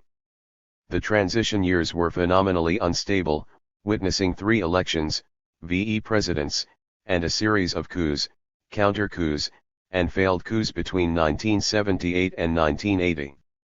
When Hugo Banzer attempted to open up a process of controlled electoral transition in November 1977, he underestimated the strength of his civilian and military opponents. In addition to opposition from human rights groups, the Catholic Church, the Qataristas, and the labor movement by 1977, different factions within the military were also conspiring to overthrow the president. 103 Banzer wagered that a limited democratic opening on his terms would deprive these dissidents of the excuse to conspire and facilitate his ongoing control of the country under the pretense of democracy. 104 The situation quickly escaped his command. The hunger strike initiated by miners' wives gathered tremendous momentum between December 1977 and January 1978. By the end of January, the strikers and their supporters had achieved unrestricted amnesty for those imprisoned and exiled and the legal recognition of the independent labor movement. It was immediately evident that the controlled transition envisioned by Banzer was transforming into a fundamental challenge to authoritarianism in the country. In the July 1978 elections, Banzer appointed General Perita Aspin as his presidential nominee. Banzer planned to control the subsequent government from behind the scenes. Their ticket was registered under the party name Unión Nacionalista del Pueblo. The elections were tainted by unmitigated fraud, resulting in Perita's precise victory of 50% of votes cast, the smallest number required to bypass any congressional debate as to who becomes president. 105 Despite the fraud, UDP leader Siles Ziuazo still received 24.6% of the popular vote, registering his biggest gains in La Paz, the mining zones, and the rural Aymara and Quechua population of the Altiplano. 106 Popular uproar denouncing fraud initially led Perita to promise new elections within 6 months, but rivalries in the military outpaced the elections. Perita's regime was quickly disbanded after a successful coup orchestrated by General David Padilla on November 24, 1978. Padilla then announced another round of elections for July 1979. In the 1979 elections, there were 3 main contenders. Siles Ziuazo led the UDP, which consisted of an alliance between the Movimiento Nacionalista Revolucionario de Izquierda, the MIR, and the PCB. Paz Estenssoro led a coalition of right-wing factions of the MNR called the Movimiento Nacionalista Revolucionario Histórico, and Banzer led the new right-wing party, Acción Democrática Nacional. The 1979 elections were less fraudulent than those of 1978, and Siles Ziuazo garnered 35.9% of the popular vote. It was also significant that Quiroga Santa Cruz, running to the left of Siles as leader of the PS, won 1/100,000 votes as a consequence of his eloquent criticisms of the Banzer dictatorship. 107 The results of the 1979 elections were nevertheless indecisive, and resulted in an agreement in Congress to allow the long-standing MNR GUR, Walter Guevara, to act as interim president for 1 year. 108 With no discernible mandate, Guevara's weak administration was predictably faced with a coup challenge in a matter of months. In November 1979, Colonel Alberto Nadish Bush launched a coup which lasted 16 days and left over 200 dead. 109 What was special about the Nadish coup was that it motivated the most impressive popular mobilizations based on a worker-peasant alliance since the 1952-3 period.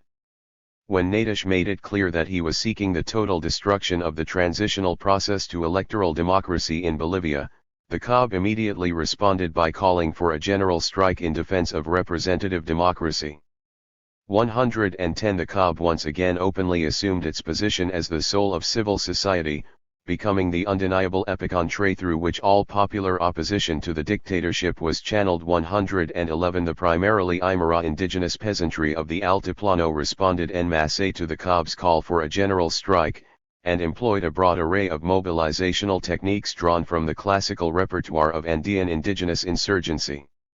They blocked roads, occupied land, and took over the territory surrounding the vulnerable valley city of La Paz. 112 The Guitarristas principal leader, Genaro Flores, assumed the role of second in command within the COB. The PMC was definitively ruptured during the November uprisings against the Natish Bush coup. For Zavaleta Mercado, it was a late 20th century conjoining of the 1952 revolution, which was led by workers, and the 1781 siege of La Paz, which was led by Aymara peasants under the command of Tupac Katari. 113 In the 1980 elections, the popular sentiments expressed in extra-parliamentary form through the COB in November 1979, were essentially translated into electoral support for the UDP. Siles 139% compared to Paz Ostensoros 20, and Banzer 17. The rise of the UDP, the recent memory of the 1979 mass mobilizations of workers and peasants, and a fear of the left's possible legal recriminations against military leaders for their part in past abuses of human rights, proved too much to bear for sections of the armed forces.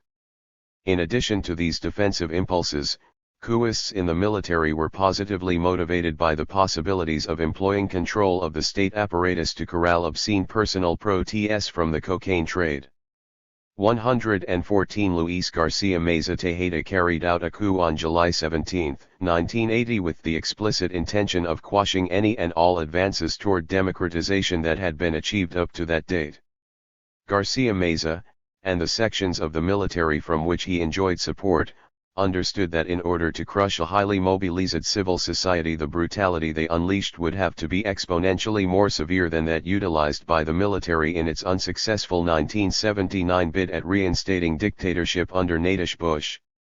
115 A number of domestic and international challenges to Garcia Meza's rule emerged almost immediately, and he was only able to stay in power for a little over a year. 116 At home, the Bolivian regime was little more than a narco-state with no long-term development project other than the unyielding display of state terror against the civilian population. The domestic economy made a rapid transition from bad to worse.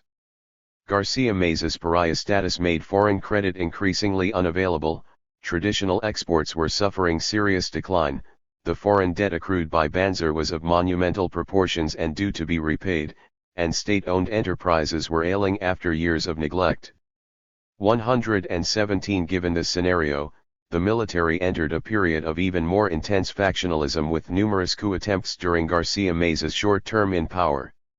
Capitalist entrepreneurs outside the narco network turned against the dictatorship, and the popular movement led by the COB reignited its mobilizations against the regime. Garcia Meza was eventually forced to hand over power to a temporary junta of commanders in August 1981. 118 The crisis of authoritarianism nonetheless endured through a new series of extremely weak and ephemeral military presidents. It was increasingly evident, though, that the die had been cast. In 1982, it was obvious a transition to civilian rule would occur, but there was some dispute as to whether or not there would be new elections, in which the UDP would have done well, or whether the Congress elected in the 1980 elections would be simply reinstated, and civilian rule instituted immediately. The latter course turned out to be the one taken, and Siles Ziuazo assumed the presidency on October 10, 1982 as leader of the UDP.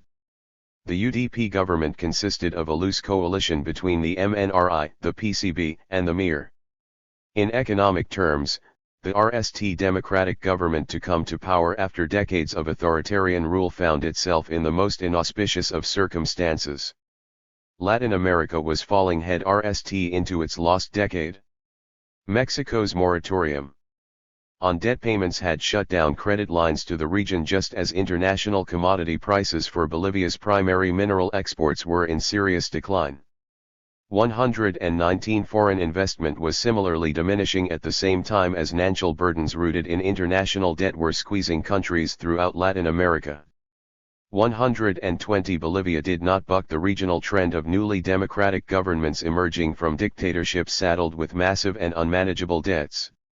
121 The situation was intensified by a climatic crisis in the Altiplano causing serious droughts, the falling price of tin on the international market, and the inability of the state to collect sufficient revenue to meet even partially the pent-up demands for better wages and jobs coming from the working class. 122 Fiscal accounts were therefore in serious deficit, while debt servicing requirements constrained the state's capacity to invest capital in productive investments. On a per capita basis, the external debt, accrued mainly under Banzer's administration, was worse even than Brazil's or Mexico's. 123 The UDP was a quintessentially populist government which attempted to maintain a balance between the incompatible demands and interests of the popular classes, and domestic capital and imperialism, the latter channeled most directly through the IMF in this instance. The UDP followed a deeply inconsistent economic path to net in no less than VE distinct economic packages. These were designed to stabilize the economy while alienating neither the IMF nor the Confederación de Empresarios Privados de Bolivia to the UDP's right, nor the COB to its left. 124 Hyperinflation became by far and away the most critical issue of the abysmal overall economic scenario. It reached the astonishing level of 27,000% in 1984-5. Apparently, this garnered for Bolivia the dubious distinction of seventh most severe incidence of inflation in human history, and most severe ever in Latin America. 125 During hyperinflationary cycles, the popular sectors suffer the most because they lack the means to shield their incomes by purchasing durable assets, holding foreign currency, or locating capital abroad. 126 In the Bolivian case, hyperinflation devastated the finances of the urban working classes, whose meager savings were wiped out overnight. 127 The remodeled right-wing MNR, under the leadership of Victor Paz Estensoro, was then able to play on this traumatic experience to gain and sustain support for the neoliberal reforms forcefully backed by creditors that he touted as the country's only salvation. 128 Because the UDP never took up the popular project of the mobilized indigenous working class and peasantry, even as it failed to satisfy right-wing opposition within Congress, it faced considerable resistance from the left. It was precisely these forces on the radical left that sowed fear in the ranks of the bourgeoisie and which played an important part in eventually solidifying the various fractions of the capitalist class into a more or less uni-ed bloc behind the neoliberal project. The labor movement was intent on pushing forward the radicalization and deepening of the democratization process, beyond the political arena and into social and economic spheres, under the new UDP government. 129 Between 1971 and 1982, average real wages had plummeted by 17.2%. By the end of 1982, the decline had worsened to 39% or 130. In light of this, the exercise of radical rhetoric by the UDP, without substantive real action, proved insufficient.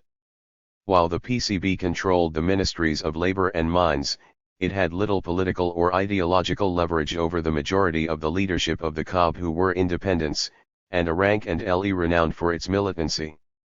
131 Meanwhile, even though the poor had by and large degenerated into sectarianism, the wider Trotskyist legacy left its imprint on militant activists who saw in the COB the only vehicle through which to defend the working class and counteract what they saw as the class collaborationism of the PCB. The PCB, then, failed to win over the rank and LE within the mines and the labor movement more generally and faced a radical critique of the contradictions of managing a capitalist slump under a proletarian banner. 132 The COB proved to be a formidable opponent of the UDP's populism. 133 The mounting tension culminated with the dramatic strike of March 1985, including a week-long occupation of La Paz by miners. 134. The march was unparalleled in its scale and appeared to promise a decisive settling of accounts amidst incessant discharges of dynamite that traumatized the middle class. 135. In the end, however, the COB could not project an alternative, coherent, revolutionary project to replace the UDP, and it was only the tenacity of the rank and LE which kept the strike alive for as long as it was. Troops were deployed after 2 weeks by the Siles-Zuizo government with little opposition or violence ensuing. This was a crushing defeat for the radical left. 136. Conclusion. The legacies of General Barrientos's armed rise to power in 1964 were multiple. Most dramatic, of course, was the fact that not until 1982 would electoral democracy be restored. Barrientos introduced more layoffs and militarist labor discipline in the mines. He opened the country's doors to foreign capital. The latter was evident in the oil sector, where US capital's control was almost total. The private sector's contribution to the economy as a proportion of the GNP increased, even as the absolute role of the state continued to grow in terms of public investment and rising rates of state employment. The organized political left suffered internal fragmentation and marginalization from the wider terrain of politics. In 1967, the dictatorship outlawed all leftist parties of sine cans. The critical cleavage of the era, though, was most certainly relations between the labor movement and the state. Trade union activists in the mines suffered repression, exile, imprisonment, selective assassinations, and even full-scale massacres, such as that of San Juan in 1967. Nonetheless, state repression was not as severe or well coordinated as it would later prove to be in the URSS dictatorships of neighboring Argentina and Chile. The labor movement and the left were not as systematically annihilated in Bolivia. As a result, miners maintained a semi-clandestine infrastructure of class struggle that helped to sustain popular cultures of resistance and opposition. 4 characteristics of the Banzer dictatorship proved profoundly important for the country's political and economic trajectory over the coming decades. First, the bourgeoisie of Santa Cruz, which played an instrumental role in Banzer's coercive rise to power, grew and consolidated itself still further. 137. This marked a lasting shift in the dynamic pole of Bolivian capitalism from La Paz to Santa Cruz, the latest turn in the country's uneven development. Second, Banzer's economic betrayal and military repression of the indigenous peasantry rang the death knell of the Pacto Milita Campesino by 1974. The newly independent peasantry subsequently forged the Aymara and Quechua Guitarista indigenous movement in the Altiplano and the city of La Paz. The legacy of this movement is clearly discernible in the popular cultures of resistance and opposition that characterized the left indigenous struggles of the early 20th century. The break between the military and the peasantry, and the rise of the Guitarista movement, are among the most important features of the Banzer period. They had a decisive impact on the balance of racialized class forces in society.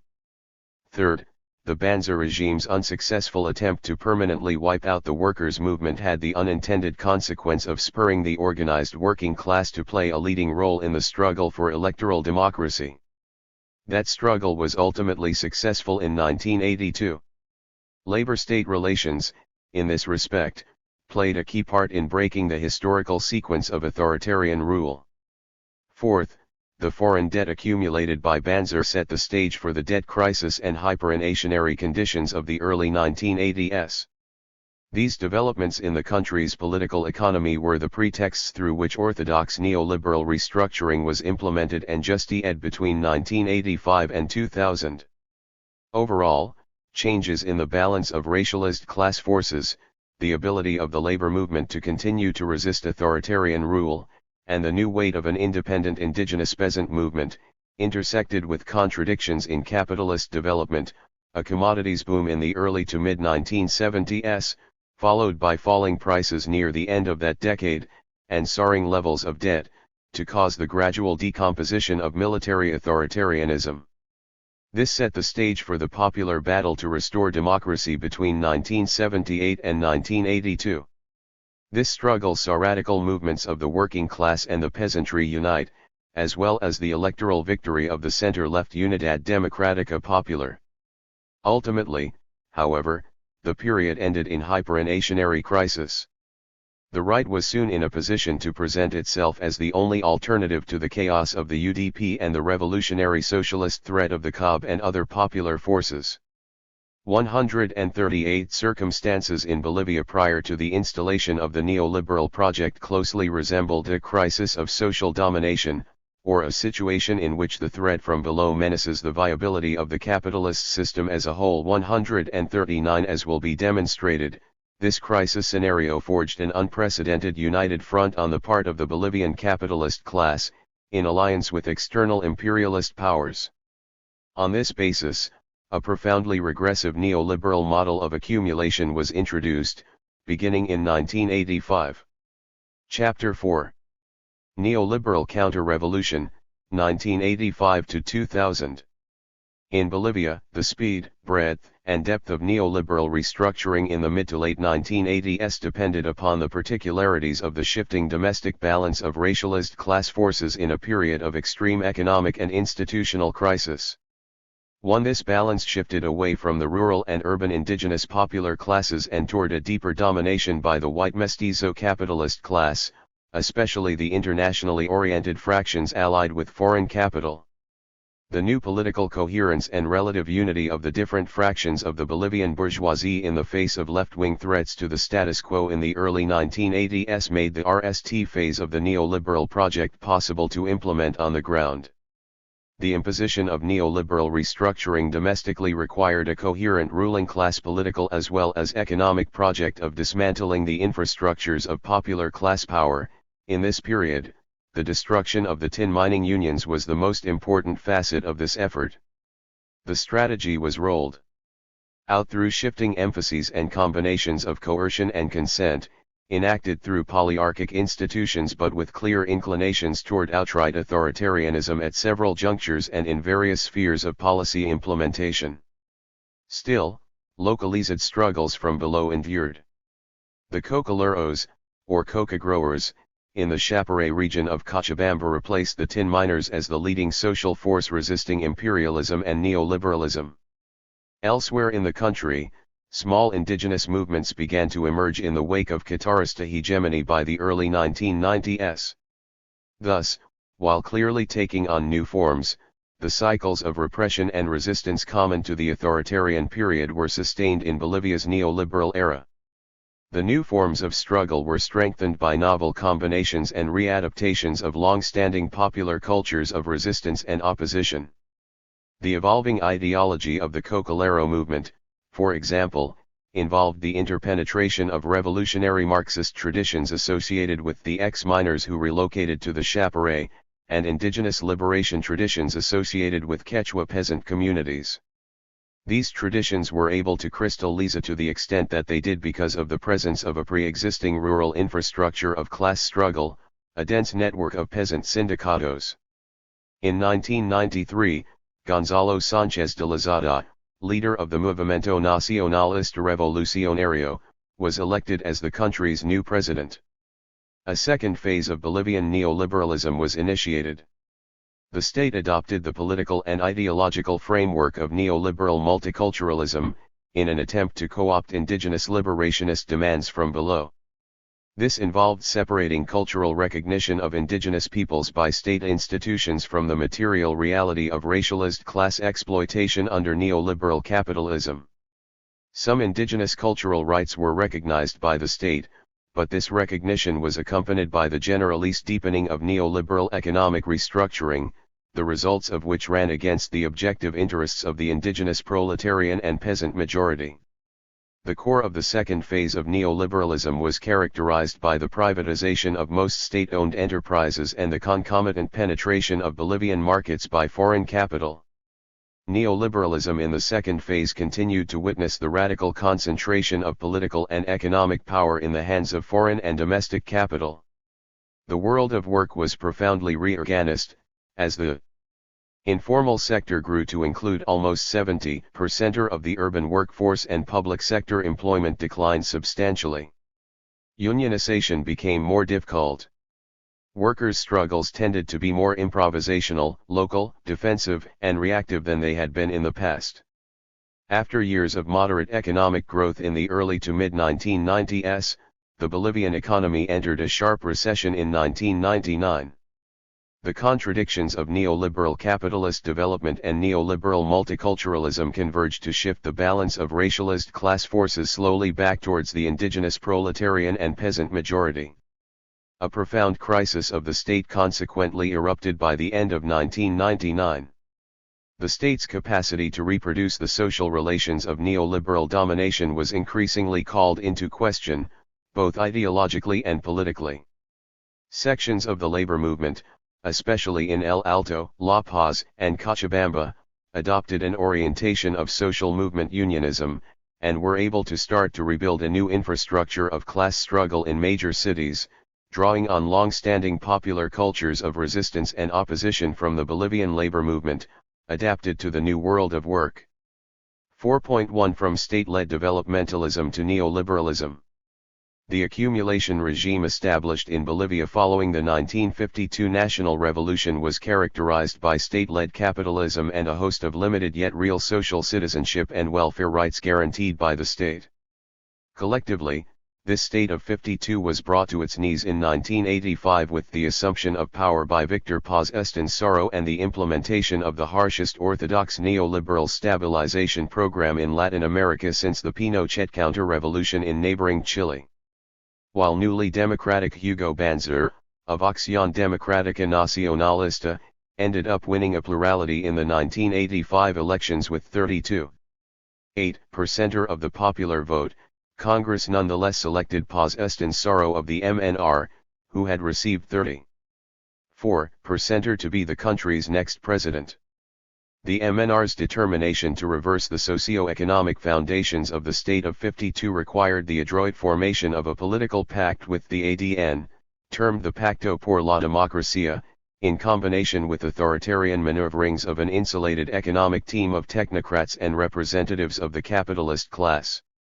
Such authoritarian features of economic policy making, it should be recognized, were hardly unique to Bolivia within the larger Latin American context in this period. Within 23 days of taking of CE, on August 28, 1985, Paz Estenssoro inaugurated his neoliberal revolution with Supreme Decree DS 21060, which outlined the country's Nueva Politica Económica. 3. The NPE had as its ostensible aims an anti-inationary shock to overcome hyperination, dramatic internal and external liberalization, and the fundamental uprooting and downsizing of the public sector. 4. The economic program was designed to liberalize the economy and push the private sector to front stage as the engine of economic growth, replacing what was understood to be a decrepit and overextended populist state which had survived since the 1950s. The NPE contained the central components of orthodox stabilization as well as an orientation toward a more fundamental and long-term restructuring of the economy. 5. In employing the precise language used by international financial institutions, DS 21060 was designed to win the backing of the International Monetary Fund, the World Bank, the Inter-American Development Bank, and the United States. 6. Whatever the immediate, medium, and longer-term tasks of the NPE, however, it must be understood that, at heart, the economic program was the RST step in a ruling class project to aggressively reconstitute capitalist class power over the indigenous proletarian and peasant majority. 7. Sanchez de Lozada, quoted here, perhaps best conveyed the broad neoliberal project of transforming the state into a more effective instrument with which to crush the interests of the indigenous popular classes, in favor of the ruling class. One comes to the conclusion that the state is practically destroyed. The fundamental institutions of the state's productive apparatus have been feudalist, corruption has been generalist and is being institutionalist, and the mechanisms of control and oversight have stopped operating. In this context, the state is unarmed and lacks the capacity to execute and implement any economic policy that the government proposes to put into practice. Therefore, the RST political goal consists of re-establishing the authority of the state over society. 8.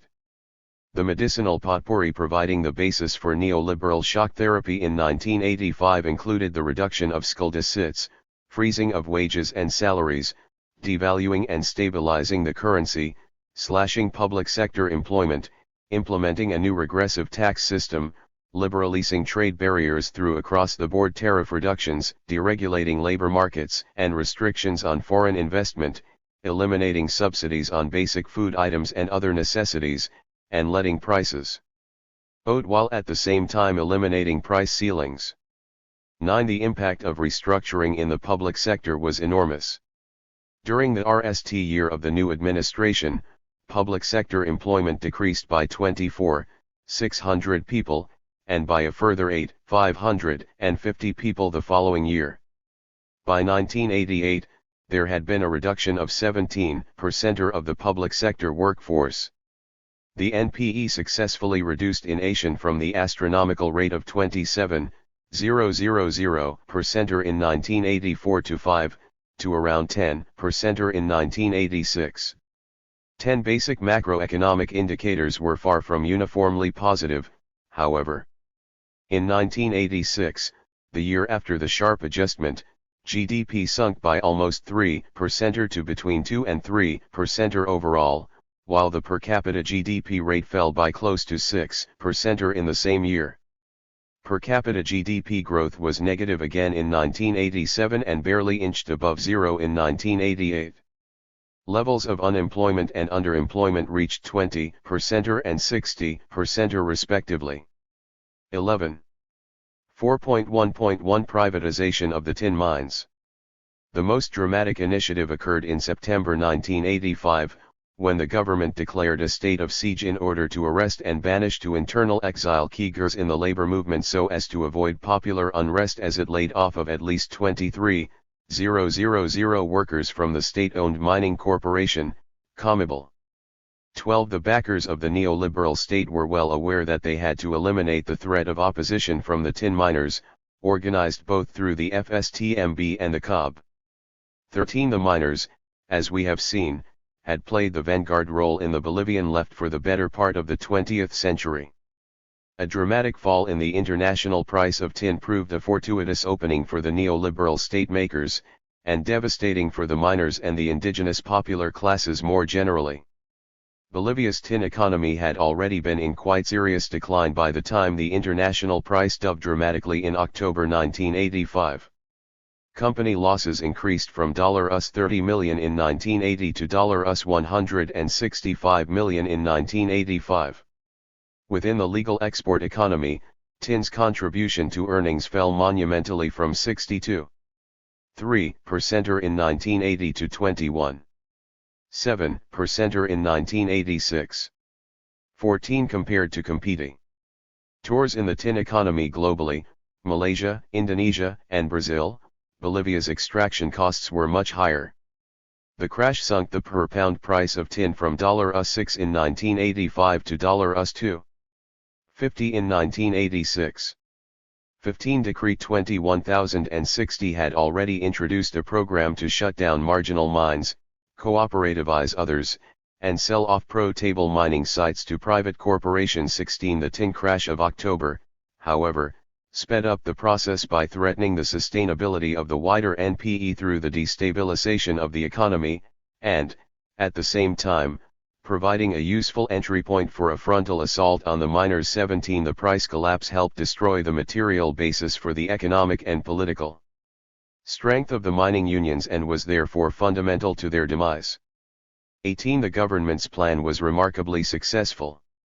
Most state mines were shut down and privatized, through cooperativization or sale to private mining companies.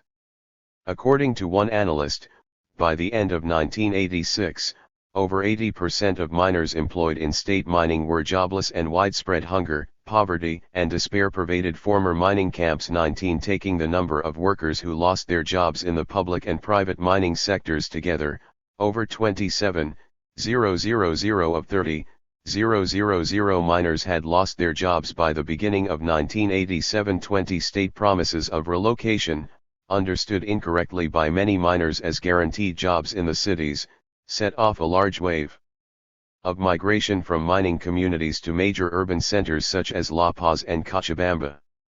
Others went to the Chapare region, where many would become coca growers in the burgeoning cocaine industry. Miners in the FSTMB were quick to mount defensive strikes, and the occupation of mines, by now a traditional part of the arsenal of collective action against the state. In response to the miners' resistance, the coercive apparatuses of the state were deployed to guard the striking workplaces of miners and the occupied mines, while foodstuffs, wages, electricity, natural gas, and other basic necessities were cut off from mining communities. 21. A general strike in July 1986, called by the FSTMB, was equally incapable of reversing, or even slowing, the neoliberal assault. The failure of strikes, occupations, and a general strike initiated by the FSTMB, eventually led to a new strategy. The Marcha por la Vida began in the city of Oruro on August 22, 1986 with a coalition of miners, mining housewives, peasants, teachers, and students. The marchers, who at their peak numbered around 10,000, planned to march from Oruro to La Paz over a one-week period. 22. Ultimately, though, the March for Life failed to achieve even the most minimal objectives of the protesters and poignantly marked the last major attempt from the miners to collectively resist the restructuring process for some years to come. 23. 4.1.2 The New World of Labor. In addition to the layoffs in the state mining sector after privatization, it should also be recalled that, in the RST 2 years of the NPE, hundreds of thousands of additional workers from other sectors were forced into the reserve army of the unemployed, including 6,000 from the private mining sector, 10,000 from public administration, and 2,000 from banking. In addition, over 110 factories were shut down in this period. 24. As the neoliberal project advanced and consolidated itself throughout the 1990s, the decomposition of the traditional infrastructure of working-class power continued to accelerate. Paradoxically, this did not take shape through a new neoliberal labor code, but, rather, through the state's systematic failure to implement the existing protections for employees in the labor code, as well as a convenience of other factors, the addition of presidential decrees and ministerial resolutions which rendered sections of the labor code favorable to workers ambiguous or contradictory, selective repression by the state when worker resistance threatened the interests of capital, and, most importantly, capital's all-out offensive to reorganize the production process in order to reduce labor costs and increase pro-TS and competitiveness. 25. In addition to the overall lackadaisical approach to implementing the labor code, DS 21060 made hiring and ring easier, allowed for short-term contracting, and facilitated employer abuse of probationary periods, homework, subcontracting, and the establishment of phony micro-enterprises which allowed for the circumvention of laws on unionization. 26. Therefore, while neoliberal reforms were never in fact enshrined in a new labor code, neoliberalism nonetheless fundamentally transformed the production process and the world of work. The privatization of the main state-owned enterprises was the most dramatic change to the structure of production on a national level. In addition to the case of the state-owned oil and gas company, Yacimientos Petrolíferos Fiscales Boliviano, to be addressed at length momentarily, were the privatizations of the state airline, Lloyd Aero Boliviano, the Empresa Nacional de Energía, the railroad company, and the long-distance telephone enterprise, among others. With the privatization of these state enterprises, there was a general process of rationalizing and exhibilising their labor forces. This meant the restructuring of the enterprises in ways that maintained or reduced the number of employees, subcontracted out certain activities to non-union labor, and created obstacles to the unionization of these new sectors. 27. At a tier lower in the economy, the largest 100 foreign and local enterprises in industry, mining, commercial agriculture, and banking also saw an augmentation of subcontracting and the informalization of production processes. This level of the economy was increasingly integrated into the informal economy by way of utilizing small, non-unionist production units which contributed various small parts to the NAL product during the production process. This almost invariably meant increased use of non-unionist female, teenage, and child labor. 28 Below the key privatized state enterprises and the 100 main RMS of the next tier, there were an estimated 500,000 micro-enterprises by the late 1990s in agriculture, commerce, and artisanal activities. In the decade between 1985 and 1995, public sector employment in urban areas shrunk quite dramatically from 25% of the workforce to 13% or 29%. The real growth as a proportion of the workforce occurred in the informal sector, which expanded from 60% in 1985 to 68% in 1995. One of the key benefits for employers in the expansion of the informal sector is the fact that this is non-union work, and that unionization is actually illegal in enterprises that employ under 20 individuals. 30 The obstacles to forming new unions are consequently extremely difficult in the informal sector. Advocates of the neoliberal model point to child unemployment rates below VE% during the late 1980s and into the late 1990s, with the exception of a level of 10.4% in 1989. However, by some estimates, underemployment reached 53% of the economically active population in 1997. 31 Work became dramatically more precarious. More and more young workers between the ages of 10 to 24 with no union experience or knowledge of their rights were employed. There were increasing numbers of female workers who also had less union experience and were more vulnerable to intimidation and sexual harassment on the worksite. Finally, there was a marked decline of permanent contracts and the increase of short-term contracts, day laborers, and part-time work with no benefits. 32 Across different sectors of the economy there was an amplification of the number of hours worked per individual at lower rates of pay, as people were increasingly forced to take on second jobs. 33 The number of workers taking home salaries without any complementary benefits increased significantly between 1982 and 1992 in various sectors, from 40 to 55% in industrial manufacturing, 71 to 82% in construction, 49 to 55% in transportation, 42 to 61% in commerce, and in services, 22 to 38% or 34. The fragmentation of the production process into smaller and smaller units means that workers were no longer concentrated in large groups, as factories were displaced by smaller workshops. External subcontracting by large enterprises of various tasks that contribute to the overall production process meant that a growing sector of subcontracted workers labored in small workplaces with deteriorating working conditions and environments, no unions, lower wages, and worse quotas than the older, formal employees of the main RMS. In other cases, different production stages were subcontracted to one-person RMS or family enterprises, the employees of which are sometimes referred to as micro-entrepreneurs in the economics literature. They are better thought of as informal proletarians frequently working under awful conditions without protection, doing the tasks once done by a regular worker, enjoying social security, health benefits, and bonuses. 35 The combined consequences of the new precariousness of work, the disarticulation of the COB as an effective organizing body of the working class, the structural heterogeneity of the work experiences of the new urban working class, and the boldness of a capitalist class relatively united behind the project of political and economic neoliberal transformation, together worked against the collective capacities of working class resistance in the late 1980s and throughout the bulk of the 1990s. Union strategies and the strategies of rank and LE workers tended to be more improvisational, defensive and reactive, and less political, than they had been in the past. 36 However, there were also notable exceptions, as the Bolivian rural and urban working classes and the peasantry began to experiment with new forms of organizing and doing politics by the end of the 1990s. Sectors of the urban union movement in Cochabamba, El Alto, and La Paz began to forge novel ties with informal proletarian community organizations and to bring the issues and needs of non-unionist workers directly into their struggles.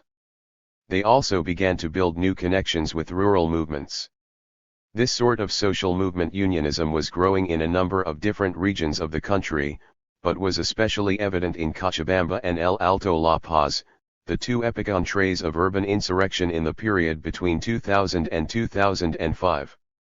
37 Thus a complex process began in the late 1990s through which the urban and rural infrastructure of class struggle began to be rebuilt after 15 years of neoliberal onslaught. The result, as we will see in subsequent chapters, was the most important surge in left indigenous popular mobilization in the continent between 2000 and 2005. 4.1.3 Formation of the Cocaleros movement. If, on the one hand, the tin mining industry was in calamitous decline, the world of work was being structurally transformed in ways that made collective action more difficult, and the historic vanguard of the Bolivian left had suffered a slide into seeming oblivion. The cocaine industry was booming by the mid-1980s. This newly dynamic industry, rooted primarily in the Chapare region, but also in the Yungas, became the spawning ground of left indigenous renewal and con-ICT with the neoliberal state and US imperialism. The cocaleros, or coca growers, had replaced the miners as the most dynamic sector of popular struggle by the late 1980s. Between 1967 and 1981, permanent migration to the Chapare had increased from 24,000 to 68,000 people. As the international cocaine market began to heat up, the numbers increased. Between 1981 and 1982, for example, as many as 420,000 people, 7% of Bolivia's total population, traveled to the Chapare to work in coca cultivation or cocaine production. 38 Between 1982 and 1986, a 50% collapse in real wages, combined with the elimination of roughly 60,000 jobs in the wake of neoliberal shock therapy, created a reserve army of laborers seeking employment. 39 Displaced miners and other workers formerly employed by the state, as well as landless peasants and those engaged in less lucrative agricultural commodity production, were attracted to the Chapare region in large numbers. 40 As GNP contracted by almost a quarter between 1981 and 1986, coca cultivation approximately doubled. 41 Of shale exports of legal commodities declined by almost 25% between 1984 and 1986, while, in 1987, illegal coca exports generated $1.5 billion, of which an estimated $600 million stayed in the country, equivalent to all legal exports combined. 42 Income from coca-producing peasants provided livelihoods for roughly 50,000 families, between 120,000 and 500,000 individuals were employed in some form of coca cultivation between the mid-1980s and the late 1990s. 43 It has been estimated that another 300,000 people were employed in jobs indirectly dependent on the drug trade. 44 In the mid-1980s, the US and the IMF insisted on Bolivia's strict adhesion to neoliberal restructuring, and simultaneous state intervention against the proliferating cocaine industry. But, of course, the cocaine industry was intricately intertwined with the emergence of Bolivian neoliberalism. The Paz Estensaro government, therefore, was made to play a delicate game of drug diplomacy. 45 Initially, largely symbolic gestures such as occasional high-pro-Le drug seizures and arrest of traffickers which had little impact on the illegal trade, were tactics employed by the Bolivian state to appease U.S. foreign policy. 46 However, Washington soon tightened its grip, forcing a response. Since the end of the Cold War, the U.S. drug war throughout Latin America has effectively replaced the menace of communism with the menace of narco-trafficking as a useful ideological device to ensure ongoing US manipulation of the internal affairs of countries in the region. the drug war has disguised Washington's repressive and exploitative policies behind a high moral purpose, allowed it to penetrate the internal security forces of Latin America and establish its own political agenda, and to gain direct access to the society in order to push its economic and counterinsurgency agenda. 47 As the 1980s progressed, the Cocoleros in Bolivia were becoming a potentially insurgent movement, and the necessity of confronting them was similar to the prior necessity of tackling the problem of the miners. In the Chapare region, utilizing a basis of pre-existing agrarian union networks as a new rural infrastructure of class struggle, the Cocoleros were developing the capacity to confront neoliberal and imperialist policy. By the 1960s, the RST Peasant Federation of Sindicatos, or unions, had been established in the Chapare. 48 Around 85% of the Chapare Sindicatos fell under the Federación Especial de Trabajadores Campesinos de Trópico de Cochabamba, or the Federación de Carrasco. 49 These sindicatos represented the primary pre-existing infrastructure of class struggle in the local context. Their ties with the national setting were equally important in enhancing the organizational capacity of the Cocoleros. The FEC increased the status of the Cocoleros within the National Peasant Union, the Confederación Sindical Única de Trabajadores Campesinos de Bolivia, on a number of fronts. By the mid-1980s, the Chapare Federation of Peasants had replaced the Imaracatarista movement as the most important focal point of peace and activism in terms of ability to collectively mobilize its membership. This dynamism underwrote its newly hegemonic role inside the CITSIB. 50 Mobilizing around the coca leaf as a symbol of indigenous identity, the Chapare Federation adopted the argument that protecting coca protects Bolivian culture in order to convince those CITSIB delegates and leaders from non-coca growing regions to support their position that coca cultivation should continue and efforts to eradicate it should be opposed. 51 U.S. counter-narcotics policy has long focused on supply-side, punitive, and repressive tactics, rather than investment in solutions aimed at controlling domestic demand. 52 By the late 1980s, in response to US pressure to more seriously confront the Cocoleros, the Bolivian state adopted increasingly repressive campaigns of coca eradication. 53 Against such developments, the Cocoleros mounted popular resistance. At the micro level, they engaged in sabotage and hit-and-run attacks, slowing down the work of eradication teams, voluntary destruction of unproductive coca elds, and the use of compensation funds to plant new coca crops elsewhere, relocation of tiny coca elds deep in the forest, and massive yet sporadic confrontations with security forces. 54 On a larger scale, the Cocoleros organized mass rallies, marches, hunger strikes, roadblocks, cultural events, alliances with other sectors of popular civil society, occupation of government of CES, and tactical negotiations with government of Chales. 55 The struggle of the Cocoleros added new layers of complexity and creativity to popular cultures of resistance and opposition within the popular classes. Relocated ex-miners brought with them potent organizational and ideological capacities, even if they had to be reconquered to meet a new cultural and socio-economic terrain. 56 James Petras argues that class-conscious ex-miners who were transformed into peasants were able to disseminate an ideology and form of leadership among the wider peasantry that provide a qualitatively different perspective to the struggle. 57 The exchanges of popular cultures of resistance and opposition also owed the other way in peasant ex-miner relations. As ex-miners settled in the Chapare region, populated with coca-growing Quechua indigenous communities, their acculturation into the traditional spiritual discourses and practices associated with the coca leaf and demands for greater Indian autonomy took form and deepened.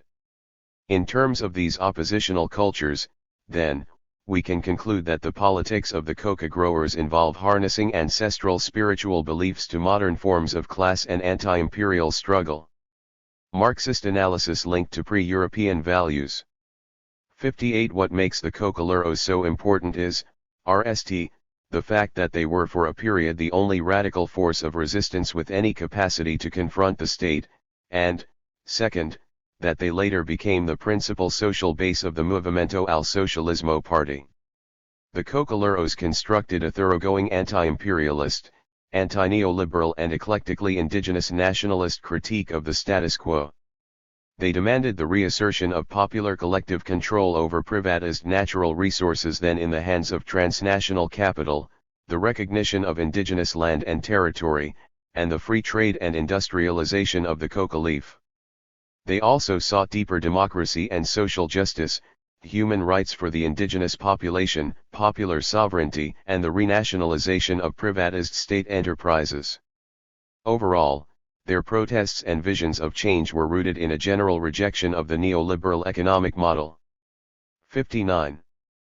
4.1.4 Formation of the Movimiento al Socialismo. It was directly out of the social and political milieu of the Cocoleros in the Chapare that the Movimiento al Socialismo party created in the late 1990s 60 as early as 1992, the Cocoleros and indigenous peasant organizations in the Altiplano began to recognize the limitations of community and peasant union mobilization in confronting the tremendous obstacles facing the popular movement. At the Asamblea de los Pueblos Originarios, held on October 12, 1992 under the umbrella of the CITSIB, the necessity of a brazo politico, a political arm, for the peasant union movement was put on the table. The diverse currents and organizations attending the assembly were too internally fractious, however, to determine anything about the shape and content of that political arm. 61 Gradual steps toward the formation of an instrumento politico, or political instrument, nonetheless proceeded over the next few years. In the First Land and Territory Congress in Santa Cruz in 1995, the main peasant and indigenous organizations of the country met and reformed the objective. 62 This set the stage for the 7th Ordinary Congress of the CITSIB in March and April 1996 in Santa Cruz, where the move to consolidate a new political instrument was ratified. Thus was born the Asamblea por la Soberanía de los Pueblos. Peasant leader Alejo Velázquez was elected as head of the party. Due to legal technicalities in the electoral system, the ASP was unable to gain recognition as a registered party in the 1995 municipal elections, but, through a tactical electoral agreement, the new party ran jointly with the Izquierda Unida, and won 49 town council seats and 10 mayoralties, all in the department of Cochabamba. 63 The ASP described its basis in 1995 as a struggle for a communitarian, multinational, socialist Bolivia, in which the class struggle and the national struggle would be combined. 64 In the 1997 presidential elections, the ASP candidates again ran under the IU banner with Alejo Velázquez as their presidential contender. However, by 1998, disputes between the three main indigenous leaders in the country, Felipe Quispe, Alejo Velázquez, and Evo Morales, led to the eventual disintegration of the ASP. In its place, two new parties eventually emerged, the Movimiento Indigena Pachacuti. Led by Felipe Quispe and primarily appealing to the Aymara indigenous radicalism of the Altiplano, and the Instrumento Político por la Soberanía de los Pueblos, led by Evo Morales and appealing to a much broader, inter-ethnic and cross-regional social base. 65 Again, due to technicalities, the IPSP was unable to establish status as an Upchale party in the electoral arena and therefore assumed the name of an Upchale registered but defunct political party, the Movimiento al Socialismo. Under this banner, in the 1999 municipal elections, the IPSP MOS ticket garnered 3.27% of the national vote, 10 mayoralties, and 79 municipal council seats. 66 A great deal of the new party's appeal resided in its grassroots nature. 67 During the late 1990s, the MOS was rooted in extra-parliamentary political action, deeply responsive to its columna vertebral, the Cocoleros of Chapare, and functioned as a radically anti-neoliberal and anti-imperialist party. The party also helped to Indianize Bolivian nationalism, bringing indigenous issues to the center of political life by drawing on the legacy of the Catarista indigenous movement of the 1970s. 68. 4.1.5 Other indigenous peasant struggle in the late 1980s. Within the sphere of rural indigenous political activism, there was also extensive displacement and realignment within older movements as well as the emergence of new ones. Between 1979 and 1982, the Aymara Guitarista movement had enjoyed hegemony over the peasant indigenous movement at a national level, principally through its predominant position in the Xitzib. In the Second Congress of the Xitzib in 1983, the Guitaristas and more class-based peasant movement sectors closely aligned with the COB and left-wing parties were able to rally behind a joint position of peasant class struggle as well as the denunciation of racism and the demand for a plurinational Bolivian state. However, indigenous struggle suffered a similar disorientation and fragmentation as the left experienced in the fallout from the UD period. At the Third Congress of the Xitzib in 1985, divisions arose between the Movimiento Campesino base, a close ally of the COB, and the Guitaristas. A uni-ed political position proved impossible. 69 internal divisions within the Guitarista movement multiplied to such an extent that there were 10 separate political parties claiming a common Guitarista lineage. The sector of the MRTK led by Victor Hugo Cardenas was the most powerful of the tiny parties and thus was able to lay claim to the Guitarista name. At the Fourth Congress of the Xitzib, however, the fact that none of the peasant leaders identified themselves as Guitaristas signaled the organizational crisis of the movement. 70 Some of the potential bases of Guitarismo in the largely indigenous populations of El Alto and the poorer neighborhoods of La Paz lent their electoral support in the late 1980s to a new populist party, Conciencia de Patria, which identified explicitly with the urban Aymara population, using a discourse that counterposed the interests of El Pueblo with those of the oligarchy. 71 Candipa was led by Carlos Palenque, a popular Aymara television and radio host known to his supports as El Compadre. Palenque won the mayoral elections in La Paz and El Alto between 1989 and 1991, and Candipa became the leading political force in the country's largest urban center and in the surrounding department. 72 While the organizational vacuum created by the decline of mainstream Guitarismo was partially led by Candipa in El Alto, La Paz and the surrounding countryside, it is important to remember as well the formation in the late 1980s and early 1990s of a revolutionary wing to the Guitarista movement. Despite the fact that its numbers were few. At the Extraordinary Congress of the Xitzib in 1988, a new militant organization, Ofensiva Roja de Los Guitaristas, RST, made its presence known. The Ilis Rojos were an eclectic amalgamation of Marxist indigenous activists, bringing together indigenista Aymaras, miners, and urban Marxists. 73 While influenced by the writings of Indigenista Fausto Reynaga, the Ilis Rojos nonetheless transcended Reynaga's thesis of a racially bifurcated two Bolivias, one indigenous and one Qera. 74 Instead, the group sought to build alliances between indigenous struggle and other popular, collective actors in Bolivian society, notably urban workers. 75 In 1991-2 an armed wing of the Ilis Rojos emerged called Ejercito Guerrillero Tupac Katari. Felipe Quispe was a leading gur in this guerrilla group, as were Alvaro Garcia Linera and Raquel Gutierrez, a Mexican who was the only non-Bolivian member of the group.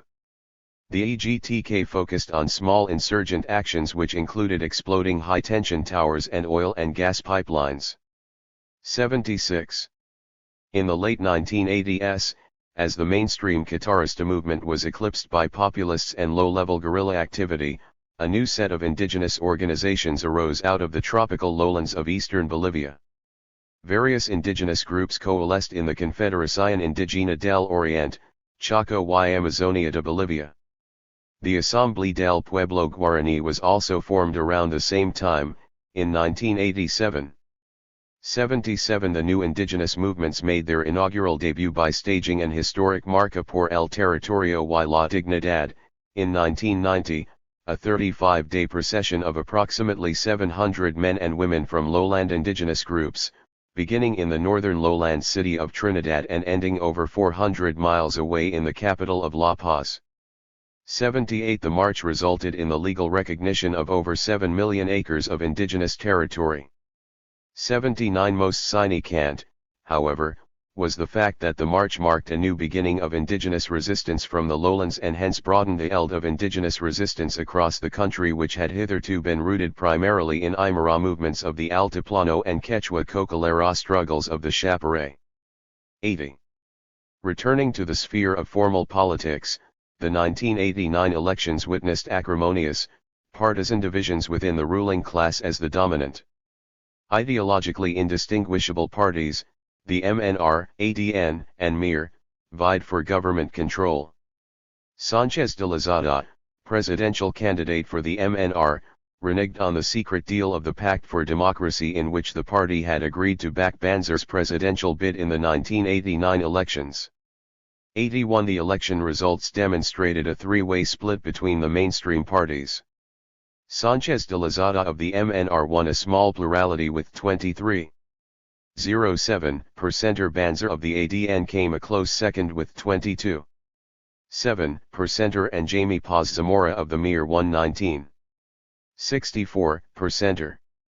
Banzer and Paz Zamora were equally disinclined to deal with Sanchez de Lozada, and thus conspired in Congress to prevent him from becoming president despite his plurality showing at the polls. The resolution of the three-way tie in the period following the elections could only be managed by electoral malpractice and a 12-week circus of offers and counter-offers over the spoils of the state in an effort to secure the presidency through a vote in Congress's 82. While distinct in some ways from the agreement ending in the Pact for Democracy in 1985, the resolution of the intra-elite struggle for governmental power in 1989 nonetheless took the form of a political pact, this one called the Acuerdo Patriótico, or Patriotic Accord. Under the arrangement, constructed by the ADN and the MIR, Paz Zamora took the presidency while Banzer became head of the newly formed Consejo Político del Acuerdo Patriótico, a bipartisan committee designated to running the day-to-day affairs of the new governmental coalition. 83. The ADN-MIR government's stunning character was the continuation and deepening of the NPE between 1989 and 1993.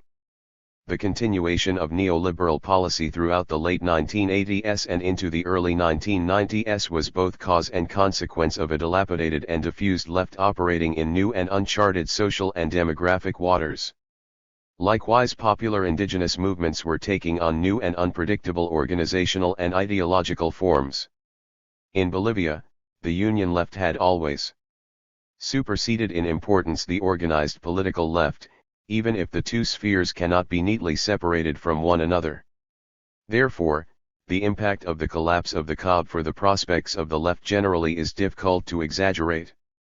The COB diminished in stature from the undisputed leader in popular organization in Bolivia until the mid-1980s, to a fundamentally withered and disoriented shadow of its former self. Apart from the organizational rupture it suffered with the relocation of miners throughout the country, the COB had lost a great deal of its moral and political credibility among popular forces after it was unable to slow, much less reverse, the onslaught of the NPE restructuring process. Extra-electoral politics shifted from radical political unionism, towards sector-based unionism, and, more generally, towards clientelism and civic municipal politics where neoliberal forces generally prevailed. 84. Moreover, individuals formerly involved in leftist politics were increasingly attracted to the proliferating NGO sector, where the potential bases for a confrontational social movement politics were redirected towards localized, individualist, technical, and apolitical solutions to problems of poverty and unemployment. These local-level solutions presumed the continuity of the neoliberal model at the macro level. 85. 4.2 State multiculturalism and Phase 2 of neoliberal restructuring, 1993 to 2000. In the elections of June 6, 1993, Gonzalo Sanchez de Lozada of the MNR won 35% of the popular vote, defeating the Acuerdo Patriótico.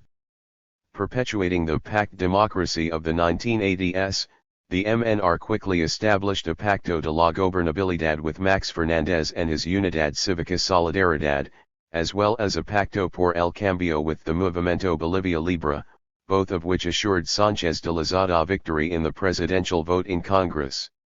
He became president on August 6.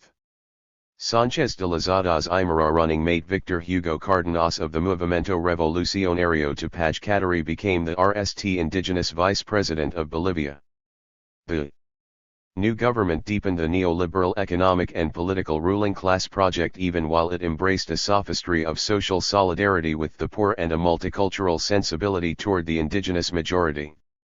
When ex-dictator Hugo Banzer, of the Acción Democrática Nacionalista, was elected president in 1997, some of the multicultural state discourse subsided, but the economic trajectory introduced by Sánchez de Lozada was strengthened and extended. After having been blocked from assuming the presidency in 1989, despite having won a plurality at the polls, Sánchez de Lozada apparently entered a period of deep depression. 86 He soon recovered, however, and founded the right-wing think tank Fundación Milenio. In addition to a number of Bolivian associates, the foundation was supported by an international advisory board of political scientists, including Juan Lins of Yale University, Arturo Valenzuela of Georgetown University, Carlos Nino of Argentina, and Bolívar Lamounier of Brazil. The group produced policy programs on political, market and state reform, meeting VE times between 1991 and 1993.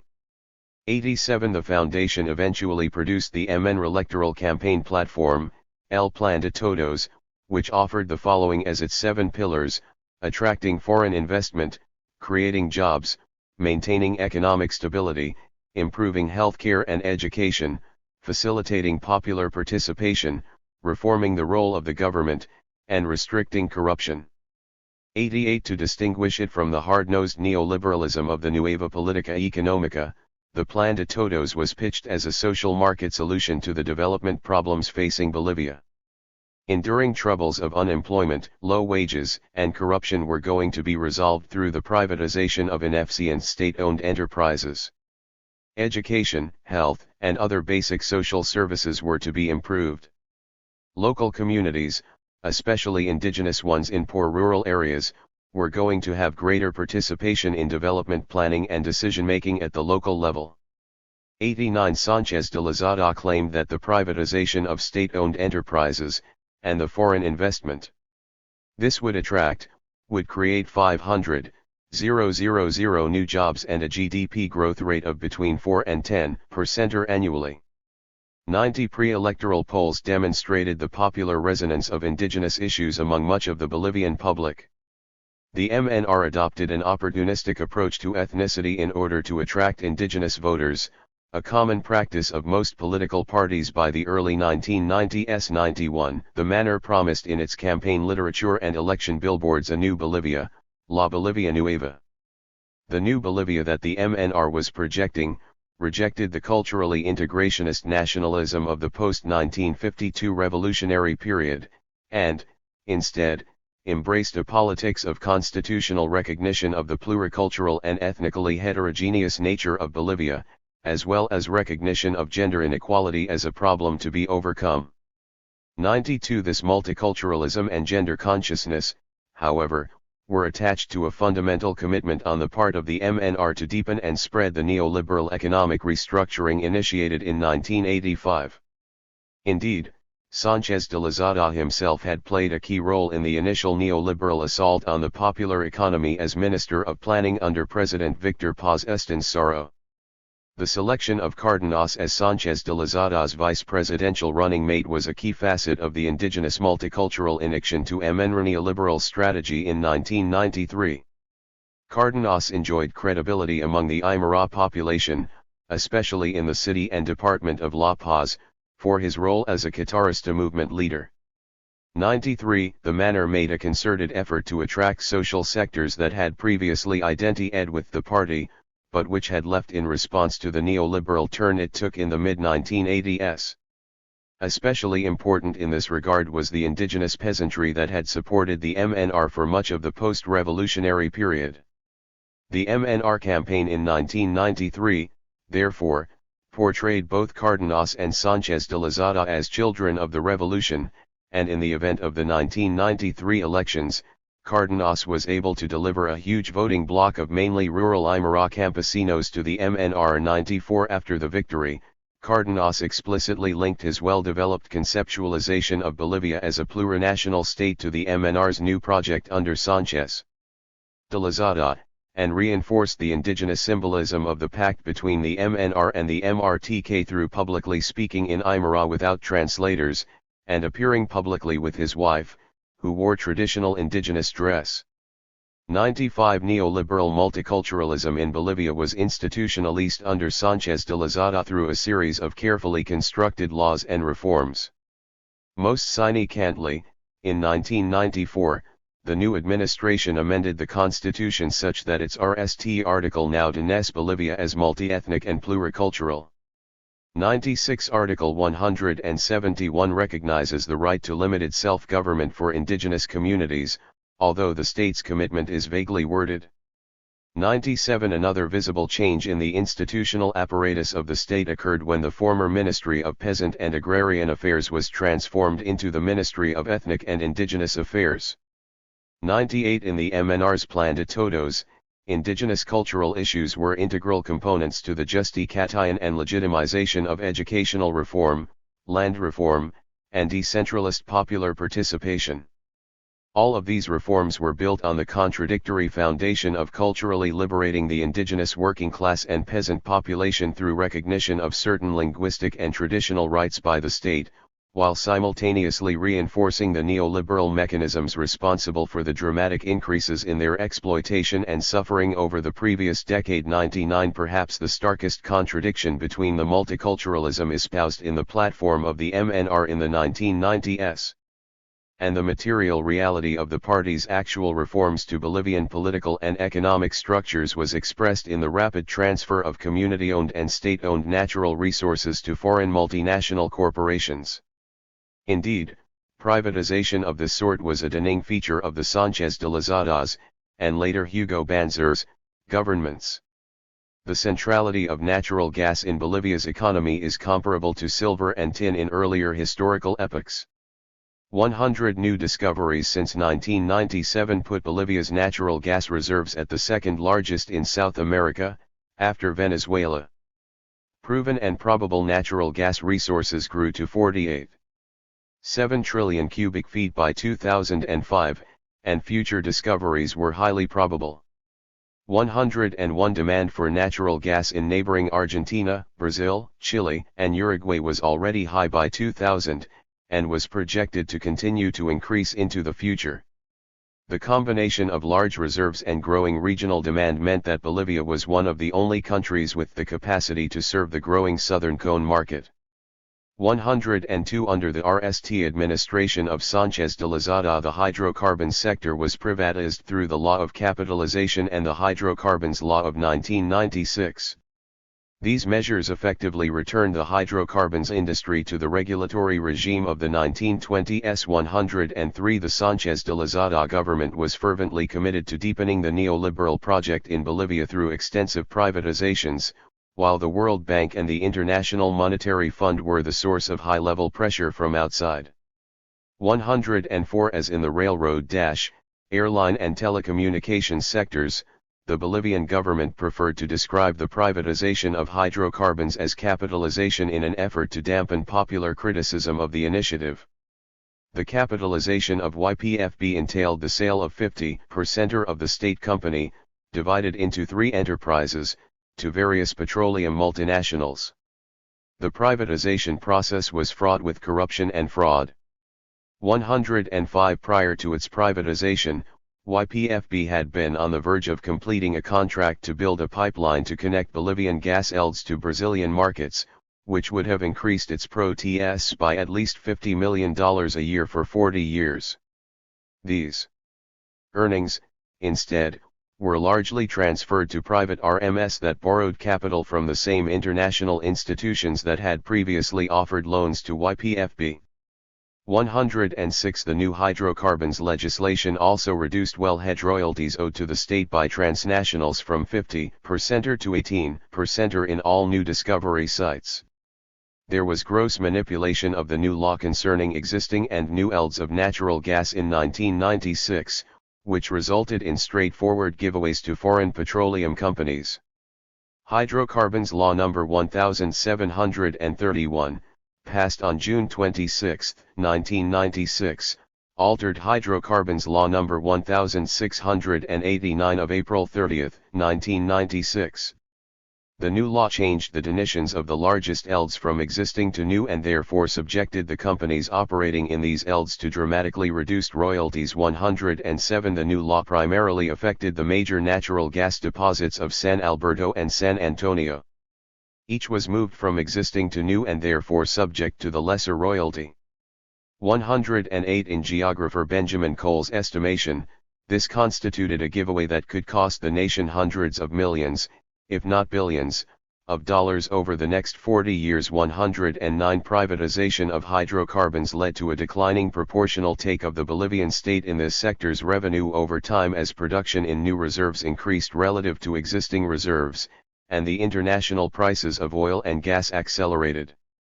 Absolute state revenues accrued through royalties and taxes rose by 198% between 1999 and 2004, but the state's share of the sector's turnover systematically declined.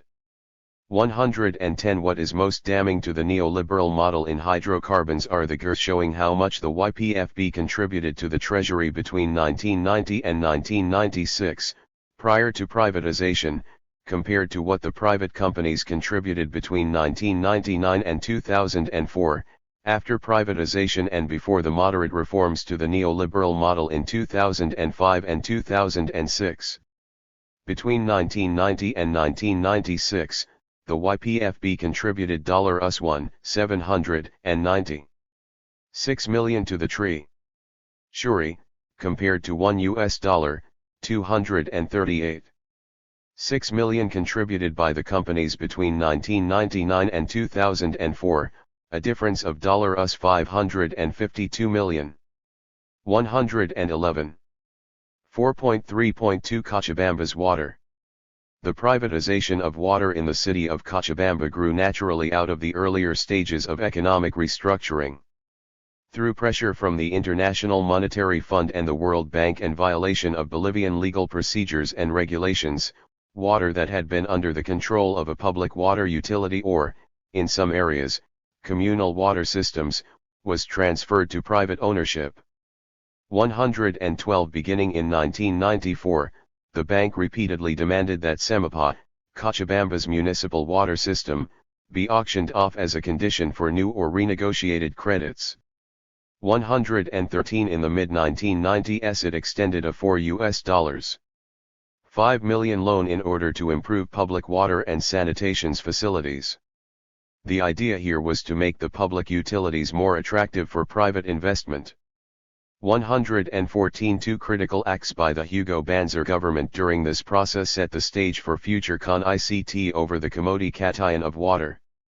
First, in September 1999, a 40-year concession to control the Cochabamba water system was granted to the international consortium Aguas del Tunari, a consortium legally registered as International Water in the Cayman Islands. The Italian multinational Edison Spa and the American giant Bechtel owned 50% of International Water, while 25% was owned by Abengoa of Spain.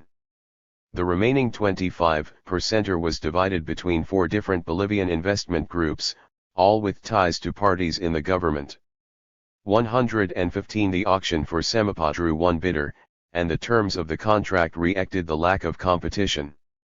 Aguas del Tunari was guaranteed an annual return of 15% on its investment, to be adjusted to the Consumer Price Index in the United States, for 40 years.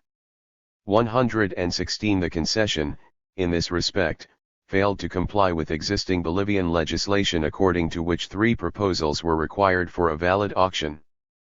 117 The characteristics of fraud and legal manipulation common in other privatized sectors were also visible, then, in the case of water. Second, in October 1999, the government passed the Ley de Servicios de Agua Potable y Alcantarillado Sanitario which legalized the concession granted in September. This law facilitating the privatization of water passed through Congress at breathtaking speed with little to no consultation with those who would endure its consequences. 118 Theoretically, Law 2029 could grant concessions and licenses for water management to any legally recognized institution. In practice, however, the conditions for obtaining concessions and licenses were heavily biased towards large enterprises which operated according to market criteria. Further, the law stipulated that once concessions were granted, concessionaires had exclusive right over the concession area, meaning pre-existing communal forms of water governance, in both rural and urban areas, would be forced to enter into contracts with the concessionaires, likely large enterprises operating within market logic. 119 This indicated, in other words, the unmitigated transition from communal property to exclusive private property through a secretive state process with the backing of powerful international financial institutions and interested multinational water corporations. Because the contract granted to Aguas del Tunari awarded the company a guaranteed rate of return, and because the World Bank had stipulated to the Bolivian government that state revenue could not be used to generate this money, the obvious source was the water-consuming residents of Cochabamba. Aguas del Tunari skyrocketed water tariffs accordingly. 120 The working class and lower middle class residents of the city and peasants in the surrounding countryside did not take this lightly. Tariff increases were the catalyst to the Cochabamba Water War of 2000, the opening act of a year left indigenous insurrectionary cycle throughout Bolivia's countryside and major cities. Between 1989 and 1996, average annual growth in Bolivia was just over 4%, reaching a high of 5.27% in 1991, a low of 1.65% in 1992, and a new peak of 5.03% in 1998. Agriculture was the fastest growing sector between 1992 and 1997, but hydrocarbons and minerals still accounted for more than half of legal exports. 121 Soybean and vegetable oil exports from the eastern lowlands had grown to 10 times their size since 1990, attracting significant amounts of Brazilian investment into commercial agricultural enterprises. 122 As a result of overall growth in the economy, between 1993 and 1999, the World Bank claims urban poverty declined from 52% to 46%.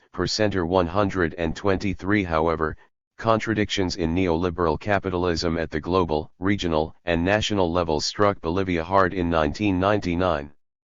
GDP growth plummeted to 0.43% that year, rose only to 2.28% in 2000, and declined again to 1.51% in 2001. Between 1999 and 2003 the average growth rate was 1.9%, which measured out to roughly 0% in per capita terms. As a consequence, World Bank suggests that, between 1999 and 2002, overall poverty rates in the country increased from 62% to 65%, and extreme poverty also experienced a slight increase. Income inequality also increased during this period. 124 The national economic crisis was deepened further by the loss of state revenue as a result of the massive sell-off of valuable state-owned enterprises, particularly YPFB. State revenue from hydrocarbons and the mining sector, which used to trickle down to poor rural municipalities, dried up almost completely, sowing widespread discontent. 125 The effect of privatizing hydrocarbons was indeed a catastrophic contribution to the budget crisis suffered by the state. 126 From 1997 to 2002, Bolivia's budget borrowing increased from 3.3 to 8.6% of its gross national income. 127 This gave international financial institutions and the US state even more leverage over the Bolivian government's policy response to the crisis. 128 As others have pointed out, privatization of the hydrocarbon sector was a key component in the World Bank's and IMF's overall plan for Bolivia. In a cruelly ironic twist, when that privatization helped to worsen the economic crisis by sapping the state of a key source of revenue, The IMF demanded that the budget shortfall be made up through cuts in social spending and increases in regressive taxes that hit poor Bolivians the hardest. 129 as can be seen in Table 4. 2. The economic crisis at the end of the 1990s reinforced the coalescence of class and racial inequalities.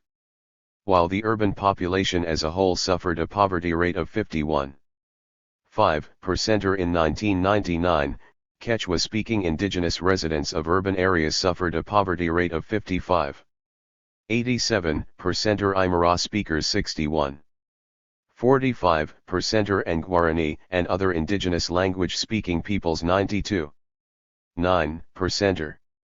In rural areas, the situation was worse still. The total rate of rural poverty was 81.58% in 1999, while the rates were 87.5, 89.08, and 78.85% for Quechua, Aymara, and Guarani respectively. The poverty rate for the country in its entirety was 62.64% in 1999, but 80.19, 78.29, and 83.84% for Quechua-speaking, Aymara-speaking, and Guarani and other indigenous language-speaking indigenous peoples in 1999. 130 Popular discontent with the social consequences of neoliberalism began to grow quite dramatically in the late 1990s and early 2000s. This can be seen through a number of different indicators. By 2001, according to polls conducted by Latinobarometro, over 90% of the Bolivian population reported that they thought the income distribution in the country was unfair or very unfair. 131 data compiled by the Bolivian Ministry of Labor between 1982 and 2000 attempts to track episodes of strikes or slowdowns as reported in national newspapers. 132 Under Paz Zamora there were 968 strikes and slowdowns, under Sanchez de Lozada 631, and under Banzer 364.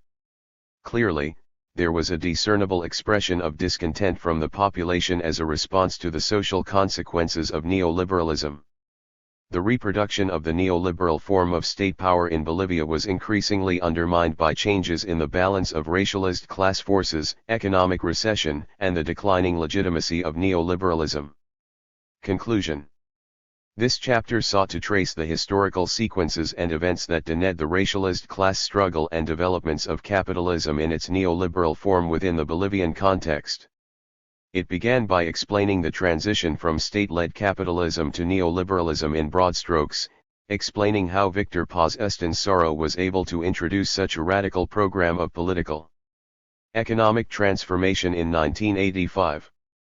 We explored the new political coherence of the Bolivian bourgeoisie and how this allowed the right to take advantage of hyperinflationary crisis. We also examined the transition in the fulcrum of popular class struggle from the tin mines to the coca plantations, the new world of labor born of neoliberal restructuring, the formation of the MAS, and various modes of lowland indigenous resistance that emerged over the neoliberal epoch. We looked at the dynamics of elite-packed democracy throughout the RST and second phases of Bolivian neoliberalism between 1985 and 2000. While consent was tactically employed by the state in its relations with popular organizations of the working class and peasantry over these 15 years, the frequent recourse to coercion clearly demonstrated that patterns of state repression introduced in the preceding era of authoritarianism had not entirely been abandoned. Indeed, the neoliberal period showed remarkable continuity of the old scenario, whereby bouts of coercion are interrupted periodically by popular mobilization of the working classes and the peasantry in defense of their rights. Finally, it was shown how between 1989 and 1998, Bolivia experienced moderate economic growth. A cognace of external and internal contradictions in the neoliberal model altered that situation quite dramatically in 1999 as the country entered a serious recession. Poverty and inequality shot up, and these increases hit the indigenous working class and peasant majority most severely. The privatization of what had been revenue-generating state-owned enterprises, especially YPFB, amplified the budget shortfalls experienced by the state during the economic crisis. Dependence on foreign assistance consequently increased. This, in turn, had the effect of further increasing the leverage of international financial institutions and the US state over domestic Bolivian policy. Their prescription to the crisis was more neoliberalism. Within much of the Bolivian population, however, a myriad of empirical indicators illustrated that there was growing discontent with the neoliberal economic program and the ostensibly democratic, but frequently repressive, regime responsible for its enforcement. Utilizing a new infrastructure of class struggle, social movement unionism, and variations of Bolivia's entrenched popular cultures of opposition and resistance, the indigenous peasantry and working classes of the department of Cochabamba soon displayed this discontent in dramatic forms of urban and rural rebellion. Chapter 5. Left Indigenous Insurrectionary Cycle, 2000-3. The Cochabamba Water War of 2000, Aymara peasant insurrections of the Western Altiplano in 2000 and 2001, and proletarian anti-tax revolt in La Paz and El Alto in February 2003, constituted the opening acts of what developed into a 20-year cycle of left indigenous insurrection in Bolivia. This gradual extension of popular class power from below helped shift the balance of class forces in society and opened up a crisis within the ruling class by 2003, as well as an extended crisis of the Bolivian neoliberal state. The reactive sequences of popular mobilization and state repression over these 20 years provided the basis for an escalating scale of radicalism. Anti-capitalist and indigenous liberationist demands of protesters broadened in scope, and the repertoires of struggle became more confrontational with time. In the Cochabamba Water War and the Aymara peasant insurrections, dense infrastructures of class struggle strengthened the capacities for revolt and provided an organizational base and political space for the development of a collective oppositional consciousness rooted in the politics of indigenous liberation and class struggle simultaneously. This emergent oppositional consciousness defended long-standing indigenous traditions of communal land and water management against market penetration. Incorporated strategic lessons and ideological visions from hundreds of years of experience in indigenous and worker radicalism, and made new demands for a constituent assembly and an alternative to neoliberalism. Increasingly, for worker and peasant radicals alike, that alternative was seen to be a new variant of socialism adapted to the particularities of Bolivia's social formation. The anti-tax rebellion of February 2003 revealed the depth of the state crisis, as the military and rank and LE police forces turned on each other with arms in the midst of urban working-class rioting. The February uprising was more spontaneous than the other two episodes of contention considered in this chapter, and relied less on the existing infrastructure of class struggle, although these also played a part. The February rebellion, more than anything, added a strong urban working-class component to the unfolding left indigenous insurrectionary cycle, and deepened the critique of neoliberalism as protesters explicitly targeted symbols of right-wing political parties, and domestic and foreign capital, during the revolt. In each of the three rebellions, state repression, employed with the intent of dampening the scale and intensity of protests, had the contrary effect of fueling the residential of resistance. The legitimacy of the neoliberal order and the expressions of coercive state power in its defense were increasingly called into question as the number of dead civilians continued to climb. The drive to privatize water in the city of Cochabamba and its surrounding countryside acted as the initial catalyst for the emergent left indigenous struggle in 20th century Bolivia. The water war consisted of an anti-neoliberal popular movement, struggling against the commoditization of perhaps the most important of public goods. One social movement actors articulated a powerful understanding of the rebellion, wedded to usos y costumbres, or the customary use of commonly governed water supplies of the Quechua indigenous communities, dating back centuries in rural areas surrounding Cochabamba, and decades in some poor neighborhoods in the city. The privatization of water was a fundamental violation of these usos y costumbres. Activists also emphasized the notion that water is a resource that is biologically and socially critical for life itself. To privatize water would be to privatize life itself. Water scarcity and the threat posed by privatization in the Cochabamba context fundamentally impacted a multi-class, rural, and urban layer of the population simultaneously. The role of the international financial institutions and a consortium of multinational corporations fueled the revitalization of a rich Bolivian tradition of anti-imperialism. The formation, through collective action and confrontation with the state, of a deepened oppositional consciousness, a stronger sense of solidarity, and a heightened awareness of the power of collective mass action, contributed to the radicalization of measures and demands as the protest developed. 2. The Cochabamba Water War was of fundamental importance in part because it represented the RST left indigenous popular victory following 15 years of relatively weak and impotent popular resistance on the part of the popular sectors of Bolivian society. The indigenous peasant and proletarian classes of Bolivia were perceived to have won, if perhaps only temporarily, in a battle against the Bolivian ruling class, the neoliberal state, the World Bank, and a transnational water consortium led by American transnational Bechtel.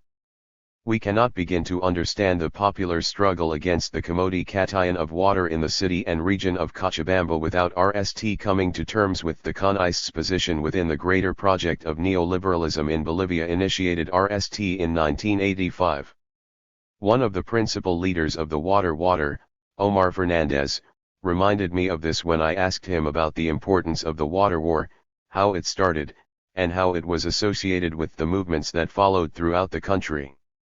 First, in 1985 a new model was implanted in the country, a neoliberal model based in two fundamental points, the privatization of the entire economic system and the handing over of natural resources to transnational corporations. This model worsened the economic situation of the country. One could see, little by little, how the communities, how the people were being left without their natural resources, how the state companies were transferred to private transnational corporations, and how there were no benefits to the population. Rather, there was more unemployment. The capital disappeared because this was an economic system that functioned like a vacuum cleaner, that is, the only thing the transnationals did was to take the protests outside the country. 3. Fernandez goes on to link the neoliberal economic model to the specific situation of water in Cochabamba. In Cochabamba, we can see clearly that the system also tried to privatize water, tried to take water from peasant communities and give it to a transnational. The transnational tried to raise the tariffs in Cochabamba, which caused this mobilization. It was in Cochabamba, where a situation emerged that extended throughout the entire country, in which the people were no longer prepared to continue with the model. 4. He notes how the water war was about more than simply water, and how the popular mobilization set an example for other movements throughout the country in the years to come. In this sense, the people did not only want to reclaim the water, the people said that they had to reclaim all that had been given to the transnationals. The people also realized that through mobilizations, through the unity of different sectors we can win important victories like the water war. It's because of this that in October 2003 there was a mobilization in this country, above all in El Alto, where the people were ready to reclaim hydrocarbons for the benefit of the Bolivian people. 5. 5.1.2 Infrastructure of Class Struggle. The success of the Cochabamba water war depended on the recomposition of rural and urban infrastructures of class struggle. These infrastructures took novel forms, adapting to the changes in the country's class structure that grew out of neoliberal economic restructuring in the 1980s and 1990s. The infrastructure of class struggle in the case of the Cochabamba water war is illustrated in Figure 5. 1. As indicated there, the central organizational actor was the coordinadora, integrated by VE organizations. There was no formal hierarchy between the organizations of the coordinadora, but the larger circles above, encompassing the Federación de Fabrils de Cochabamba, the Federación Departamental de Regantes, and the Coordinadora de las Federaciones del Trópico de Cochabamba indicate the more prominent role these organizations played in practice relative to the less significant organizations encompassed in the smaller circles below, the Central Obrera Departamental, and the Federación de Maestros Urbanos de Cochabamba. Table 5. 1 summarizes the grievances, demands, protest repertoires, and geographical scope of this infrastructure of class struggle over the course of the water war. The key foundation of the Coordinadora was the Fabrils, led by Oscar Oliveira, the grandson of a miner, the son of a carpenter, and himself a shoe factory worker who became the most important popular leader in the entire water war. The Fabrils were important because they adopted a politics of social movement unionism. Their organizing techniques, driven by this political orientation, helped to rebuild a popular infrastructure of class struggle in the rural and urban areas of the department of Cochabamba. This infrastructure then reached its zenith in the form of the Coordinadora. The Dank of CES of the Fabrils are situated in the central plaza of Cochabamba. Over a number of years preceding the water war, they had become a central locale for activists organizing in the city, a place where the complaints of unorganized workers could be voiced and addressed. The Fabrils were the most adept of any unions in Cochabamba at navigating the new terrain of the informalist neoliberal labor market, after the devastation of union power throughout the 1980s and 1990s. The union made an explicit effort to join in various community struggles, and to organize unorganized, temporary, subcontracted, and precariously situated workers, especially women and young people. The Fabrils also hosted educational forums on the new situation facing the working class, and attempted to foster and rebuild a culture of working class solidarity that had been stunted severely by years of economic restructuring. 6. The efforts to rebuild working class power through education and organization on the part of the Fabrils are perhaps best expressed in a speech delivered by Oliveira at the 18th Congress of the Confederation of Bolivian Workers in September 2000. The only effective way to defend ourselves and launch a real campaign of resistance is to build organizational links to irregular workers. This strategy needs to encompass every factory, every mine, every enterprise, whether or not it is privatized, and the hundreds of little subcontracting workshops. At the moment, because of the boss's manipulations, it looks like these workers are our competitors. But we are all workers who produce wealth that ends up in the hands of the same bosses. 7. Because of the moral authority gained through a long history of organizing along the lines of social movement unionism, and the leadership qualities of Oliveira, the of CES of the Fabrils also became the headquarters of the Coordinadora, and Oliveira became the president of the Coordinadora. 8. FIDECOR, led by Omar Fernandez, is widely recognized as the other foundational backbone of the Coordinadora, alongside the Fabrils. 9. FIDECOR was of Chile, founded on October 3, 1997 in the community of Tiquipaya, after a lengthy organizing process of seminars and workshops that brought together different indigenous peasant movements. 10. The indigenous peasant resistance movements from which FIDECOR emerged had been battling with the city of Cochabamba over water resources since the 1970s. 11. Between 1994 and 1996, various community irrigating organizations joined together in these struggles, transcending the limitations of localized resistance. Eventually, a number of communities in the Central Valley came together to forge a united front against escalating city consumption of scarce water supplies. A third social force in the water war were the Cocoleros, led by Evo Morales, and organized through the CSFTC. 12. The Cocoleros constituted a cohesive presence within the Coordinadora as well as participating directly in marches and confrontations with state authorities, before and during the water war. They were able to forge rural linkages with the Regants, urban alliances with the popular classes of Cochabamba, and even overcome some of the middle-class distrust of their struggles over the coca leaf through their valiant participation in the water war. As others have noted, the compact and disciplined presence of the Cocoleros during the water war renewed the life of the protest at critical junctures. 13. As Figure 5.1 illustrates, the COD Cochabamba and the FMUC were also integrated into the Coordinadora and played a secondary role in organizing and carrying out demonstrations during the water war. Apart from these more formally organized actors, a host of other social groups that cut across different classes intervened in secondary ways. For example, the privatization law threatened the local water associations of residents of the peripheral neighborhoods of the city. They had, through sheer ingenuity, created forms of water self-governance over the years in lieu of public systems that would service their neighborhoods. These poor urban residents became a key social force in the road blockades and confrontations of the water war. Important, too, were those water consumers who had access to the Semipa network, which was taken over by Aguas del Tunari. By January 2000, after the takeover, the increase in tariffs for some water consumers exceeded 200%. According to some estimates, the new tariffs raised rates to approximately $35 American per family per month, in a city where the minimum wage is around $60.14. Consumers across the working and middle classes were incensed by the tariff hikes and displayed their discontent in the streets. Sections of the middle class and university students supported the protests of the water war, especially as their momentum increased. Without doubt the most heroic unorganized sector of the rebellion were the street kids, or the self-identified guerreros del agua. In the most furious zones of police repression and activist resistance, it was no coincidence that the strongest presence was that of the water warriors.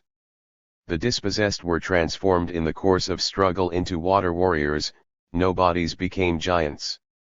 The insurrectional process itself gave those with the least to lose, in some senses, a renewed sense of life, even as they were, paradoxically, the most willing to die. 15 less important, but still worth mentioning, were groups of professionals who intervened in dealings with the technical aspects of the law and the contract with Aguas del Tunari. 16 For example, the Sociedad de Ingenieros Boliviano, while having supported well drilling in the past, expressly came out against it by the end of 1990s, and joined forces with FEDECOR and other organizations in formulating technical alternatives. 17 Finally, the Cochabamba water war became a powerful symbol at the international level, an inspiration for social movements around the world against privatization and for social justice. In particular, Oscar Olivera became a world-renowned guru in the global justice movement. In mid-April 2000, on his RST trip outside of Bolivia, he flew to Washington, D.C. to participate in demonstrations against the IMF and World Bank. Essential to this undertaking, as well as to the wider-scale publicity efforts within progressive media networks internationally, was a group of expatriate Americans living in Bolivia and active in local and international social movement networks. Most important among these activists were Jim Schultz and Tom Cruise. 18 This appearance by Olivera in Washington brought a new level of international exposure to left indigenous struggles in Bolivia. All of these organizations and less organized participant groups, the rural and urban infrastructure of class struggle, were tied together through the Coordinadora. The Coordinadora had its origins in FEDECOR and the Fabrils who, in the face of Law 2029, began to work seriously at building a network of allies, a major part of this effort being a series of meetings and assemblies held in the CES of the Fabrils in late 1999. On November 12 of that year, the Coordinadora was officially constituted with over 20 participating social movement organizations. 19 The deeply democratic nature of the Coordinadora also contributed to its successes. Assemblies of urban water committees, peasant irrigators, poor urban barrios, unions, and other local spaces facilitated the collective process for resolving problems, and linked immediate needs facing communities with larger-scale political and economic structures of domination and exploitation. The Coordinadora functioned with rotational delegations from all of the participating local associations, unions, and committees. In intense moments of struggle, such as in April, this popular parliament governed daily. There were also cabildos, or open gatherings, in which crowds from between 5,000 and 100,000 made collective decisions to block roads, declare general strikes, and engage in other collective actions. Finally, the Coordinadora had an executive committee headed by Olivera and Fernandez. This committee was regularly held to account through the cabildos. 20 As its name suggests, therefore, the coordinator was a exible coordinator of various social movements and infrastructures of rural and urban popular class struggle. 21. These characteristics of participatory and assemblyist styles of revolutionary democracy in the streets were critical to the emergence of extraordinary, if localized, expressions of popular power. Garcia Linera writes, a number of times in 2000, this dense web of assemblies and plebeian democratic practices not only demanded rights from the state with its system of parties and parliament, but also replaced the state as the mechanism of government, as the system of mediation, and as the culture of obedience. 22. 5.1.33 Battles and State Crisis. Over the last several decades, demographic change, capitalist development, and rapid urbanization in a region of natural water scarcity primed the Department of Cochabamba for the emergence of serious public contention over water resources. In the decades following the National Revolution, manufacturing, construction and service sector expansion in the city of Cochabamba drew in rural migrants. The closure of the tin mines in 1985 also fed population growth in the city. A succession of droughts in the 1980s played an additional role in pushing peasants to migrate. The city's population grew from 205,000 to 414,000 between 1976 and 1992. 23. Urban infrastructure did not keep pace. In 2000 the public potable water and sewerage system reached scarcely half the population of the city, and even this service was rationed and irregular. 24. In the Central Valley small-holding indigenous peasants were intensively farming their minifundia, producing carrots, peaches, peas, corn, wheat, and barley for the burgeoning urban markets. Pig and dairy farming were also accelerating. 25. All of this commercial activity in the rural areas heightened demand for irrigation, while the rapid population growth simultaneously spiked levels of water consumption in the cities. This scenario created serious water contests dating back to the 1970s. Contests intensified in the 1990s with the expansion of well drilling under the guidance of Semapa.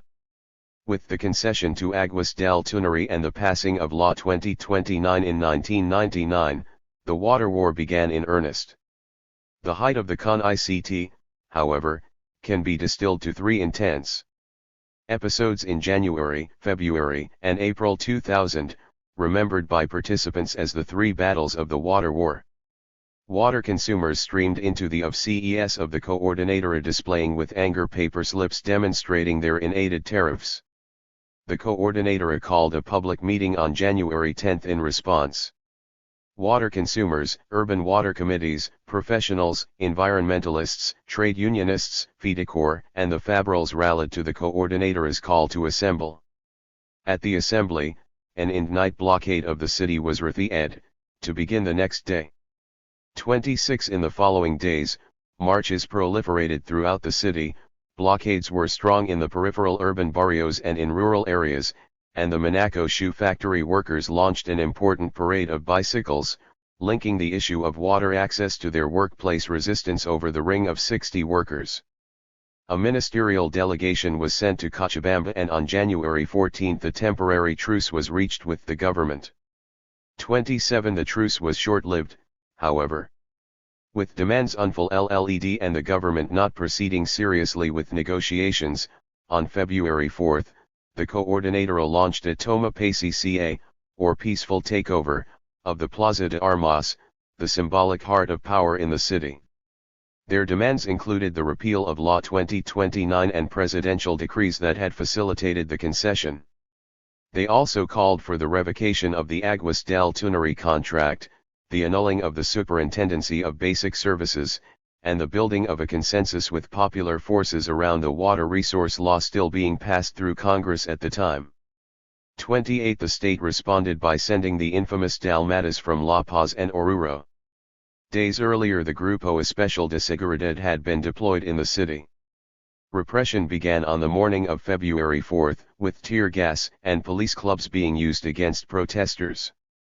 29. That day and the next there were ferocious street battles between protesters and the repressive arms of the state, the latter reduced to defending a 4-block perimeter surrounding the plaza, while the crowd in rebellion controlled the rest of the city, and indeed the rest of the region with roadblocks and a general strike.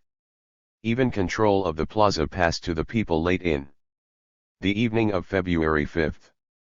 30 The city was entirely paralysed, with vehicular transit impossible. Again, after 22 protesters were injured and 135 detained, a fragile truce was declared, mediated by the Catholic Church and the Human Rights Ombudsperson.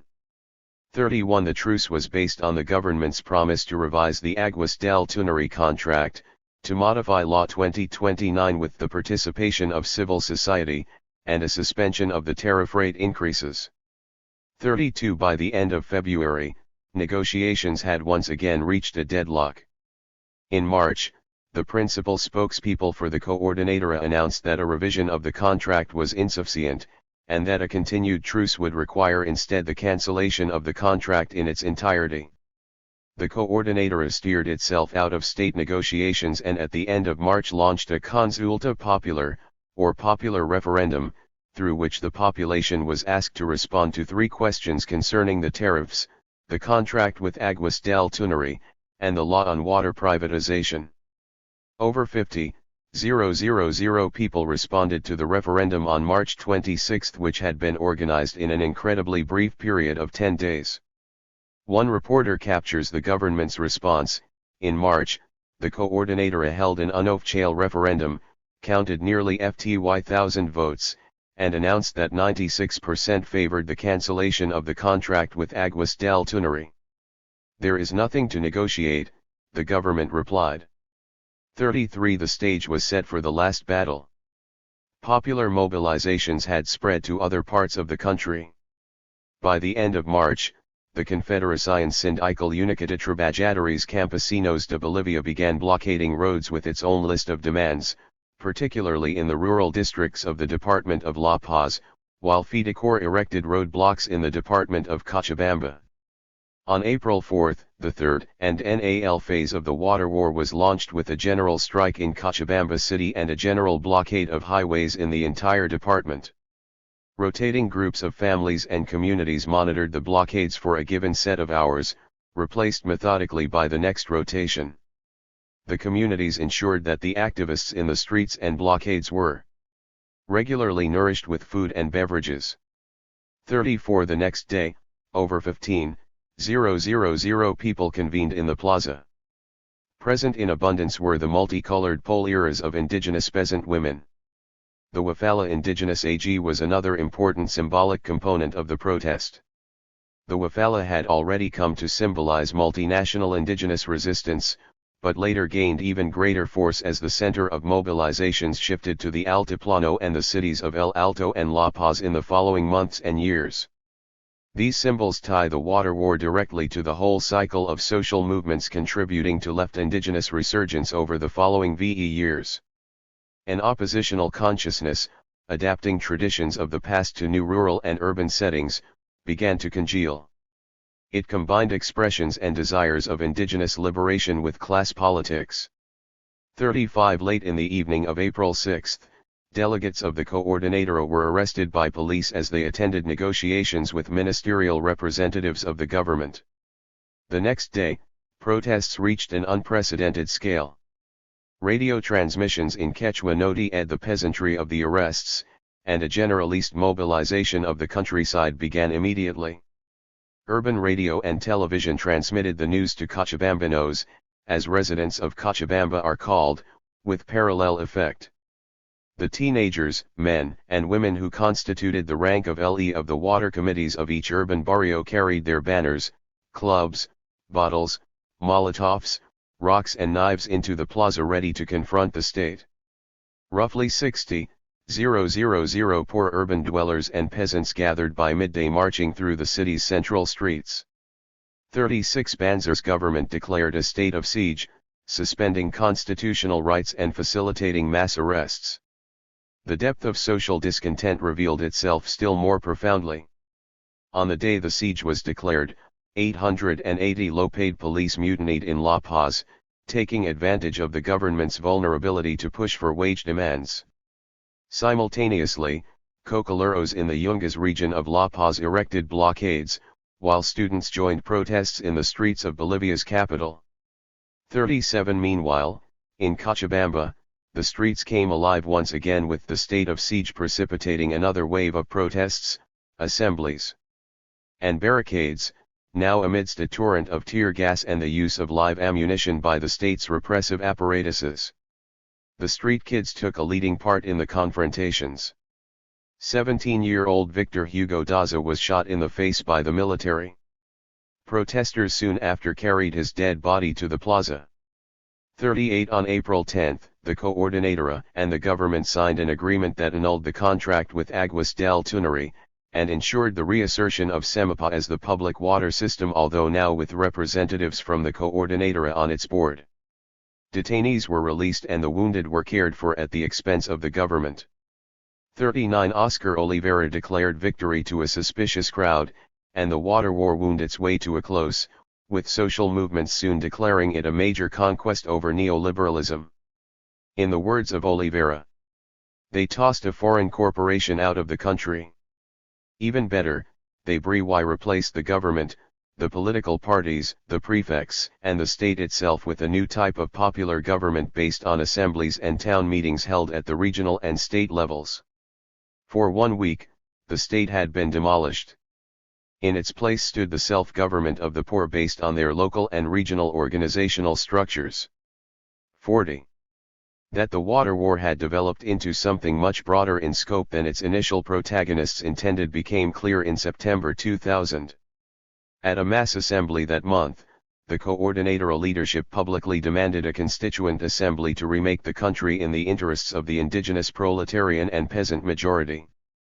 The constituent assembly they envisaged would bring together urban workers, irrigation farmers, villagers, cocoleros, Aymaran communities, landless peasants, and beyond.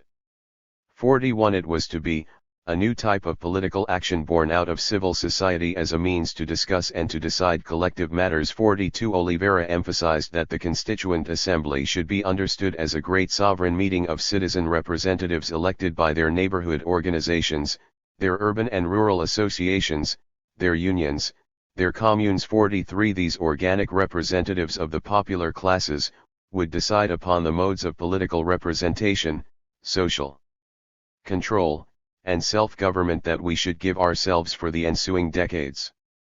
44 It is important to note that the water war initiated a cycle of left indigenous protest that spread throughout the country. It proved to be the spark of Bolivia's most recent left indigenous cycle of revolt. Oliveira expressed this dynamic to me in a powerful fashion. The people realized that it's possible to defeat the system, that it's possible to defeat the transnationals, and that it's possible to dispense with the political parties of the institutional state system that up until that moment had been privatized by the political parties. They had privatized the right to speak and to make decisions. Therefore, I think that we broke not only the monopoly of the transnationals and their plundering of our natural resources, but the monopoly on the right to speak and make decisions held by the political parties.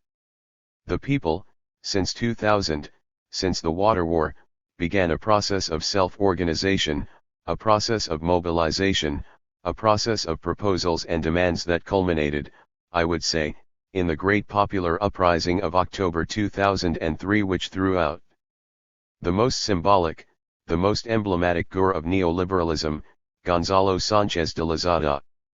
45. 5.2 The insurrectionary Aymara peasantry. If the water war in Cochabamba was one regional axis of the emergent insurrectionary cycle in 2000, another critical zone was the western altiplano of the departments of Oruro and La Paz, as well as the northern valleys of the latter. 46 In April and September, October 2000, as well as in June, July 2001, the Aymara peasantry in these regions, organized through the Xatsib and led by Aymara radical Felipe Quispe, orchestrated wide-scale mobilizations with massive road blockades. The protests marked the historic re-emergence of the Aymara peasantry, which had not made a political intervention of this magnitude since the rural component of the 1979 struggles for democracy, led by Genaro Flores. 5.2.1 The Ktsiib and Rural Infrastructure of Class Struggle. Deborah Yashar's emphasis on the importance of pre-existing trans-community networks for the emergence of indigenous social movements in Latin America corresponds tightly with Bolivian reality. 47 At the macrostructural level in the Altiplano, the Ktsiib, and the web of rural unionzillas whose current structures date back to the 1953 post-revolutionary land reform processes are key. The structure of the Ktsiib is illustrated in Figure 5. 2. At the microstructural level, the reassertion of traditional Aymara organizational repertoires of social, political, economic, and insurrectional life also played a determining role in the rebellions of 2000 and 2001. Table 5. 2 indicates the infrastructure of struggle, grievances, demands, protest repertoires, and geographic scope of the Aymara insurrections, only the highlights from which are discussed in the text. The Ktsiib was formed in 1979 at a Congress for Peasant Unity convoked by the COB. The formation of the Ktsiib brought a definitive end to conservative Pacto Milita Campesino, and represented the beginning of an independent indigenous peasant movement. While, technically, the Ktsiib remains a part of the COB, in practice, it acts as an autonomous body with its own complex infrastructural web extending to all 9 departments of the country. An executive committee stands above 9 departmental federations in the organization's hierarchy. 48 The infrastructure of indigenous peasant class struggle provided by the Ktsiib was critical to the mobilizations of 2000 and 2001. For April and September, October 2000 and June, July 2001, the leadership of Felipe Quispe within the executive committee was also a key factor, as we will see. Below the executive, however, the role of the Federation in the Department of La Paz, as well as all the smaller units of the Ktsiib hierarchy within the department, facilitated the rebellions. It is important to point out that, while there is an elaborate formal hierarchy within the Ktsiib, in practice the hierarchy is often disrupted. So, for example, each departmental federation enjoys substantial autonomy in the development of its politics, practical decisions, and general political subculture. Similarly, provincial federations often enjoy autonomy in relation to the departmental federations above them. The loose nature of the network in this sense frequently has important consequences for the dynamics of rural peasant struggle in Bolivia. Rather than declarations or orders for mobilization being issued from the executive committee, for example, it is often the case that mobilizations swell up from below through provincial and departmental federations, obligating the executive committee to subsequently take up the cause and coordinate actions at a more macro level. This was precisely the chain of command during the September-October 2000 events. 49 Some of the general features of the Ktsiib can be teased out if we look at the relationship between the Executive Committee of the Ktsiib and the Federación Departamental Única de Trabajadores Campesinos de La Paz, TUPAJ-CATERI. In general, if the Executive Committee decides to support a mobilization effort, the leadership of the FDUCLTK, representing all of the provinces of the Department of La Paz, will immediately convene to decide whether or not the department is going to participate in the collective action, and, if so, how it will participate. During the actual process of mobilizations and road blockades, the Federation is obliged to hold regular meetings to evaluate the dynamics of the situation as they unfold. Furthermore, the Federation has to maintain UID lines of communication and consultation with provincial-level representatives, both to explain the motivations behind the mobilization and to assess the popular sentiments of the rank and LE. These rituals of constant meetings between the departmental and provincial federations, and, in turn, between provincial federations and community bases through wider assemblies on the ground, are fundamental to the socialization and politicization of the bases. Only through these mechanisms do the themes around which the peasantry is mobilizing gain social legitimacy. The deliberative rituals go a long way towards explaining the tremendous social capacity of mobilizations in the Altiplano. 50 At the same time, without the extensive and layered infrastructure, provincial protests would remain parochial affairs. The capacity literally to shut down the country, as in September, October 2000, depended on the vitality of the infrastructure as a whole, even if there are different levels of politicization, radicalization, and mobilizing capacity from province to province, and department to department. 51. Since the 1953 land reform, the population in the countryside of the Altiplano has been organized formally into sindicatos agrarios, or agrarian unions. In practice, however, the ways in which these union apparatuses have intermixed and blended with indigenous patterns of cultural and political organization vary widely from region to region. 52. In some regions, the indigenous names of traditional authorities persist, and, in others, they have re-emerged with the politicization of indigenous identities since the 1970s. For example, within various Aymara areas of the Bolivian countryside, the Gers of Malcu and Tiala remain central to local self-governance. 53. Several illas organized together constitute marcas, which are, in turn, divided organizationally into two parts, one higher, and one lower. The Malcu is, therefore, the most important gur within a grouping of illas, called a marca. The Malcu governs in collaboration with Jalacatas. The latter function as the most important authority in each illu.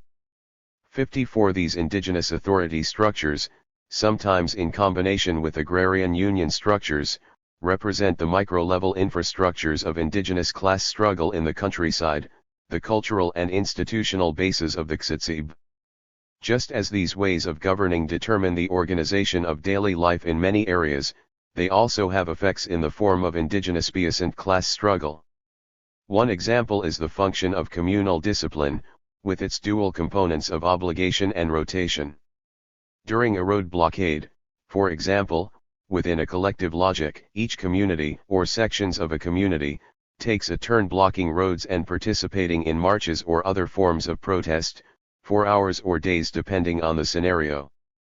The communities or sections of communities then rotate, such that those at the blockades return to their land to watch the animals and attend to crops.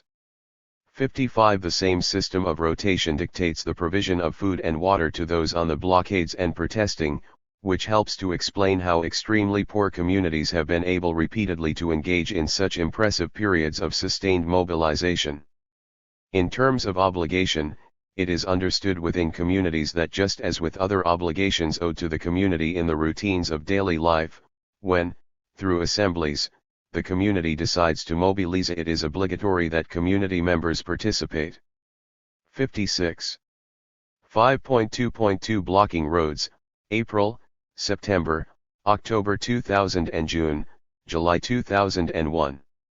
While the water war was raging in Cochabamba in April 2000, the Aymara peasantry instigated another set of actions in the western Andes of Bolivia. The immediate causes of the Aymara regional uprising were similar to those that ignited protest in Cochabamba. Fundamental as a spark to the insurrection in the Altiplano was a bill before Congress that would have privatized access to water in the region. Just as the Quechuarigans had appealed to Yosos y Costumbres in Cochabamba to contest water privatization, Aymara peasants in Oruro and La Paz demanded that the new water bill not be passed because it violated communal indigenous understandings of water. In the logic of the illas, water cannot be bought or sold, or subjected to market logic because water is a vital part of life, it is the blood of the Pachamama. Mother Earth, Pachamama, would die if it became a commodity with market value. 57. The Aymara insurgents also demanded the annulment of the law of the Instituto Nacional de Reforma Agraria, promulgated by the Sánchez de Lozada government in 1996 as part of its Plan de Todos. The Aymara peasants saw the law as a threat to their traditional ILO systems of land governance in the Altiplano, especially as the INRA process increasingly emphasized land titling and individual property rights, a response to pressures from the World Bank and large landholding lobbyists. 58 protesters were also motivated to act on a host of other short-term demands, including the need for agricultural subsidies and access to new agricultural technologies, the creation of rural indigenous universities, and an end to the eradication of coca crops in the Yungas. The Xitsib initiated its road blockade on April 3, 2000. Roadblocks were concentrated in La Paz and Oruro, but also extended to the departments of Cochabamba, Chuquisaca, and Tarija. Over the next few days, blockades were extended throughout the departments of Beni and Potosí. 59 Between 5 and April 9, roads were blocked at a national level. Aymara peasants from the communities of Huaytallata, Juarina, and Acacachi in the province of Omazuas, in the department of La Paz, were the pivotal social force behind the rebellions. Roads leading from the capital of La Paz to Copacabana and to northern areas of the department of La Paz were shut down. The principal highway corridor between the cities of La Paz and Oruro was blockaded with peasants from Patacamaya, Sica, and Caracalo taking to the streets. In addition, the highways connecting the cities of Oruro and Cochabamba, and Sucre to Monteagudo, Potosí, and Cochabamba were all impassable. Finally, the major highway connecting Cochabamba and Santa Cruz was blockaded by the cocoleros of the Chaparral community Villa Tunari. 60 Acacachi, the capital of the La Paz province Omazuas, a community situated on the edge of Lake Titicaca, a short distance northwest of Bolivia's capital city, represented the political heartland of all this activity. The Banzer government, having already declared a state of siege to deal with the mounting problems in Cochabamba, militarized the city of Acacachi as well as many surrounding towns and villages, notably Axleta Grande, on April 9. Felipe Quispe and other leaders were arrested and shipped off to remote prisons within the country. 61 In the following confrontations between the military and mobilized peasants, 2 Aymaras were killed, Ramiro Quispe Shambay and Hugo Aruquapa. 62 Throughout Omazuas, protesters destroyed state of CES and institutions, such as the Palace of Justice and the of CES of the sub-prefect. The insurgent peasants managed also to liberate prisoners from the jail in Acacachi. State repression intensified further, with over 1,000 new troops deployed to the area by land and air, raiding houses in the early morning hours and torturing some of their occupants. Battles between Aymara peasants and the coercive apparatuses of the state extended into other provinces of La Paz. 63 Negotiations were initiated with the government, and by April 14, 2000 this round of Aymara protest wound down. The lull in activity was short-lived. April's mobilizations in the Altiplano were followed by a massive wave of blockades and protests over many of the same issues, starting on September 11 and lasting until October 7, 2000. Tens of thousands of peasants blocked the central highways connecting Cochabamba and Santa Cruz and Oruro and Potosí. They also occupied all the roads and highways connecting the city of La Paz with the rest of the provinces, as well as the main thoroughfares to the other departments in the country. The blockades were so effective at shutting down the flow of goods that basic supplies for the city of La Paz had to be owned in under the order of President Banzer and the prefect of La Paz. 64 Peasants from the valleys of Inquisivi and Loaza occupied the La Paz-Oruro highway. Over 50,000 assembled in Acacachi from provinces throughout the department of La Paz to decide on further actions. Talk of an Aymara nation, civil war, and a march on La Paz were in the air. 65 Forrest Hilton and Sinclair Thompson note, by October 2000, the road blockades organized by the Xatsib and their calls for a march on the capital raised the revolutionary specter of 1781. Food shortages started to affect La Paz.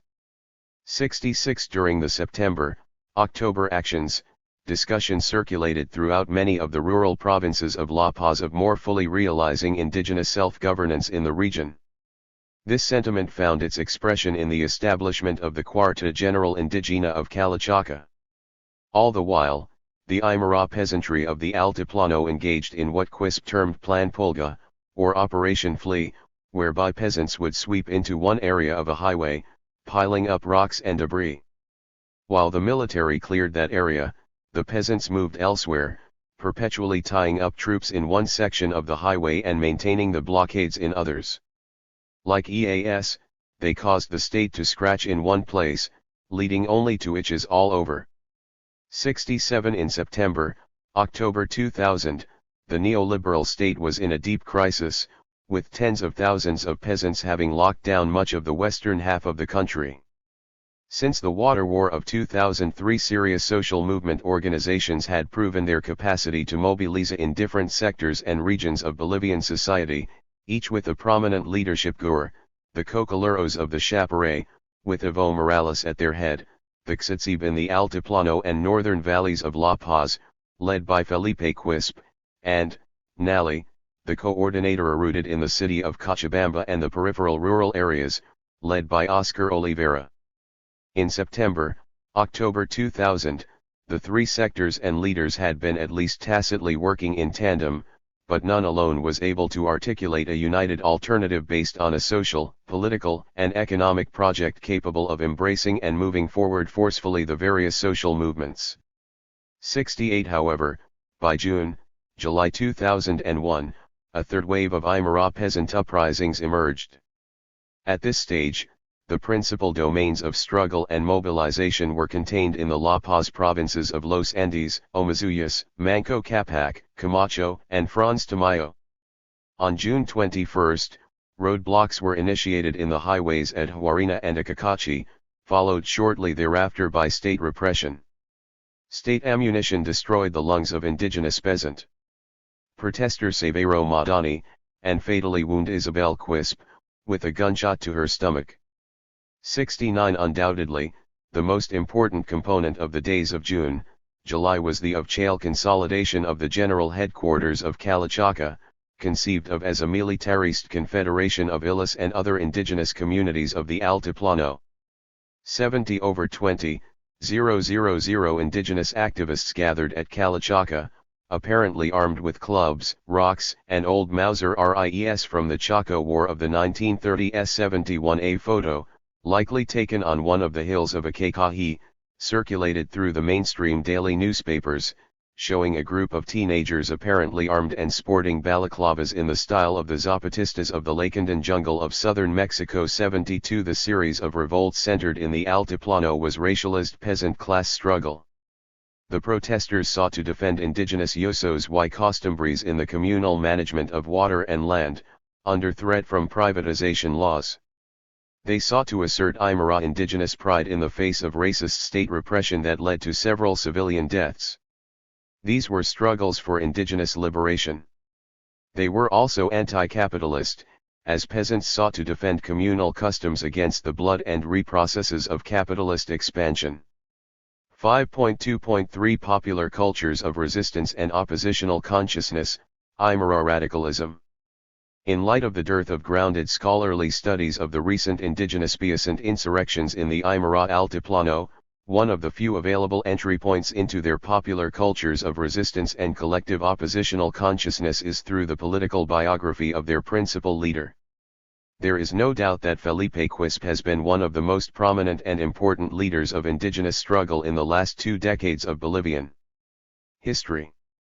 73 During the mobilizations of the Aymara peasantry in 2000 and 2001, Quispe was the central focal point of popular struggle, more or less embodying and personifying the revolutionary sentiments of those blocking the roads and bringing the country to a standstill. Quispe articulated this collective voice audaciously and confrontationally in full view of the media and the Bolivian citizenry, and in the face of racist neocolonial elites. For Aymara and other indigenous radicals, Quispe's public expressions provoked and inspired indigenous pride, and solidarity consciousness around the necessity of popular struggle.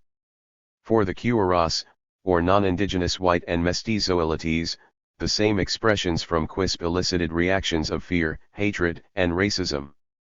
His personal political trajectory sheds at least partial light on the collective history of indigenous movements over the last few decades in Bolivia, their ideological transitions, infrastructures of struggle, and their important contribution to the cycle of combined liberation across the country. By all accounts, Quispe has led a seditious life. He was born in the community of Jiscay Axaria, outside Acacachi.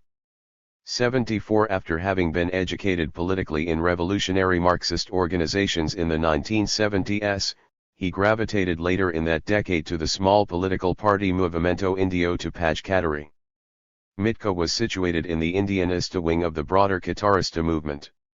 Mitka was therefore distinct from the Guitarista currents closer to the Xitzib of the time, and the Movimento Revolucionario Tupac Katari. The latter currents maintained some residual peasantist, or campesinista, class-based ideological characteristics, alongside the elements of ethnic reivindication common throughout Guitarismo. 75 Quispe was an important player in semi-clandestine indigenous popular politics in the 1970s and early 1980s. But his real ascent probably began with the Extraordinary Congress of the Xitzib in Potosi in 1988, where he was a representative. For a new militant organization, Ofensiva Roja de Illes Guitaristas. The Illes Rojos were an eclectic amalgamation of Marxist indigenous activists, bringing together indigenista Aymaras, miners, and urban Marxists. 76 As noted, in 1991-2 an armed wing of the Illes Rojos, the Ejército Guerrillero Tupac Katari, emerged and Quispe was a leading GUR alongside Alvaro Garcia Linera and Raquel Gutierrez.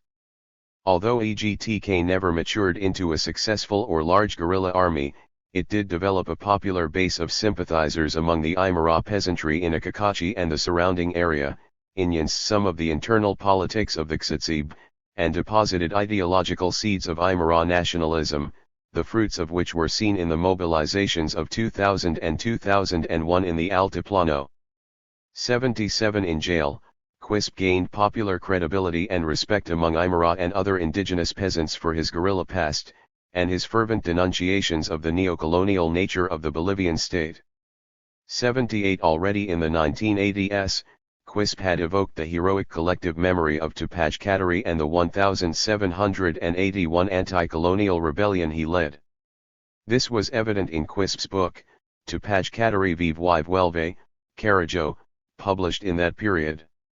However, as a result of his devotion to political study in jail, when Quispe was released, his political oratory was now more markedly replete with historical references. Moreover, his credibility, gained through years of activism, guerrilla struggle, and, now, incarceration, remained intact, indeed strengthened. 79 In the First Extraordinary Congress of the Xitzib, between 26 and November 28, 1998, Quispe was elected executive secretary, essentially because he was seen as the consensus candidate between the internally feuding factions of the Xitzib aligned behind either Evo Morales or Alejo Velez.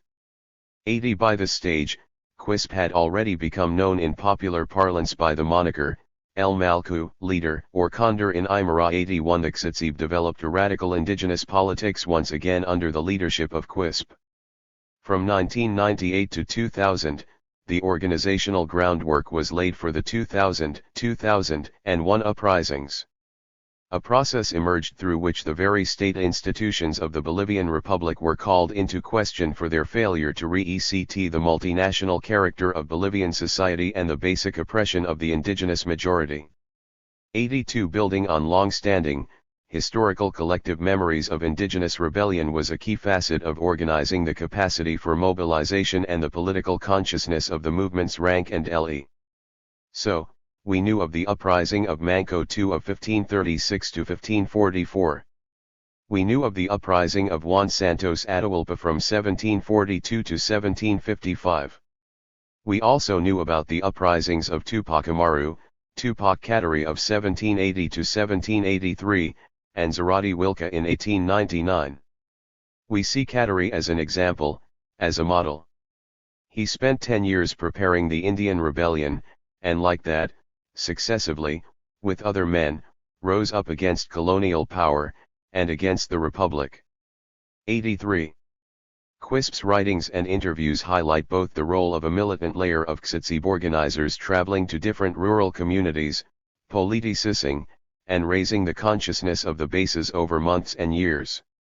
At the same time, he emphasizes the radicalization of the grassroots themselves, their capacity to self-organize and mobilize, and ultimately to disobey the high command of the Xitzib when it refused at times to sanction radical action against the state. 84 Quispe reacts in the interview on his own political and ideological trajectory away from isolated guerrilla action and toward the power of mass mobilization as a basis for indigenous liberation. Originally, he put his faith in the possibility of forming a small vanguard of armed revolutionaries within the indigenous communities. But, you know what, it turned out that the mobilizations of April and September have clarified things for us. Quispe points out, in Rebellion, I have learned that the true struggle has not been of a few people, but has been taken up by millions and millions of indigenous. 85 He calls for an insurrection supported by our own resources from the communities and the unions, a rebellion of a communal and indigenous character, which employs our own philosophical thought and traditions. 86.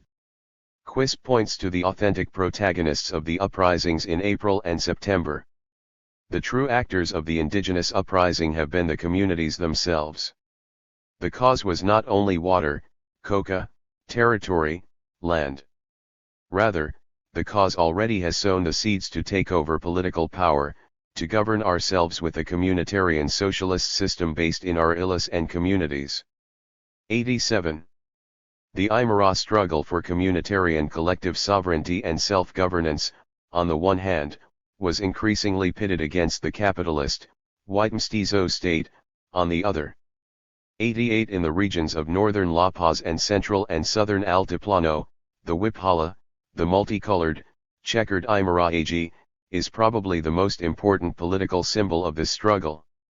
It differentiates collective Aymara identity from the Bolivian identity promoted by the state and represented by the Bolivian AG. Further, the Wiphala is understood today as a symbol of war and social struggle, as well as a commitment to communitarian social life and the illas. 89. The more radical sectors of the rebellions of 2000 and 2001 were ideologically oriented towards a fundamental, revolutionary challenge to the neoliberal capitalist model in place since 1985. Large sections of the Aymara Altiplano, aligned with Quispe in these contentious moments of confrontation with the state, were building the incipient ideological and organizational foundations for an alternative revolutionary and democratic state. 90 This alternative democracy envisioned by the indigenous activists on the road blockades has been expressed intellectually by scholars working in the Bolivian context as illa or communal democracy versus liberal capitalist representative democracy. 91 Quispe, as we have seen, conceives of the rebellions as a communitarian socialist challenge to the neocolonial capitalist Bolivian state. He speaks of the reassertion of the communal system of the illa, adapted to the 21st century context, as a way of replacing the colonial institutions and practices inherited by the Republicans at Bolivian independence in 1825. 92 In many respects, this notion of communitarian socialism in the countryside was the rural counterpart to the revolutionary, assemblyist forms of urban democracy experienced during the water war in Cochabamba through the creation of the coordinator and mass meetings in the streets and plazas. 5.3 The 12–13 February 2003 Impuestazo. The epoch of left indigenous insurrection begun in Cochabamba in 2000 surged forward dramatically in February 2003 with an historic insurrection by low-ranking police officers in the city of La Paz, armed confrontation between the police and the military, and largely spontaneous revolts by the informal and formal sectors of the urban working classes and public university and high school students of La Paz and El Alto. 93 The police insurrection and popular rebellion spread, albeit on a smaller scale, to the cities of Cochabamba, Santa Cruz, Trinidad, Oruro, and Sucre. 94 The armed assault on the protesting police forces by the military protecting the presidential palace in the Plaza Murillo set off popular indignation throughout the urban working classes of La Paz and El Alto and led to 2 days of revolt. The crisis of neoliberalism had reached a crescendo as the two wings of the state's coercive apparatus, the military and the police, disintegrated into internecine con ICT. The workers in the streets were primarily indigenous, particularly so in the city of El Alto. Claudia Espinosa and Gonzalo Gozalve describe the masses in the streets as in the majority unemployed young men and women between 13 and 18 years of age, families congregated in protest, students, unemployed adults, self-employed informal workers, and to a lesser extent workers from the organized sectors. 95 The protests in February reignited the urban dimension of left indigenous insurrection, which had been eclipsed somewhat by the rural Aymara indigenous insurrections and various Cocalera battles following the more urbanist Cochabamba Water War. The anti-tax protests in El Alto and La Paz had a more spontaneous character than the Cochabamba Water War and the Aymara peasant insurrections. The importance of the existing urban infrastructure of class struggle in building and leading the rebellion was less obvious. Various unions and social movement organizations did play a part, but they tailed rather than led the February events. The organizations, grievances, demands, protest repertoires, and geographical scope central to what unfolded in February are illustrated in Table 5. 3. And the targets of protest in Table 5. 4. The class struggle was waged in February 2003 against increases in taxation that targeted the formally employed working class in particular. The spark of the police mutiny was the February 9 announcement made by President Gonzalo Sanchez de Lozada that there would be a new income tax targeting salaried workers who made 2 times or more the minimum salary. 96 The tax was clearly a response to demands from the International Monetary Fund that the Bolivian state shrink its ballooning deficit dramatically over the coming year. 97 A visiting delegation from the IMF demanded that the budget deficit fall to 5% of GDP in 1 year, meaning that the Bolivian government would have to come up with a combination of budget cuts and tax increases totaling more than $250 million. Even as the devastating social consequences of years of neoliberal restructuring were still very much alive.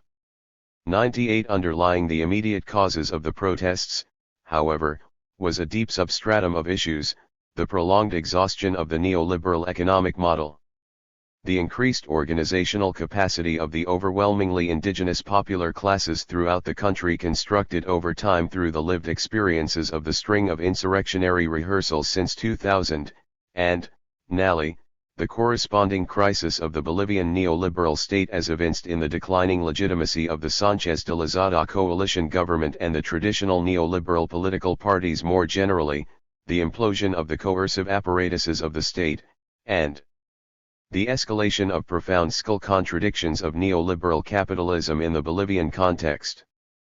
The February events have been described as perhaps the worst period of civil disorder the country has seen since its popular revolution of 1952-99. The protests targeted the headquarters of the central neoliberal political parties, transnational corporations, international and domestic banks, neoliberal state ministries, media companies, and other meaningful symbolic representations of neoliberal capitalism and state repression. While relatively spontaneous, the protests showed a degree of politicization and were consciously anti-neoliberal in character. The minimal looting and vandalism that occurred cannot realistically be portrayed as a central characteristic of the rebellion. The leitmotif of the February riots was urban working-class struggle from below against the neoliberal capitalist order. The uneven battles between the relatively poorly armed police and the heavily armed military, employing tear gas, rubber bullets, helicopters, tanks, snipers, and live ammunition, and the repression of unarmed civilian protesters, left a terrible wake of dead and injured in only 2 days. 100 crowds gathered in the Plaza San Francisco, setting up makeshift barricades, and engaging in near-constant confrontations with the military. Protesters took over the Coca-Cola and Pepsi bottling plants in El Alto. 101 The COB, teachers and other unionized formal workers, the unemployed, students, and others, gathered to march in La Paz, demanding the resignation of Sanchez de Lozada. 102 The militarization of La Paz and El Alto was extensive. Military tanks and assault vehicles circled the Plaza Murillo. The scenes recalled an earlier era of military authoritarian rule in the country. 103 At an ideological level, we have seen that, already by the time of the Cochabamba Water War, the ideological hegemony enjoyed by neoliberals within the Bolivian state was coming apart at the seams. In the words of La Paz-based activist Pablo Salon, the origins of February 12 and 13 come from much further back, and cannot be explained exclusively through the cause-effect relations of that conjuncture. but rather through an explosive accumulation of 17 years of applying the neoliberal model. 104 The ideological challenge to neoliberalism, so vividly expressed in extra-parliamentary movements, also expressed itself in the electoral arena in 2002, bringing to an end the viability of the pact democracy of the ADN, MIR, and MNR, and signaling the rise of two left indigenous parties, the MAS and MIP. 105 Remarkably, Evo Morales 121% of the popular vote to Gonzalo Sanchez de Lozada's 22. This was a major gain for the most prominent left indigenous party in the country. 106 The other stunning feature of the elections was the pronounced erosion of support for the MNR, MIR, and ADN. Together, these three parties had achieved more than 50% of votes in every general election since 1985. In 2002, however, they took only 42% of the popular vote.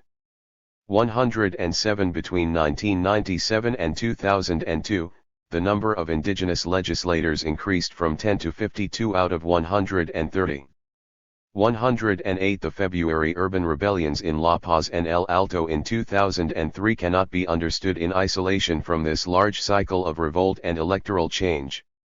109 Instead, we need to consider the February revolt in light of the decomposition of the social forces backing neoliberalism in Bolivia and exercising control of the state, and the recomposition of left indigenous social forces building on the experiences of insurrection since the 2000 Water War.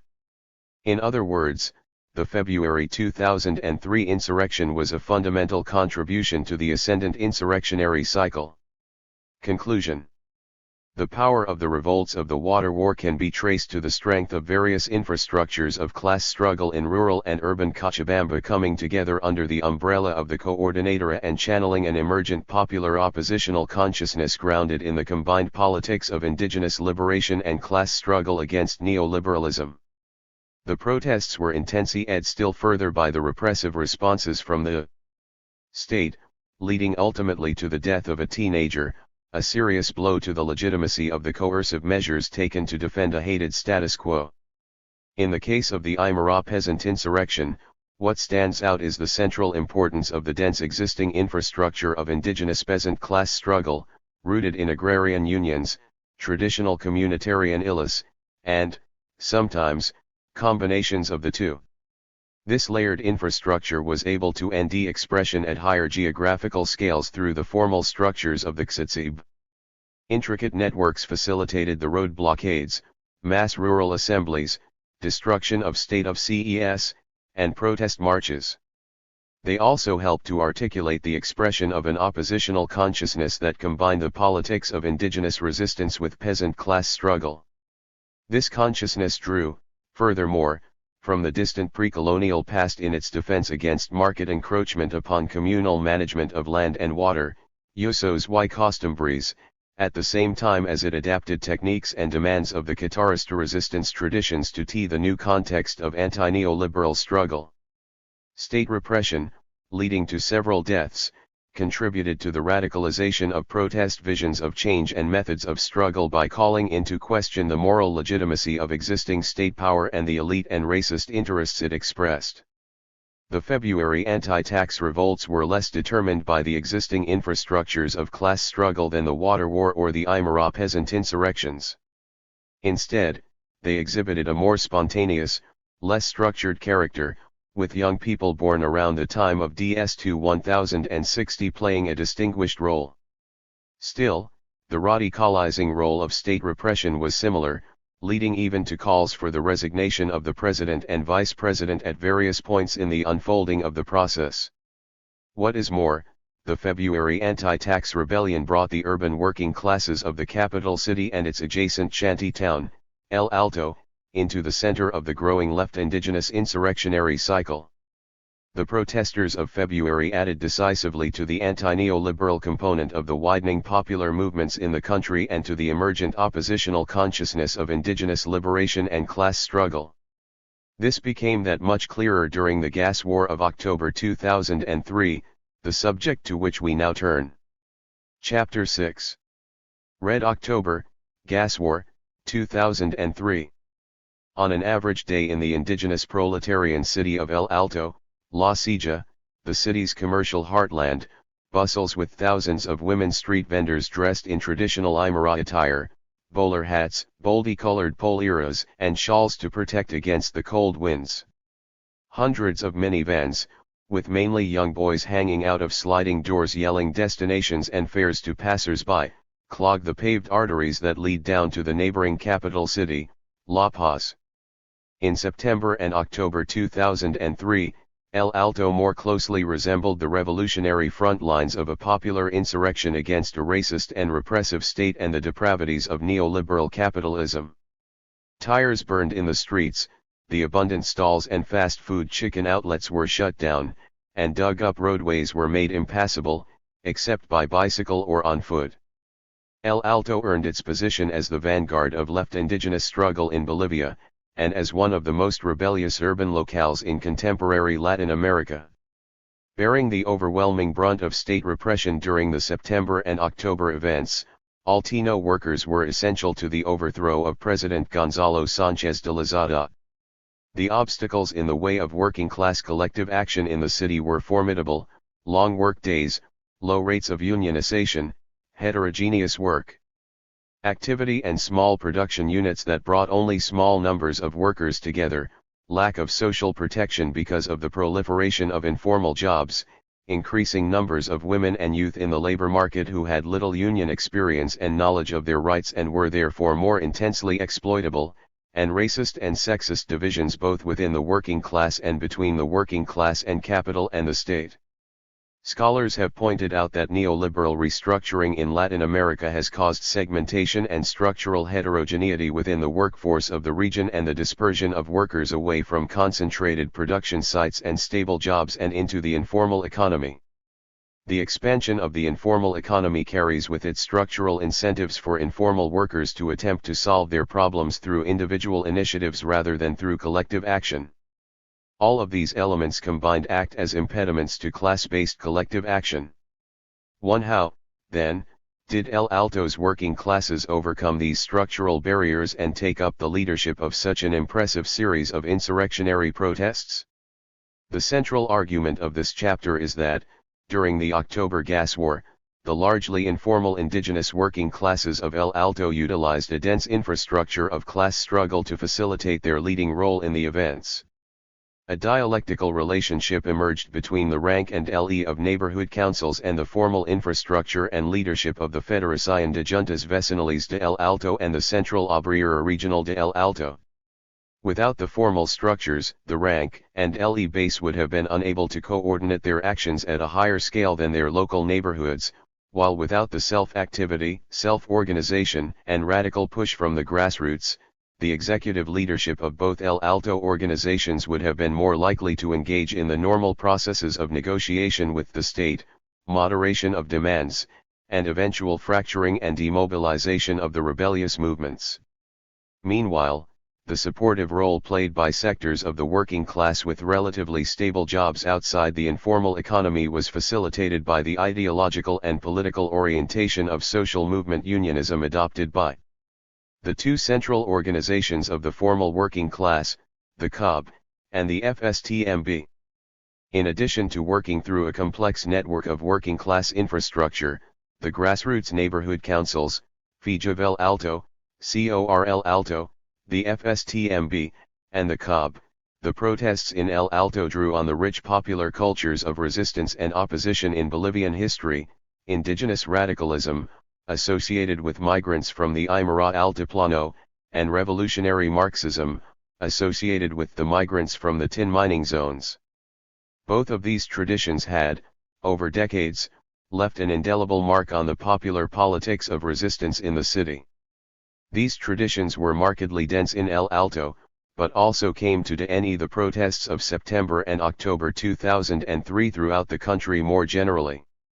The working classes of El Alto constituted the most important social force in the insurrection, but depended on alliances with the indigenous peasantry, organized through its own infrastructure of rural class struggle, the Confederación Sindical Única de Trabajadores Campesinos de Bolivia, and the Federación Única Departamental de Trabajadores Campesinos de La Paz, to Pajkatari, the formal working class, and, to a lesser but important extent, sections of the middle class. Social movement leaders effectively employed the call to nationalise gas as a collective action frame that appealed broadly to peasants, workers, and parts of the middle class. The frame focused on the injustice of poverty in a resource-rich land, the foreign control of the gas industry by multinational corporations, and the long history in Bolivia of colonial and neocolonial abuse related to the extraction of natural resource wealth from the country. Finally, state repression at various intervals in September and October had the effect of radicalizing the working class and peasant protests, provoking ruptures within the political elite, and drawing sections of the middle class into the popular movement for change. The Sánchez de Lozada government demonstrated early and sustained reticence for serious negotiation with the mobilized peasantry and urban working classes. Although the state's repression proved insufficiently strong to destroy the opposition, and thus only fueled an intensified process of political, racial, and class-based polarization in the country. Repression effectively forged new solidarities within those sectors at the receiving end of the state's coercion.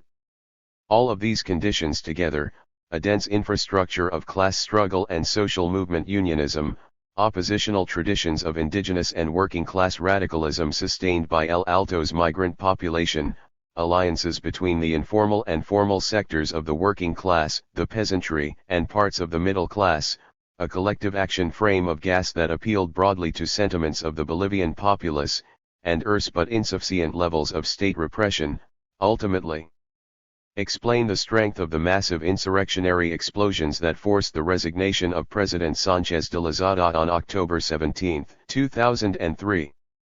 In a celebrated passage of the Communist Manifesto, Marx describes how the advance of industrial capitalism replaces the isolation of the laborers, due to competition, by their revolutionary combination, due to association. The bourgeoisie, through modern industry, produces its own grave diggers, the proletarian class, which will eventually overthrow the bourgeois order. 2. In a parallel fashion, Bolivian neoliberalism in many ways is responsible for the creation of El Alto's urban indigenous working class movement, which subsequently mounted one of the most serious campaigns to bury the neoliberal model in Latin America in the opening years of the millennium. Neoliberalism in Bolivia, by helping to drive dispossessed miners and indigenous peasants into the cauldron of hyper-exploitation and insecurity that characterizes the city, nurtured the breeding grounds of what became its most formidable enemy. In this new environment, the revolutionary Marxist traditions of the ex-miners and the insurrectionary heritage of indigenous rural rebellions coalesced in a potent and novel combination of left indigenous struggle rooted in the complexities of urbanist racial oppression and class exploitation. Tenuously perched on the edge of the Altiplano, at over 4,000 meters above sea level, El Alto's eastern edge breaks sharply down into the steep hillsides of the expansive basin containing La Paz.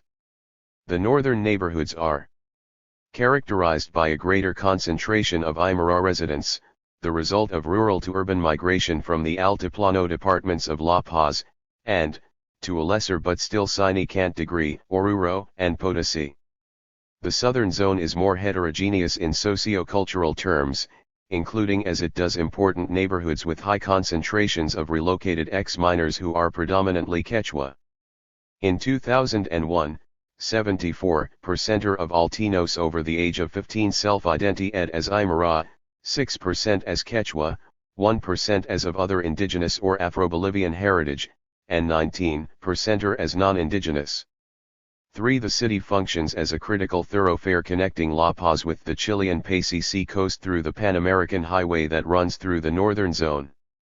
In the southern zone, the Viacha and Oruro-Cochabamba highways carry people and commodities to the towns and rural zones of the Altiplano, as well as destinations in other departments of the country, such as Oruro and Cochabamba. 4. Blocking roads is one popular repertoire of revolt that can effectively strangle the commerce of the western half of the country when carried out to its full potential, as it has been on several occasions in recent years. 5. El Alto suffers from an acute lack of adequate housing and basic infrastructure. Simple adobe houses, often constructed with family labor, constitute 77% of residential housing in the city. A mere 22% of Altinos can afford to live in brick houses, and 37% of households continue to go without access to toilets or latrines. 6. According to OFCHAIL data from the 2001 census, only 7% of Altino households have all basic necessities satisfied. El Alto's water utility was privatized in 1999 and handed over to Aguas del Illimani, a private consortium controlled by the French multinational Suez. Almost 200,000 residents do not have access to Illimani's water and sewage services because they live outside the served area as denuded by the contract between Illimani and the Bolivian state. Moreover, an additional 70,000 Altinos who live within the perimeters of the served area lack access because they cannot afford the $445 connection fees. 7. Unsurprisingly, in this context, social movement struggles have often turned on themes of basic necessities such as access to water and sewage. 8. Occasionally, these localized battles are linked to broader political objectives and demands for structural transformation of the state and economy, as was the case in the gas war of 2003. In 1950, when El Alto was still a part of La Paz, its population was 11,000. 9. Over the next half-century, El Alto grew at the relatively rapid rate of 8.2% per annum, with an intense growth spurt between 1976 and 1986. 10. In the 1980s, two critical shocks set off a spike in the number of migrants hitting the ranks of El Alto's neighborhoods.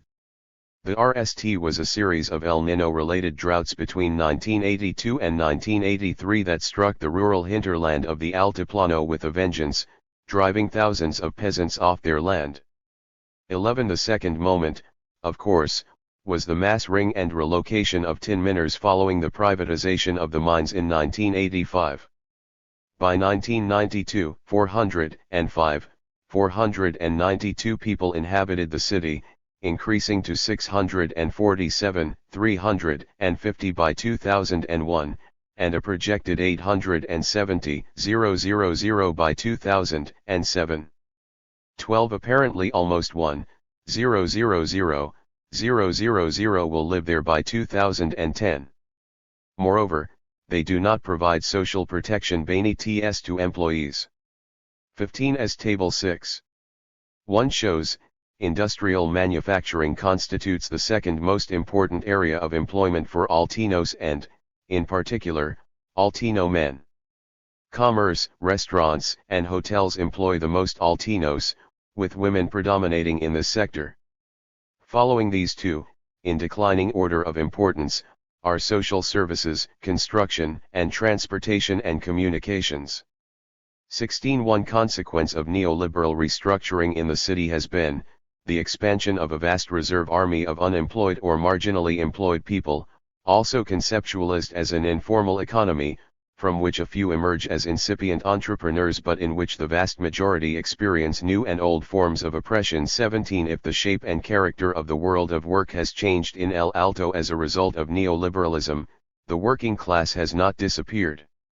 In fact, the working classes, denuded expansively as those who do not live off of the labor of others, have only grown in number.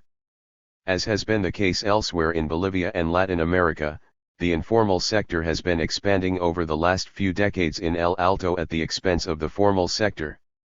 In 1992, the city's informal sector, excluding the domestic segment, made up an already preponderant 64% of the labor market. This percentage increased to 69% by 2018. The few large industries that do exist in El Alto have scarcely been subjected to scholarly investigation. 19. What stands out, in any case, is the thinness of the web of large industries in the city. Of the thousands of small production units that exist, activity is focused in textiles, acrylic and natural wool weaving, leather making, carpentry, metal mechanics, machine making and repairs, shoemaking, and plasterwork. 20. Unregulated clandestine tanneries, silver and goldsmithing, jewel artisans, machine shops, low-end shoe producers, natural and acrylic wool weavers, and leather jacket and sports clothing units, also proliferate in the Altino landscape, alongside street vendors and transport and construction workers. 21 According to the most recent data, of the economically active population in El Alto, 41% are self-employed workers, 22% are manual laborers, and 21% are non-manual laborers. Add to these categories domestic servants and non-remunerated family laborers, and one has the contemporary cartography of El Alto's working classes. Together, the working classes constitute 93% of the city's EAP. Owners and bosses, together with independent professionals, constitute the remaining 7%. 22. The rich traditions of indigenous radicalism in the rural Aymara Altiplano and the revolutionary Marxism of the tin miners have left an indelible mark on the popular politics of resistance in contemporary El Alto. Relocated miners and Aymara peasants were inserted into the insecure and exploitative social reality of the urban class structure of the city described above. Migration from the mines or from the countryside is a recurring theme in most Altinos recollections of the last 20 years. Roberto de la Cruz, a leading GUR in COR El Alto in October 2003, for example, recalls, miners migrated to El Alto, indigenous peasants migrated to El Alto, all in search of work. But the new arrivals to the shanty town often found their hopes for employment and a marginally better life dashed. Unfortunately, when they arrived they did not end work. As a consequence, since 1985 problems accumulated, necessities accumulated that have never been attended to by the government. At some point this situation had to blow up. That is what occurred when we saw an opportune moment for rebellion in October. 23 Oppositional cultures of resistance competed with other political currents, including populism and neoliberalism, whose agents employed the often effective tools of clientelism to win local elections throughout the 1980s and 1990s. 24 And yet, when economic and state crisis shook Bolivia in the closing years of the 1990s, and left indigenous struggles began to emerge in waves throughout various rural and urban parts of the country, El Alto's array of neighborhood and community organizations moved away from populism. The period of the gas war witnessed a remarkable reversal of the depoliticization and fragmentation of working class and popular indigenous life under neoliberalism, in part through the recovery of historical memories of indigenous and revolutionary Marxist political cultures of resistance and opposition. Read net in light of the new complexities of a radically altered socio-political and economic context. Relocated miners were able to recreate and refashion their historical memory of the protests, organization, and battles in the mining zones in a way that made them relevant to the challenges and stark realities of an impoverished, cosmopolitan shantytown. In other words, their political organizing in El Alto did not rely on a romantic nostalgia or simplistic longing for the rehabilitation of a past already exhausted. 25 Historical divisions that had often separated mining activists from the rural indigenous peasantry had to be confronted as dispossessed peasants and relocated miners found themselves thrust into the informal working class froth of El Alto. 26 Many ex-miners began, over time, to recognize and identify politically with their indigenous heritage in a way that was not emphasized in the mines. They began gradually to forge new ties of solidarity with radical indigenous peasant groups in the neighboring Altiplano and with ex-peasant Aymara indigenous migrants who had settled in the city. 27 The life story of Tomasz Mamani exemplifies the impact of the miners' organizing skills and ideological contribution to popular resistance in El Alto. Tomasz worked as a miner in Calquiri between the ages of 12 and 41. In 2005, he had been living in El Alto for 15 years and working as a driver of one of the thousands of micros, or minivans, which working-class Bolivians use to get around the major cities in the country.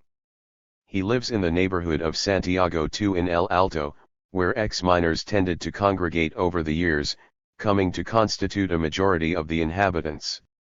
Adapting his political formation in the mines to his new life in the shanty town, Tomasz played a leading role in the neighborhood's revolt during October 2003, suffering a serious leg injury as a result of clashes with the armed forces. Soon after the October Gas War, he was elected president of the Neighborhood Council of Santiago II, and helped to organize the neighborhood once again in the May-June 2005 uprisings against President Carlos Mesa. 28 Similarly, Alicia Clore, a member of the executive committee of FIJA Alto in 2005, recalled the way in which her political formation in the mining communities continued to affect her sense of self, political identity, and her strength as a female activist in El Alto. I was formed politically in the mining centers. I was raised in a mining center where I saw poverty, injustice, and the exploitation of man. I witnessed all of this since I was a little girl. I've suffered a lot. My experience in the mines made me a strong woman, with the will to be able to continue defending and the rights of our children. We left the mining zone as part of those who were relocated in 1987. Out of necessity, many women and men, with our children, left the mining zones following the little bait the government dangled in front of us in this period, a few meager dollars that hardly lasted any time at all. We arrived in the city with our children. Many families arrived only to break up because of the economic situation and lack of work. There is quite a bit of delinquency with our children. Some of our husbands became drunks. All this rage. The government is to blame for the lack of jobs. 29. Remarkably, in spite of the despair that migration to El Alto often engendered in the families of ex-miners, their traditions of working-class resistance facilitated the slow re-articulation of their political efkaki through a reconstituted infrastructure of class struggle. The political impact of rural indigenous migration, and especially Aymara migration, to El Alto has been similar to that of the relocated miners in a number of respects.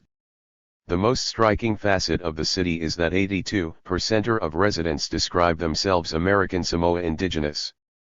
30 Politically, this collective indigenous self-identification has expressed itself through the use of the wafala in every major march, demonstration, and strike, and the visible use of ponchos by a significant minority of men in protests, as well as the much more prevalent, and daily, use of polleras by indigenous women. Remarkably, during the height of the October Gas War, the use of the Aymara language took over the public space in many of the streets of El Alto during different periods of the confrontation. The people began to speak Aymara in El Alto. They always speak Spanish, but during those days of uprising they began to speak in Aymara, to organize the resistance, the barricades, links between districts.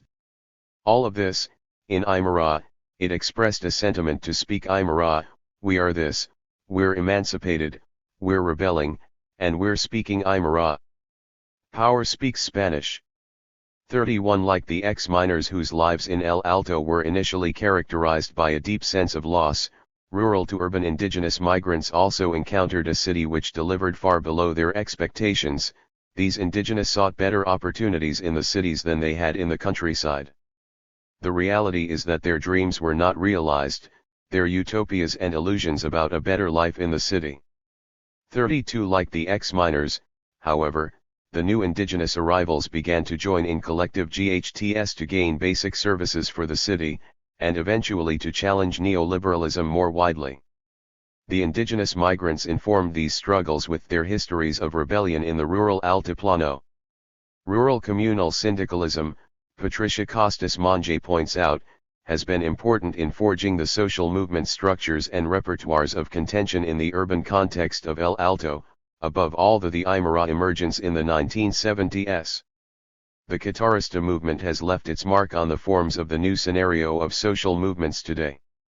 33 The reformulation of rural communal syndicalist patterns of organization, community governance, and resistance in the setting of El Alto is captured vividly in the words of Benicio Quispe Gutierrez, himself an Aymara rural to urban migrant living in El Alto. He stresses how the communitarian traditions of the indigenous countryside are antithetical to liberal capitalism and have informed the popular cultures of indigenous resistance and opposition in contemporary urban Bolivia. The most interesting thing about the city of El Alto is that the Aymaras and Quechuas who migrate to the city do not migrate solely as biological human beings, rather, they bring with them their entire cultural baggage. A political culture. The politics of the Illes is unique. The Aymara political culture is the negation of the liberal political culture. In liberalism generally the capacity of decision-making is representative. A person or a group of people are delegated the capacity to decide. But one of the central characteristics of the Aymara political culture is that decision-making capacity is situated in the collectivity organized in an assembly. Therefore it is the community that is sovereign and not the leader. And when they migrated, obviously, they brought all of this political cultural baggage here to the city. This is why in many places, the neighborhood councils, the school councils, this is still practiced, where the expression of decisions is that of the collectivity organized in assembly. 34. Organizationally, the neighborhood councils of each block, barrio, and zone of the city, ascending all the way up to the peak organization of Fijvel Alto, mirror important features of the traditional rural indigenous community structure, the ILU. 35. Little by little, suggests Aymara Altino sociologist Pablo Mamani Ramirez, the city of El Alto has become a pivotal urban reference point for the indigenous population of the Altiplano and Bolivia as a whole. It embodies the reality of urban indigenous working-class social relations in a context of sharp racism, and the indigenous traditions of struggle that have been adapted from the countryside within that context. 36. For Mamani Ramirez, it is evident that the popular neighborhoods of El Alto are places where the communitarian organization and collective logics of reciprocity and resistance of the rural Illes and mining zones have been revitalized within a distinct urban context. 37.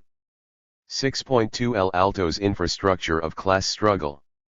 El Alto's dense web of informal and formal associational networks help to explain how the oppositional political cultures of the ex-miners and rural indigenous migrants were sustained beneath the surface throughout much of the 1980s and 1990s, and how collective capacities for indigenous proletarian class struggle were unleashed as left indigenous protest began its ascent across the country beginning in 2000.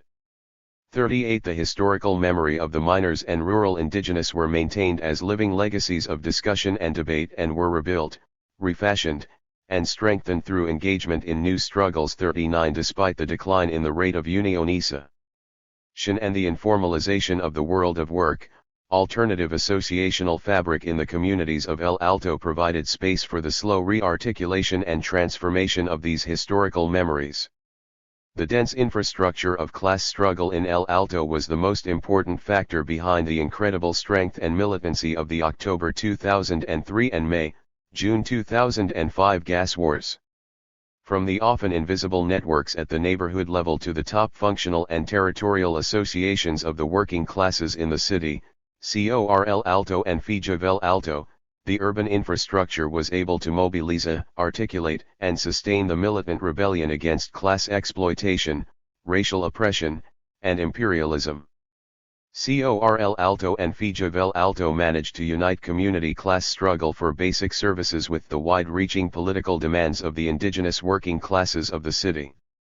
The protests were able to go as far as they did because COR El Alto and Fijvel Alto also built alliances with radicalized peasants of the Altiplano and the peak national organization of the formal working class, the COB, and of the miners, the FSTMB. 40. At the base level, the most important formal community infrastructures organized on a territorial basis are the hundreds of juntas vecinales, or neighborhood councils, which are then articulated vertically into the citywide Fijvel Alto. 41. On a functional basis, small-scale street vendors and market vendors are organized into associations of their own to protect their economic and political interests. Those workers that have been able to unionize their workplaces or maintain pre-existing unions, are affiliated to COR El Alto at the federation level in the city, and to the COB at the national level. These various associations and federations represent the formal infrastructure of class struggle in El Alto. Within and around them exists a complex myriad of dynamic and often invisible informal community and workplace social networks that reinforce the capacities of the formal infrastructure. The structure of Fijvel Alto today brings together representatives of all the districts of El Alto. An executive committee, made up of 29 secretaries, is elected every 2 years during an ordinary Congress of the Federation. The results of the election must then be recognized by CONALJUV. 42. The EC provides leadership to FIJA-VEL Alto. Ultimately, however, its mandate derives from the ordinary congresses held every 2 years. These congresses define the strategic objectives of the Federation. 4 delegates from every neighborhood council in El Alto, elected through neighborhood assemblies, participate in the ordinary congresses. 43 extraordinary congresses are more regular gatherings that are called by the EC to address specific agendas. Ampliados, or general meetings, in which the presidents of each neighborhood council must participate, are convened by the EC on a monthly basis in periods of relative political dormancy. In emergency periods of intense political engagement, they can be held at any juncture to address issues that require urgent attention. Lastly, the EC itself meets at least every 2 weeks to coordinate the activities of the various secretaries. 44. At the base level, neighborhood assemblies are convened on a weekly or monthly basis, depending on the neighborhood and the political period. At these gatherings, organized by the leadership of each neighborhood council, rank and le altinos express their immediate needs and desires, straight guys on how best to address them, and voice their criticisms and/or support for the more general direction being taken by the EC of FIJA-VEL Alto.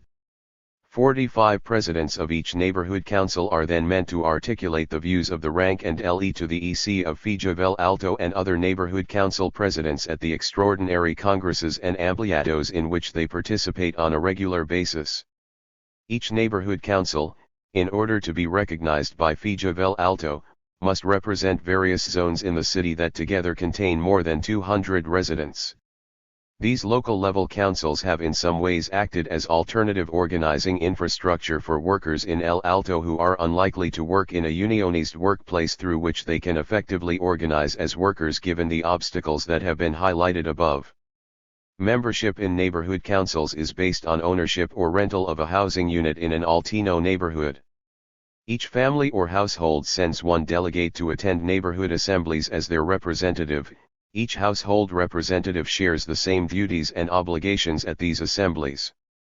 46. The patriarchal gender dynamics in the majority of homes in the city are such that men are overrepresented at all levels in the process, from the neighborhood assemblies all the way to the EC of FIJA-VEL Alto. In the EC established in 2004, for example, only 10 of the 29 elected members were women. Each neighborhood council has its own executive committee with a number of secretaries. These committees coordinate the day-to-day activities of their councils, but receive their mandates from the neighborhood assemblies and are expected to re-ECT the wishes of the rank and le when they represent them at the extraordinary congresses and ampliados. 47.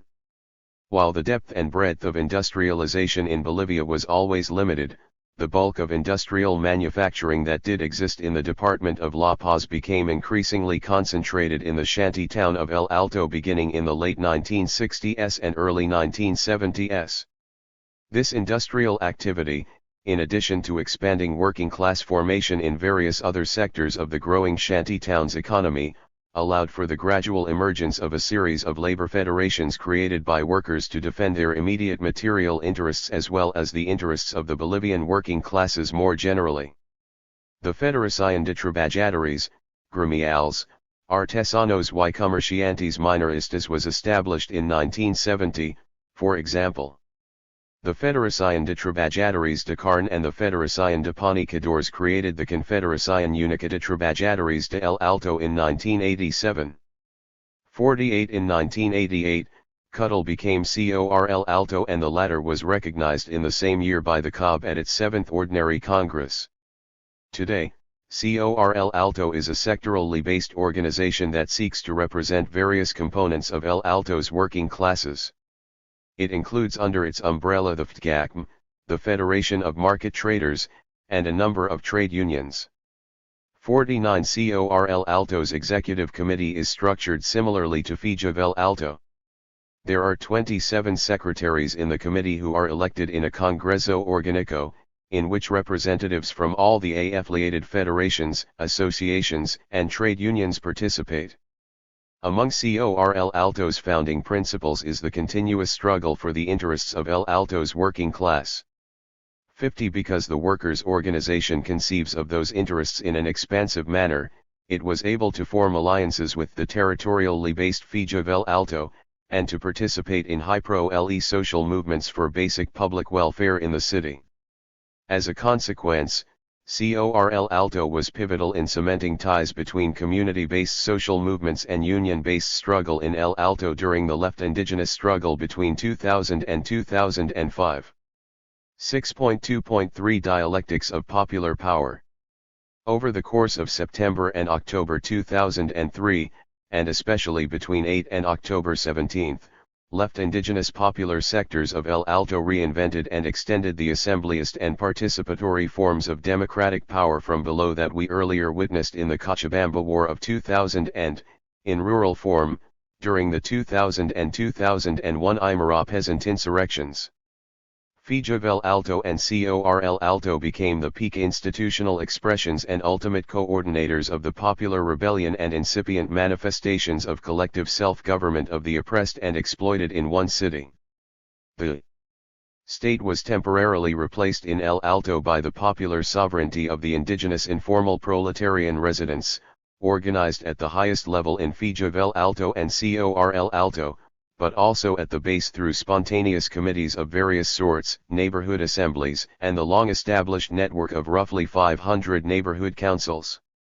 A complex dialectic between spontaneous mass actions from below, led and organized by the rank and LE, and the higher scale, citywide leadership and infrastructure of FIJA of El Alto and CORL Alto, made possible the heroic challenge to neoliberal capitalism and racist oppression during the gas war. Most activists and scholars agree that FIJA of El Alto and CORL Alto were the most important formal social movement organizations in the city during this period. 51 Yet it would be profoundly misleading to give the impression that the executive leaderships of these two social movement organizations simply issued decrees to which the rank and LE subsequently responded.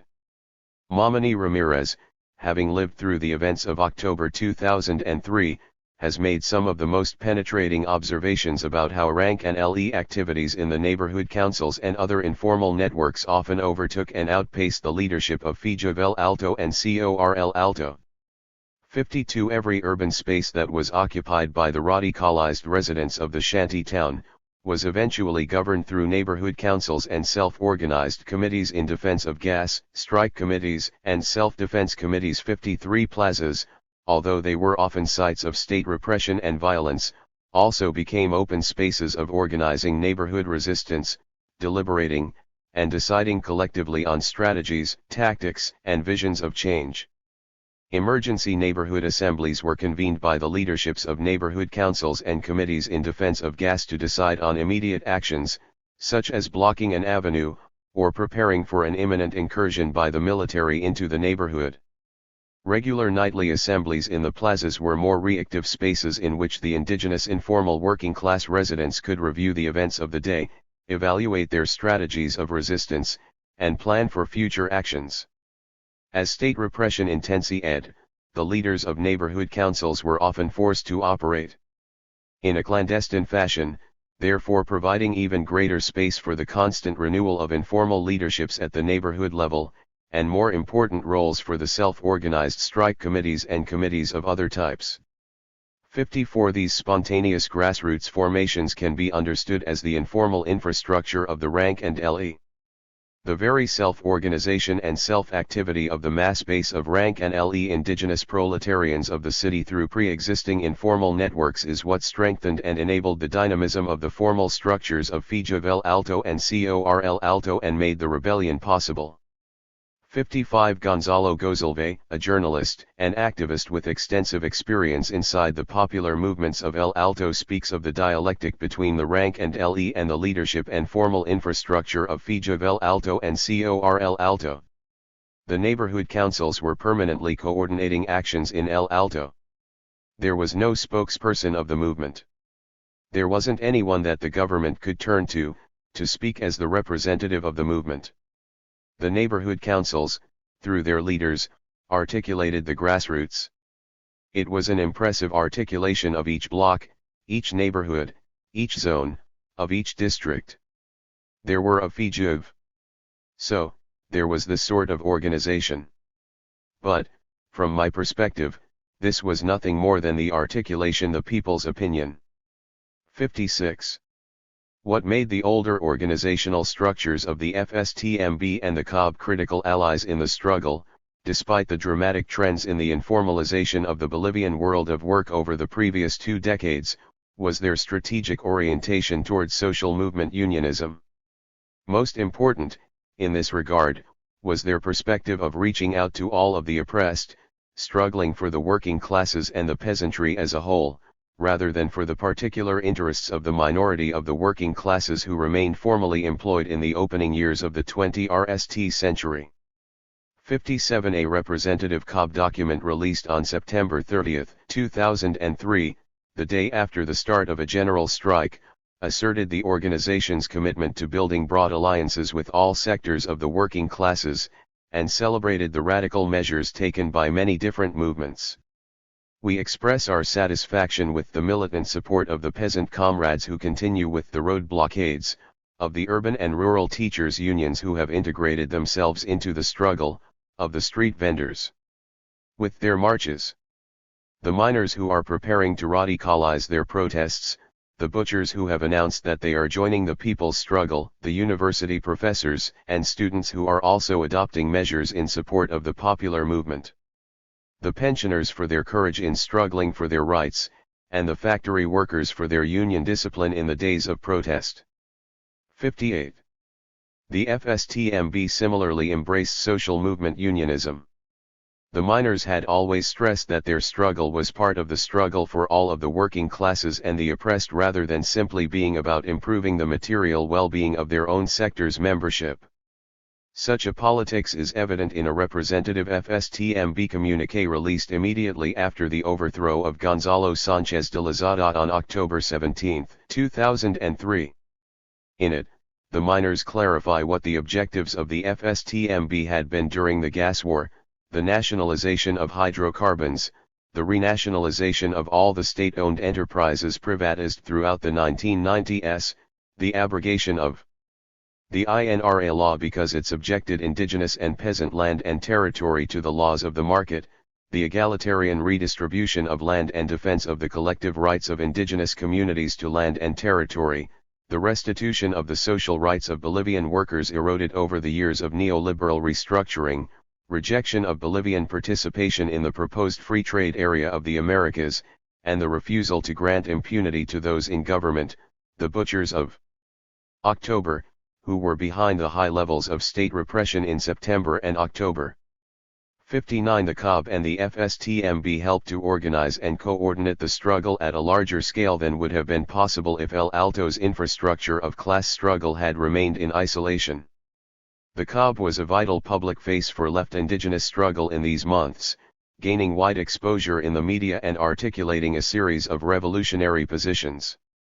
The COB and FSTMB were able to mobilize large numbers of formal sector workers during the gas war, and contributed to the militant energy of the mass demonstrations in which they participated. Finally, the miners carried with them into the cycle of protests their long-standing cultural association with the Bolivian revolutionary left. Thus, even when they did not contribute the largest number of protesters, the symbolic impact of their participation was frequently enormous. 6.4 Narrative of the Gas War, Dialectics of State Repression and Mass Radicalization. This section provides an analytical narrative of the gas war, focusing on the dialectics of state repression and mass radicalization. Table 6. 2. Highlights the key social forces involved at various stages in the gas war, key turning points in the months of September and October, and the escalation of protest demands over time, particularly following central moments of state repression, the dates of which are highlighted in bold in the table. At the outset of September 2003, the popularity of Gonzalo Sanchez de Lozada's administration was in steep decline. In an urban poll of residents of Cochabamba, El Alto, La Paz, and Santa Cruz, 70% of respondents disapproved of the government's record during its RST year in of CE. A remarkable 84% of residents of El Alto held this view. 60 The future of natural gas development in Bolivia had already deeply penetrated popular political discussions in the streets and countryside, and continued to be a contentious subject in the halls of Congress as well. 61 The state-owned natural gas and oil company, YPFB, was privatized in 1996. Under the administration of ex-dictator Hugo Banzer, a deal was then initiated between the Bolivian state and the Spanish-British US Energy Consortium PCC LNG and San Diego-based Sempra Energy. Under the proposed arrangement, natural gas would be exported through a Chilean port to markets in Mexico and the Californian coast of the United States. A year after the start of his second mandate as president in 2002, Sánchez de Lozada sought to close the gas export deal, contributing a focal point and unifying issue to the left indigenous social forces in insurrection during September and October 2003. 62 The idea of using a Chilean port to export gas was provocative to Bolivian nationalist sentiments across the political spectrum, which have long sustained an antipathy toward Chile, rooted in latter's annexation of Bolivia's coastline during the PCC War of the late 1870s and early 1880s. However, much more important than basic resentment of Chile's 19th-century foreign relations was a profound sense that since natural gas had been privatized in 1996, the resource had been pillaged by transnational corporations with little to no benefit accruing to the Bolivian population. Re-establishing Bolivian social control over natural gas, and other natural resources, soon was understood by left indigenous movements as the only way to avoid the cruel repetition of hundreds of years of exploitation of domestic natural resources, silver and tin historically, and of the laborers used by capital to extract them. The Federación de Transportes Interprovincial initiated a strike to correspond with the peasant actions. A separate march of peasants occurred the same day, beginning in the community of Caracolo, and set toward reaching El Alto. This march was led by one of the militant El Alto leaders, Roberto de la Cruz, who had traveled earlier to Caracolo to help to organize the march with his peasant comrades. Both peasant marches converged on the city of El Alto on September 8, a sea of whiffles held high above marchers' heads. They were greeted in the city by university students from UPEA, activists with FIJA of El Alto, street vendors, and others. All sectors agreed to reject the export of gas under neoliberal conditions, Bolivian participation in the proposed free trade area of the Americas, and the Ley de Seguridad Ciudadana. The latter had been introduced in order to increase massively the punishment for participation in road blockades. Activists found guilty under the provisions of this law could face between VE and 8 years in jail. Also on this day, FIJA of El Alto and COR Alto convened a civic strike in the city of El Alto against the implementation of new municipal legislation, Maya Waipaya, or RST and Second in Aymara. Analyses conducted by two popular organizations concluded that the new legislation was intended to provide the municipal government with the information necessary to increase taxes on building and home construction in El Alto. The strike included the blockading of the principal streets in all 9 districts of the city. While they were led by FIJA of El Alto and COR El Alto, the protests were supported by the Federación de Mujeres Bartolinas, the Student Federation of UPEA, the Federación de Mujeres de El Alto, street vendors associations, and the La Paz wing of the Movimiento Sin Tierra. Roberto de la Cruz and Felipe Quispe, two of the most visible leaders in the day's events, called publicly on Evo Morales to join the growing movement against the government. September 10, XATSEB and FSTCLPTK militants initiated a hunger strike in the auditorium of the Aymara language radio station in El Alto, Radio San Gabriel. Over 2,000 peasant activists participated, including Felipe Quispe. Among the many demands, the most pressing and non-negotiable objective continued to be the release of Edwin Huame Pua. Among other organizations actively supporting the hunger strike were the FTI, the Rural Teachers Unions of the Altiplano, and the UPEA Student Federation.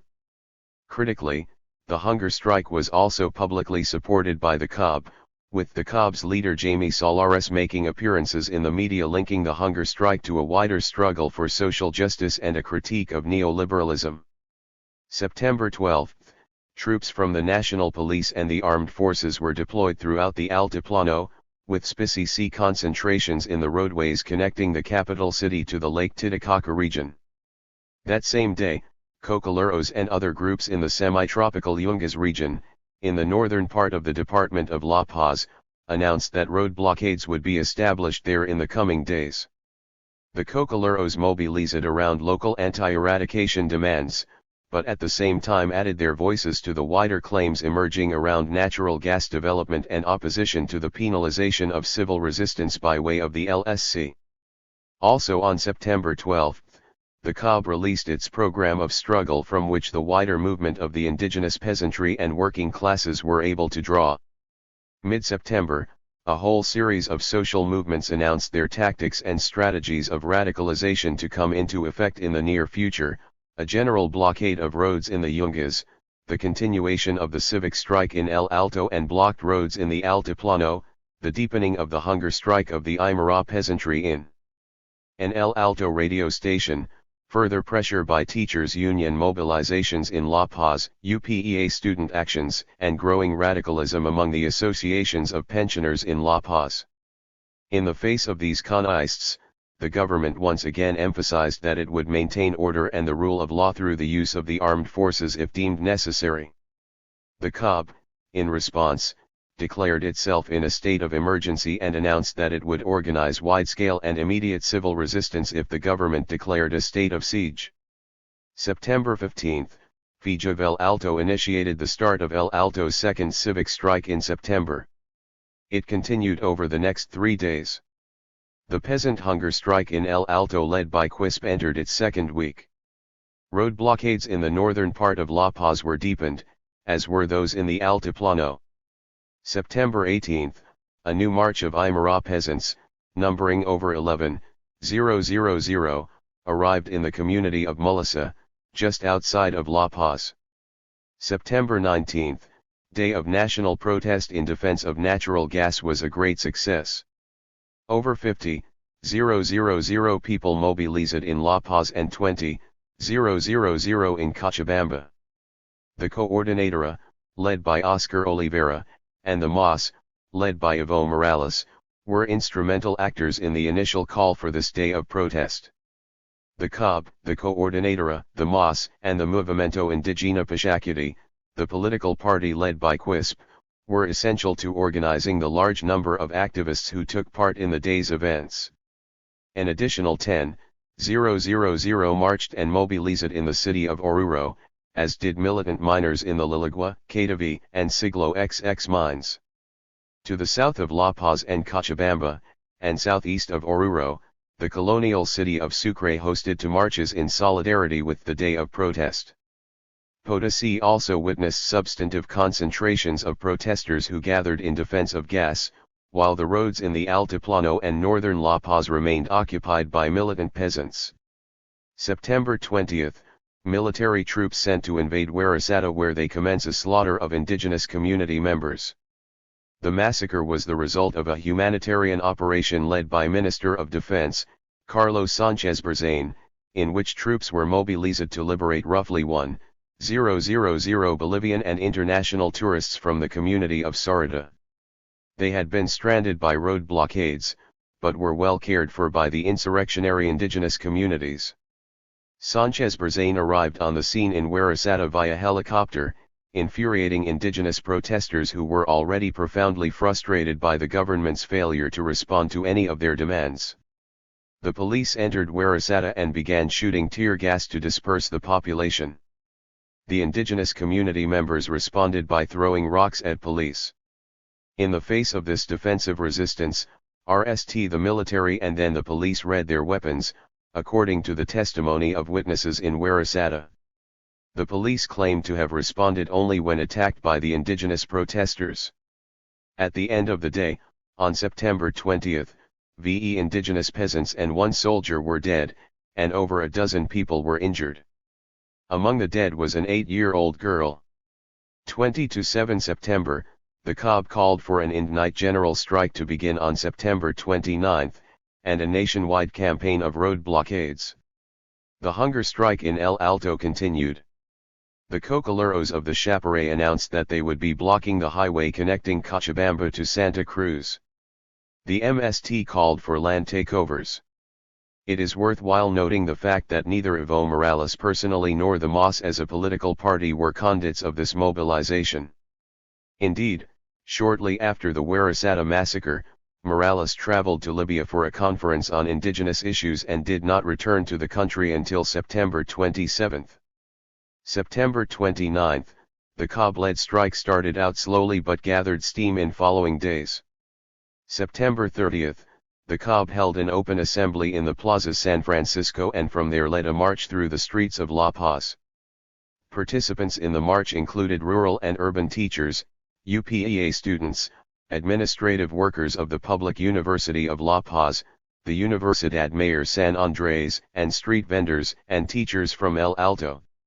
Traffic was sporadically paralysed in the capital and the march divided into 3 streams and wound through the downtown avenues.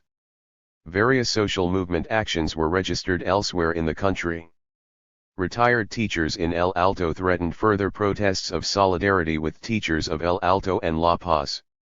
The Aymara peasantry of the Altiplano sustained its roadblocks in the La Paz provinces of Manco Capac, Los Andes, Omazuyas, Larcia, Muñecas, Camacho, and Villarroel, as well as the hunger strike in Radio San Gabriel in El Alto.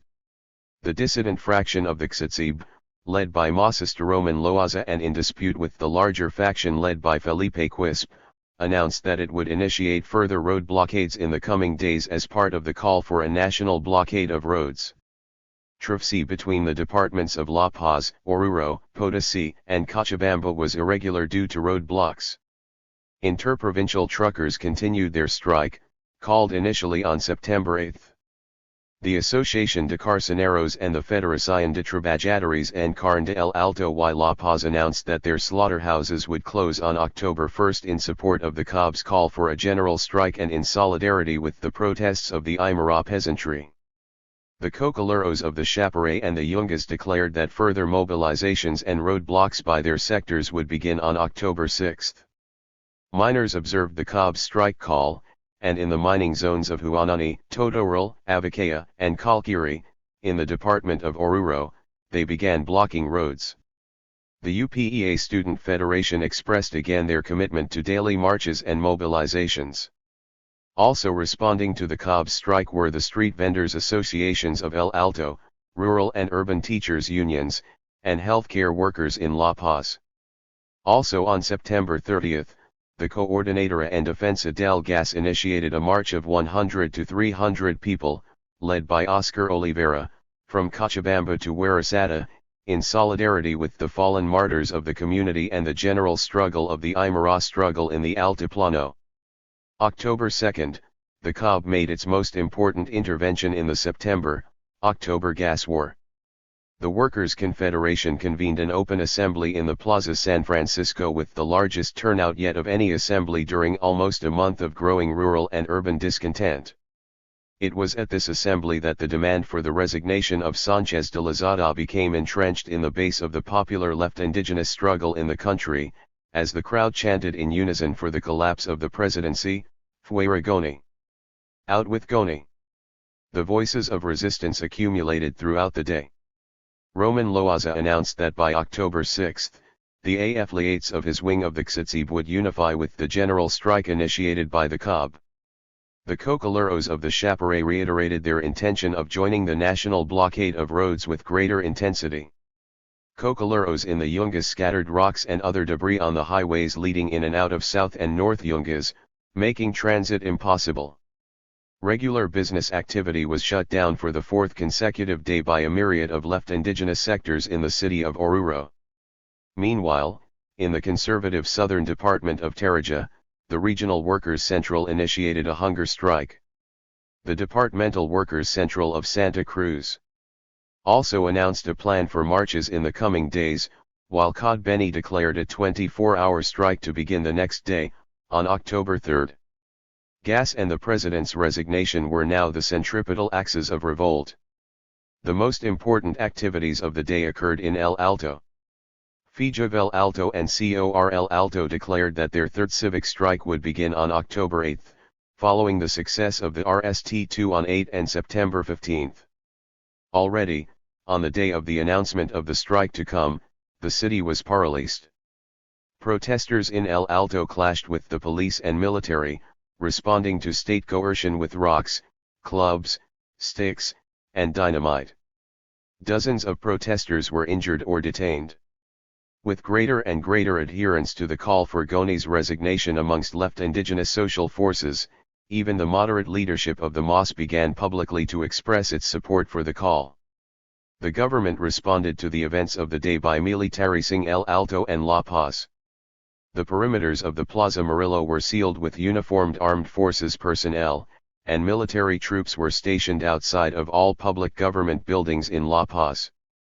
The Minister of Services and Public Works, Carlos Morales, complained about the loss of millions of dollars because of the ongoing protests since the beginning of September. Meanwhile, the president attempted to convince international reporters at a press conference that the protesters were confused about the issue of gas because the government had not actually decided on whether to export natural gas through a Chilean or Peruvian port. Addressing an international press conference, Sánchez de Lozada explained why mobilizations persisted in spite of the reasonableness of his government, are like children who scream before you can explain something. 63 ANAL important highlight marking October 2 was the fact that the Aymara peasantry, with coca, alcohol, and aptapi, began the celebration that marks the beginning of the preparation of the soil for sowing, and put protest on hold. The insurgent momentum now passed to the city of El Alto. 64. 3 to 7 October marches and mobilizations continued daily in La Paz, El Alto, and Cochabamba, with protesters demanding the immediate resignation of Gonzalo Sánchez de Lozada.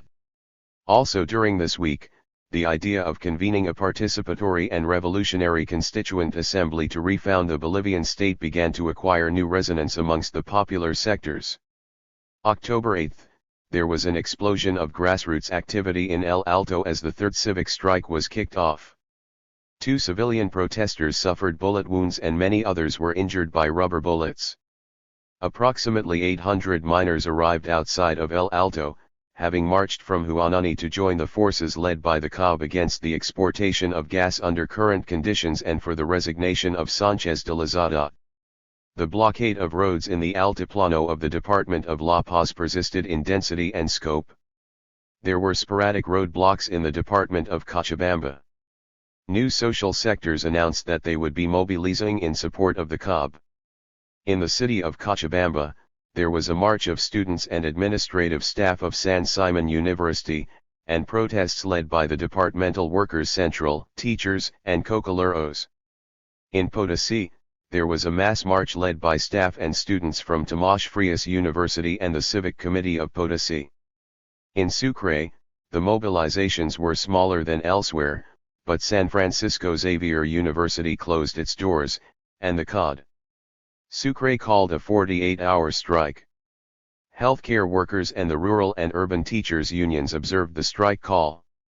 Even in Santa Cruz, a small number of students from Gabriel René Moreno University marched in solidarity with the mobilizations occurring elsewhere in the country.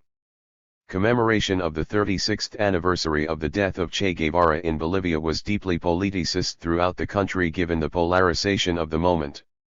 October 9, early in the morning, another martyr was added to those who had fallen in defense of gas.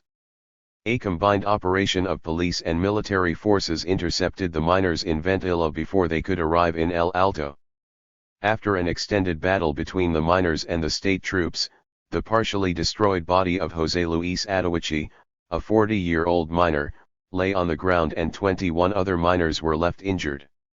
The miners claimed that Adowichi was killed by a grenade lobbed by military forces, while government and military of Chales asserted that he was killed when a stick of dynamite he was carrying blew up prematurely.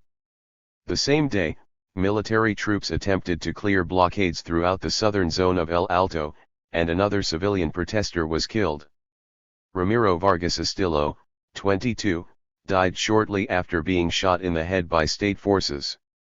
October 10, the third day of El Alto's strike, October 10, brought to more civilian deaths and a score of injuries as tear gas and bullets were used against protesters.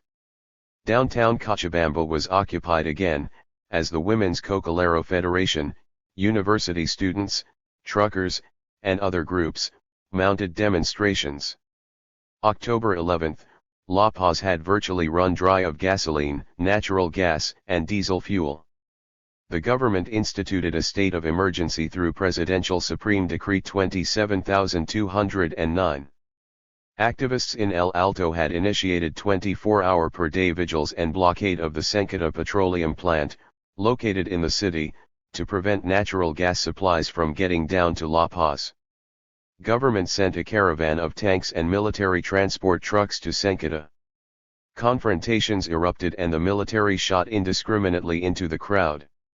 12 to 13 October, the carnage wrought over these 2 days surpassed in condensed time the collective brutalities of the state since the outset of September. An attempt to militarize El Alto completely, with the use of tanks, troops, and helicopters, was made on October 12.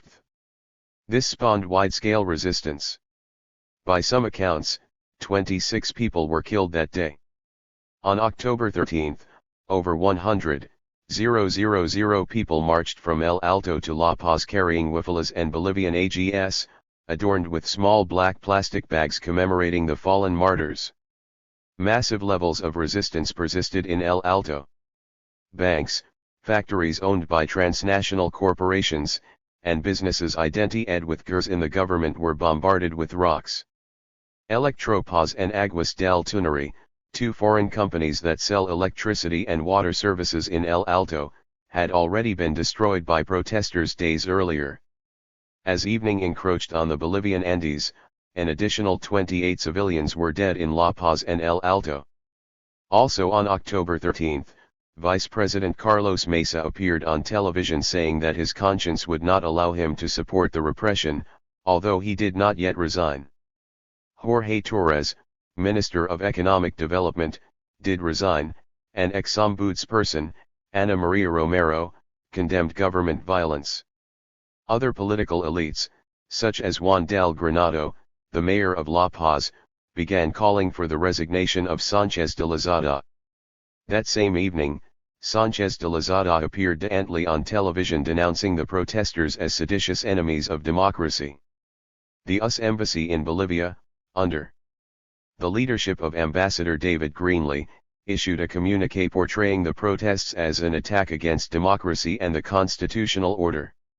Moreover, the embassy emphasized, sticks and rocks are not a form of peaceful protest. 65 The Assembly of Human Rights, the Catholic Church, and the Confederación de la Prensa de Bolivia, sent a joint letter to President Gonzalo Sánchez de Lozada stating that no one could any longer speak truthfully about confrontations between military forces and protesters. Citing the use of machine guns against Bolivian civilians, the 3 institutions declared that what had occurred was an authentic massacre. The letter demanded that the government withdraw its military and police forces from the city of El Alto immediately. It also accused the government of being unwilling to negotiate in good faith. The consequence, the letter concluded, was a hardening of positions on all sides. Between 8 and October 17, left indigenous popular sectors of El Alto practiced novel forms of assemblyist and participatory democracy, reminiscent of the Cochabamba water war, but on a much larger scale. The state lost control of the city to these new forms of popular power, and was able only to make sporadic incursions to repress and retreat. October 15, this was a relatively quiet day in the capital city and El Alto. In La Paz, a large peaceful assembly gathered in the Plaza de los Héroes, adjacent to the Plaza San Francisco.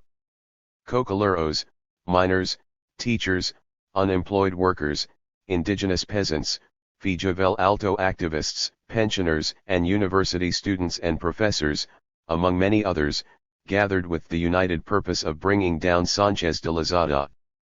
In El Alto, people gathered to bury the dead and to pledge that the martyrs of the gas war would not die in vain. Facing an elaborate network of peasant road blockades and mass peaceful mobilizations and general strikes in three major cities, La Paz, El Alto, and Cochabamba, and similar scenarii in several other secondary cities, President Sanchez de Lozada did not on this day deploy the military arsenal of the state. By this day, there had been 67 civilian deaths and over 400 injuries since the beginning of September. Influential middle-class groups initiated a hunger strike calling into question the moral legitimacy of the Sanchez de Lozada government in light of the high death toll. The middle-class hunger strike eventually spread throughout most of the rest of the country. A manifesto signed by various prominent intellectuals was released calling for the resignation of Sanchez de Lozada and a new transitional government. October 16, mass demonstrations denounced this day. The roadblocks and strike in El Alto were intensified. A massive march descended from El Alto to La Paz, led by FIJA El Alto and COR El Alto. Indigenous peasants from Potosí began a march toward La Paz, joining with others in Oruro along the way. In the eastern lowlands, indigenous activists of the Ayoreo, Guarani, Chucatano, Yucareri, and Mojano peoples began a hunger strike in solidarity with their Andean brothers and sisters. Evo Morales reiterated the position of the MAS in support of a constitutional exit to the crisis. Mesa appeared on television again distancing himself from the president, while retaining his position as vice president such that his constitutional ascension to the presidency could legally occur in the event that Sanchez de Lozada resigned. For his part, Sanchez de Lozada appeared on CNN that evening and stated that he enjoyed the support of two-thirds of the Bolivian citizenry. News reached the capital that a new march of miners from Huanani to La Paz had been allowed to pass unimpeded by military troops along the route. Diplomats from neighboring Argentina and Brazil asked the Bolivian president to resign. The US embassy and a tiny sector of the political elite were all that remained behind the president. October 17, mobilizations were massive, and their geographical scope no less impressive. Oruro and Cochabamba were alive again with street protests and demonstrations. The critical points in the highways and road crossing the Chapare were blocked by cocoleros. Over 800 people across the country had now joined the hunger strikes. Marching cocoleros completed their two-day journey from the Yungas to La Paz, supporting the NAL push for the president's resignation. The miners from Huanani, allowed to pass by military posts the day before, were greeted in El Alto as heroes before they joined the mass demonstration down the hillsides of La Paz and into the Plaza San Francisco. Mauricio Antizana, the government's spokesperson, resigned. Manfred Reyes Villa of NFR publicly took the position that the government must listen to the people and resign. Rumors began to fly through the capital that Sanchez de Lozada had already fled to Miami or Peru, and a festive atmosphere began to envelop La Paz and El Alto. Over 400,000 people now occupied La Paz, mainly indigenous workers and peasants, with a lesser number of middle-class protesters. US Ambassador David Greenlee continued to support Sanchez de Lozada. Sanchez de Lozada and his family fled the country for exile in Miami. Various other important figures in the cabinet also fled to the United States or various Latin American countries. Their hope was to escape persecution for their role in the 67 deaths and 400 injuries. Carlos Mesa of Chile took over as the new president of Bolivia at 10:30 p.m. that evening. 66. 6.4.1 Indigenous Peasant Revolt and Urban Tremors in September. The Aymara peasantry of the western Altiplano were the RST to act. 67 The initial insurrectionary energy of the 2003 rebellions emerged from the overwhelmingly Aymara indigenous province of Omasuyas, next to Lake Titicaca, and close to the country's capital city. 68 They mobilized initially around a list of demands including broad anti-neoliberal themes as well as more specific conjunctural issues relating both to their sector's economic interests and to defending their collective right to indigenous self-government. Under the leadership of Felipe Quispe, the Xitzib was central to articulating this peasant mobilization, as was the FUTLPTK, led by Rufo Calle. 69 A peasant march of September 8, 2003, from the community of Badala to El Alto, was the RST mobilization of the gas war and had as its principal aim the release of Edwin Huaympue.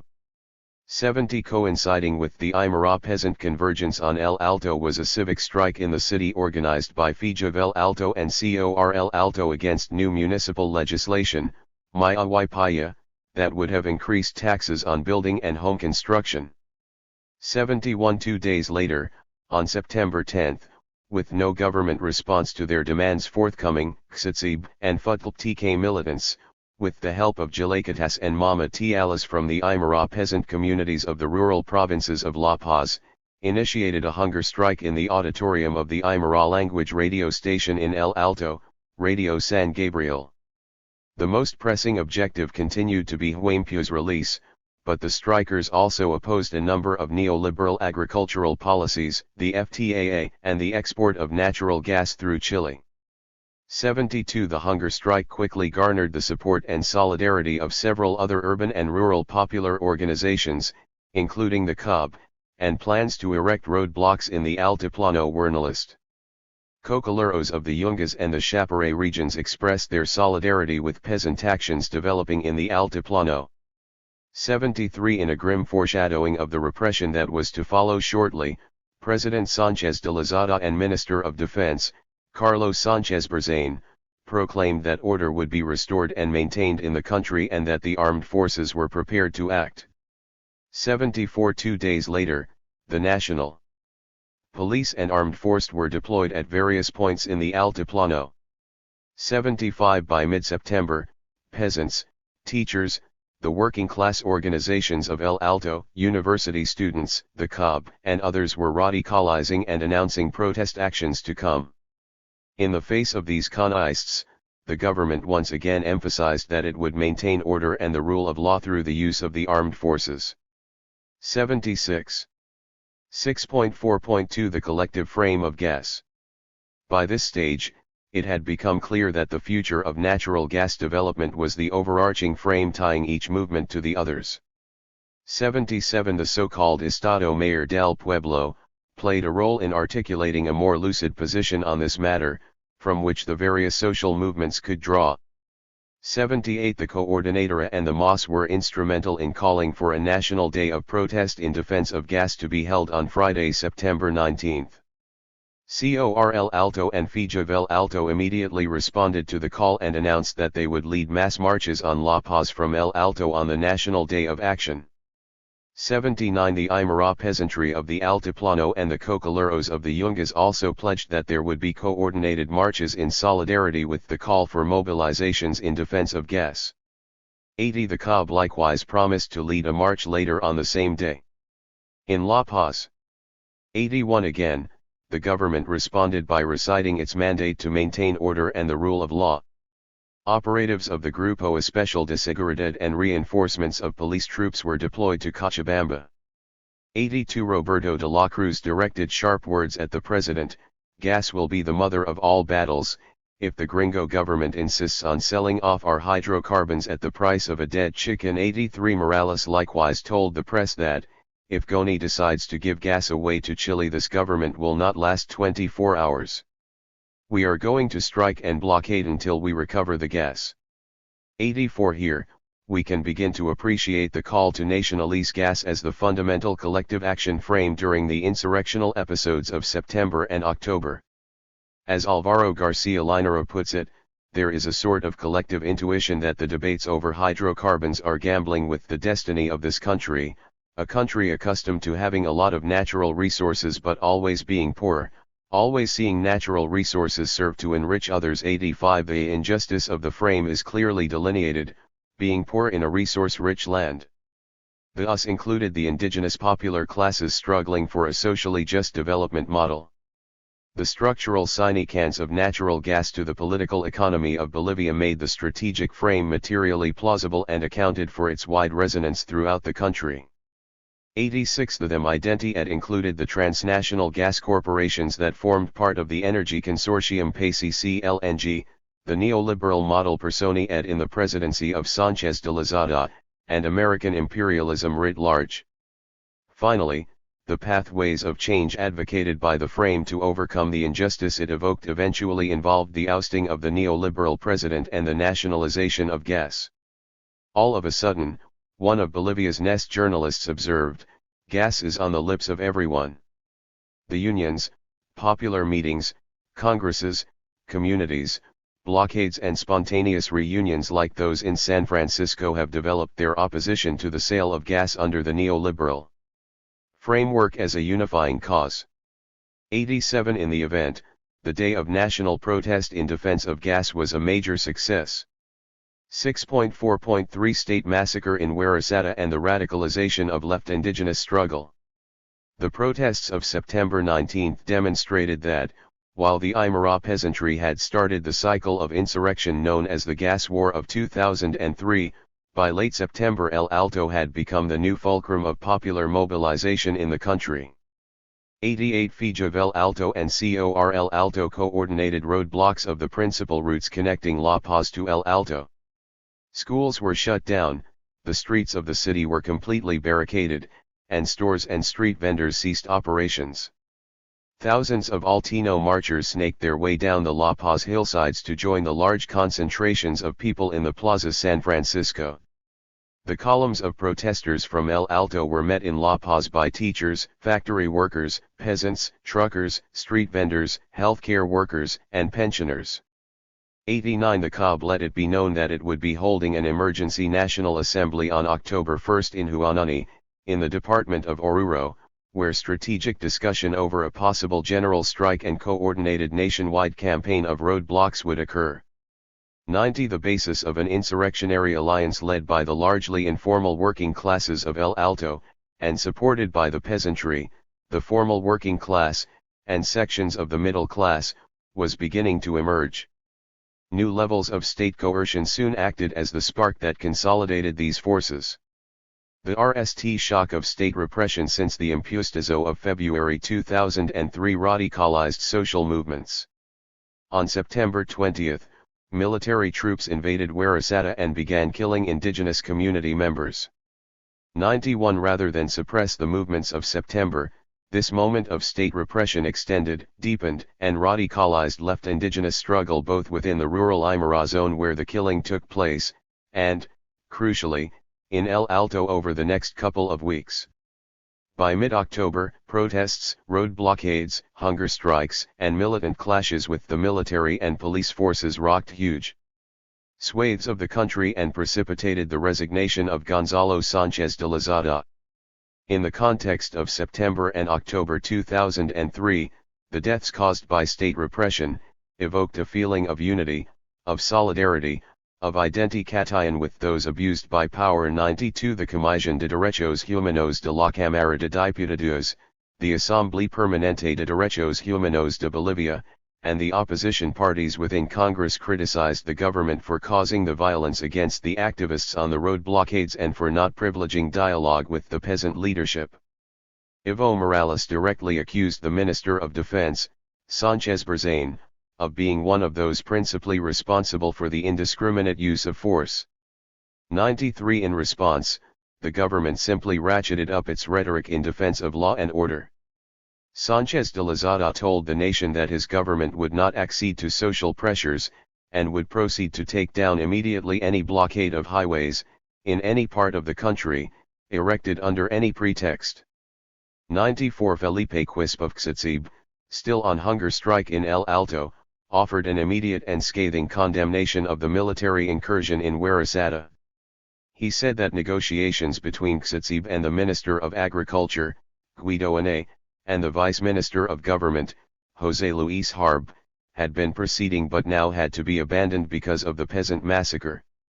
95 The government extends one hand to us and with the other kills our brothers, said Quispe. 96 Almost immediately, the Xatzib alerted Bolivians that the peasant organization was in a state of emergency, and blockades were erected in a series of provinces in the department of La Paz, Rio Abajo, Ingavai, Muñecas, Inquisivi, and Pacajes. 97 Rural Aymara language radio stations served the same purpose as the radical miners stations had in an earlier era of Bolivian history. 4 times daily, The Aymara community radio stations transmitted the resolutions of the different meetings occurring in different communities and the strategic and tactical positions being promoted by the Ksatsib based on these rank and LE community assemblies.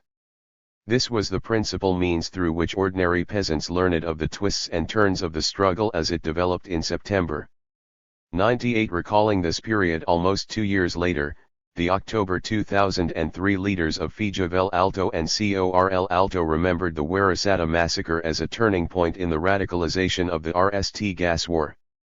Mauricio Cori, executive secretary of Fijovel Alto at the time, told me that repression in the Altiplano and the deaths in Warasada in particular enraged the residents of El Alto. In his view, the alliances forged between Felipe Quispe and Ksatsib and the social organizations of El Alto, such as Fijovel Alto, were crucial in articulating an immediate popular response that demonstrated the popular sentiment of the time. 99. The leadership of Corl Alto felt the same way. Roberto de la Cruz described how the popular movement demands in this period evolved from the nationalization of gas to the resignation of Sanchez de Lozada because of the intensification of repressive tactics on the part of the state. If Goni hadn't left, there would have been civil war, because the people were calling for civil war. 100. Finally, the archival research I conducted in the of CES of the COB and FSTMB shows that both of these union federations quickly expressed their solidarity with the peasantry in the wake of the Warasada deaths and took measures to condemn publicly and to mobilize against the state's repressive tactics. 101. Only 4 days after the events in Warasada, for example, the COB convened an emergency National Assembly in Huanani. At the assembly, the COB condemned the repression of indigenous peasants in the Altiplano by the armed forces and police.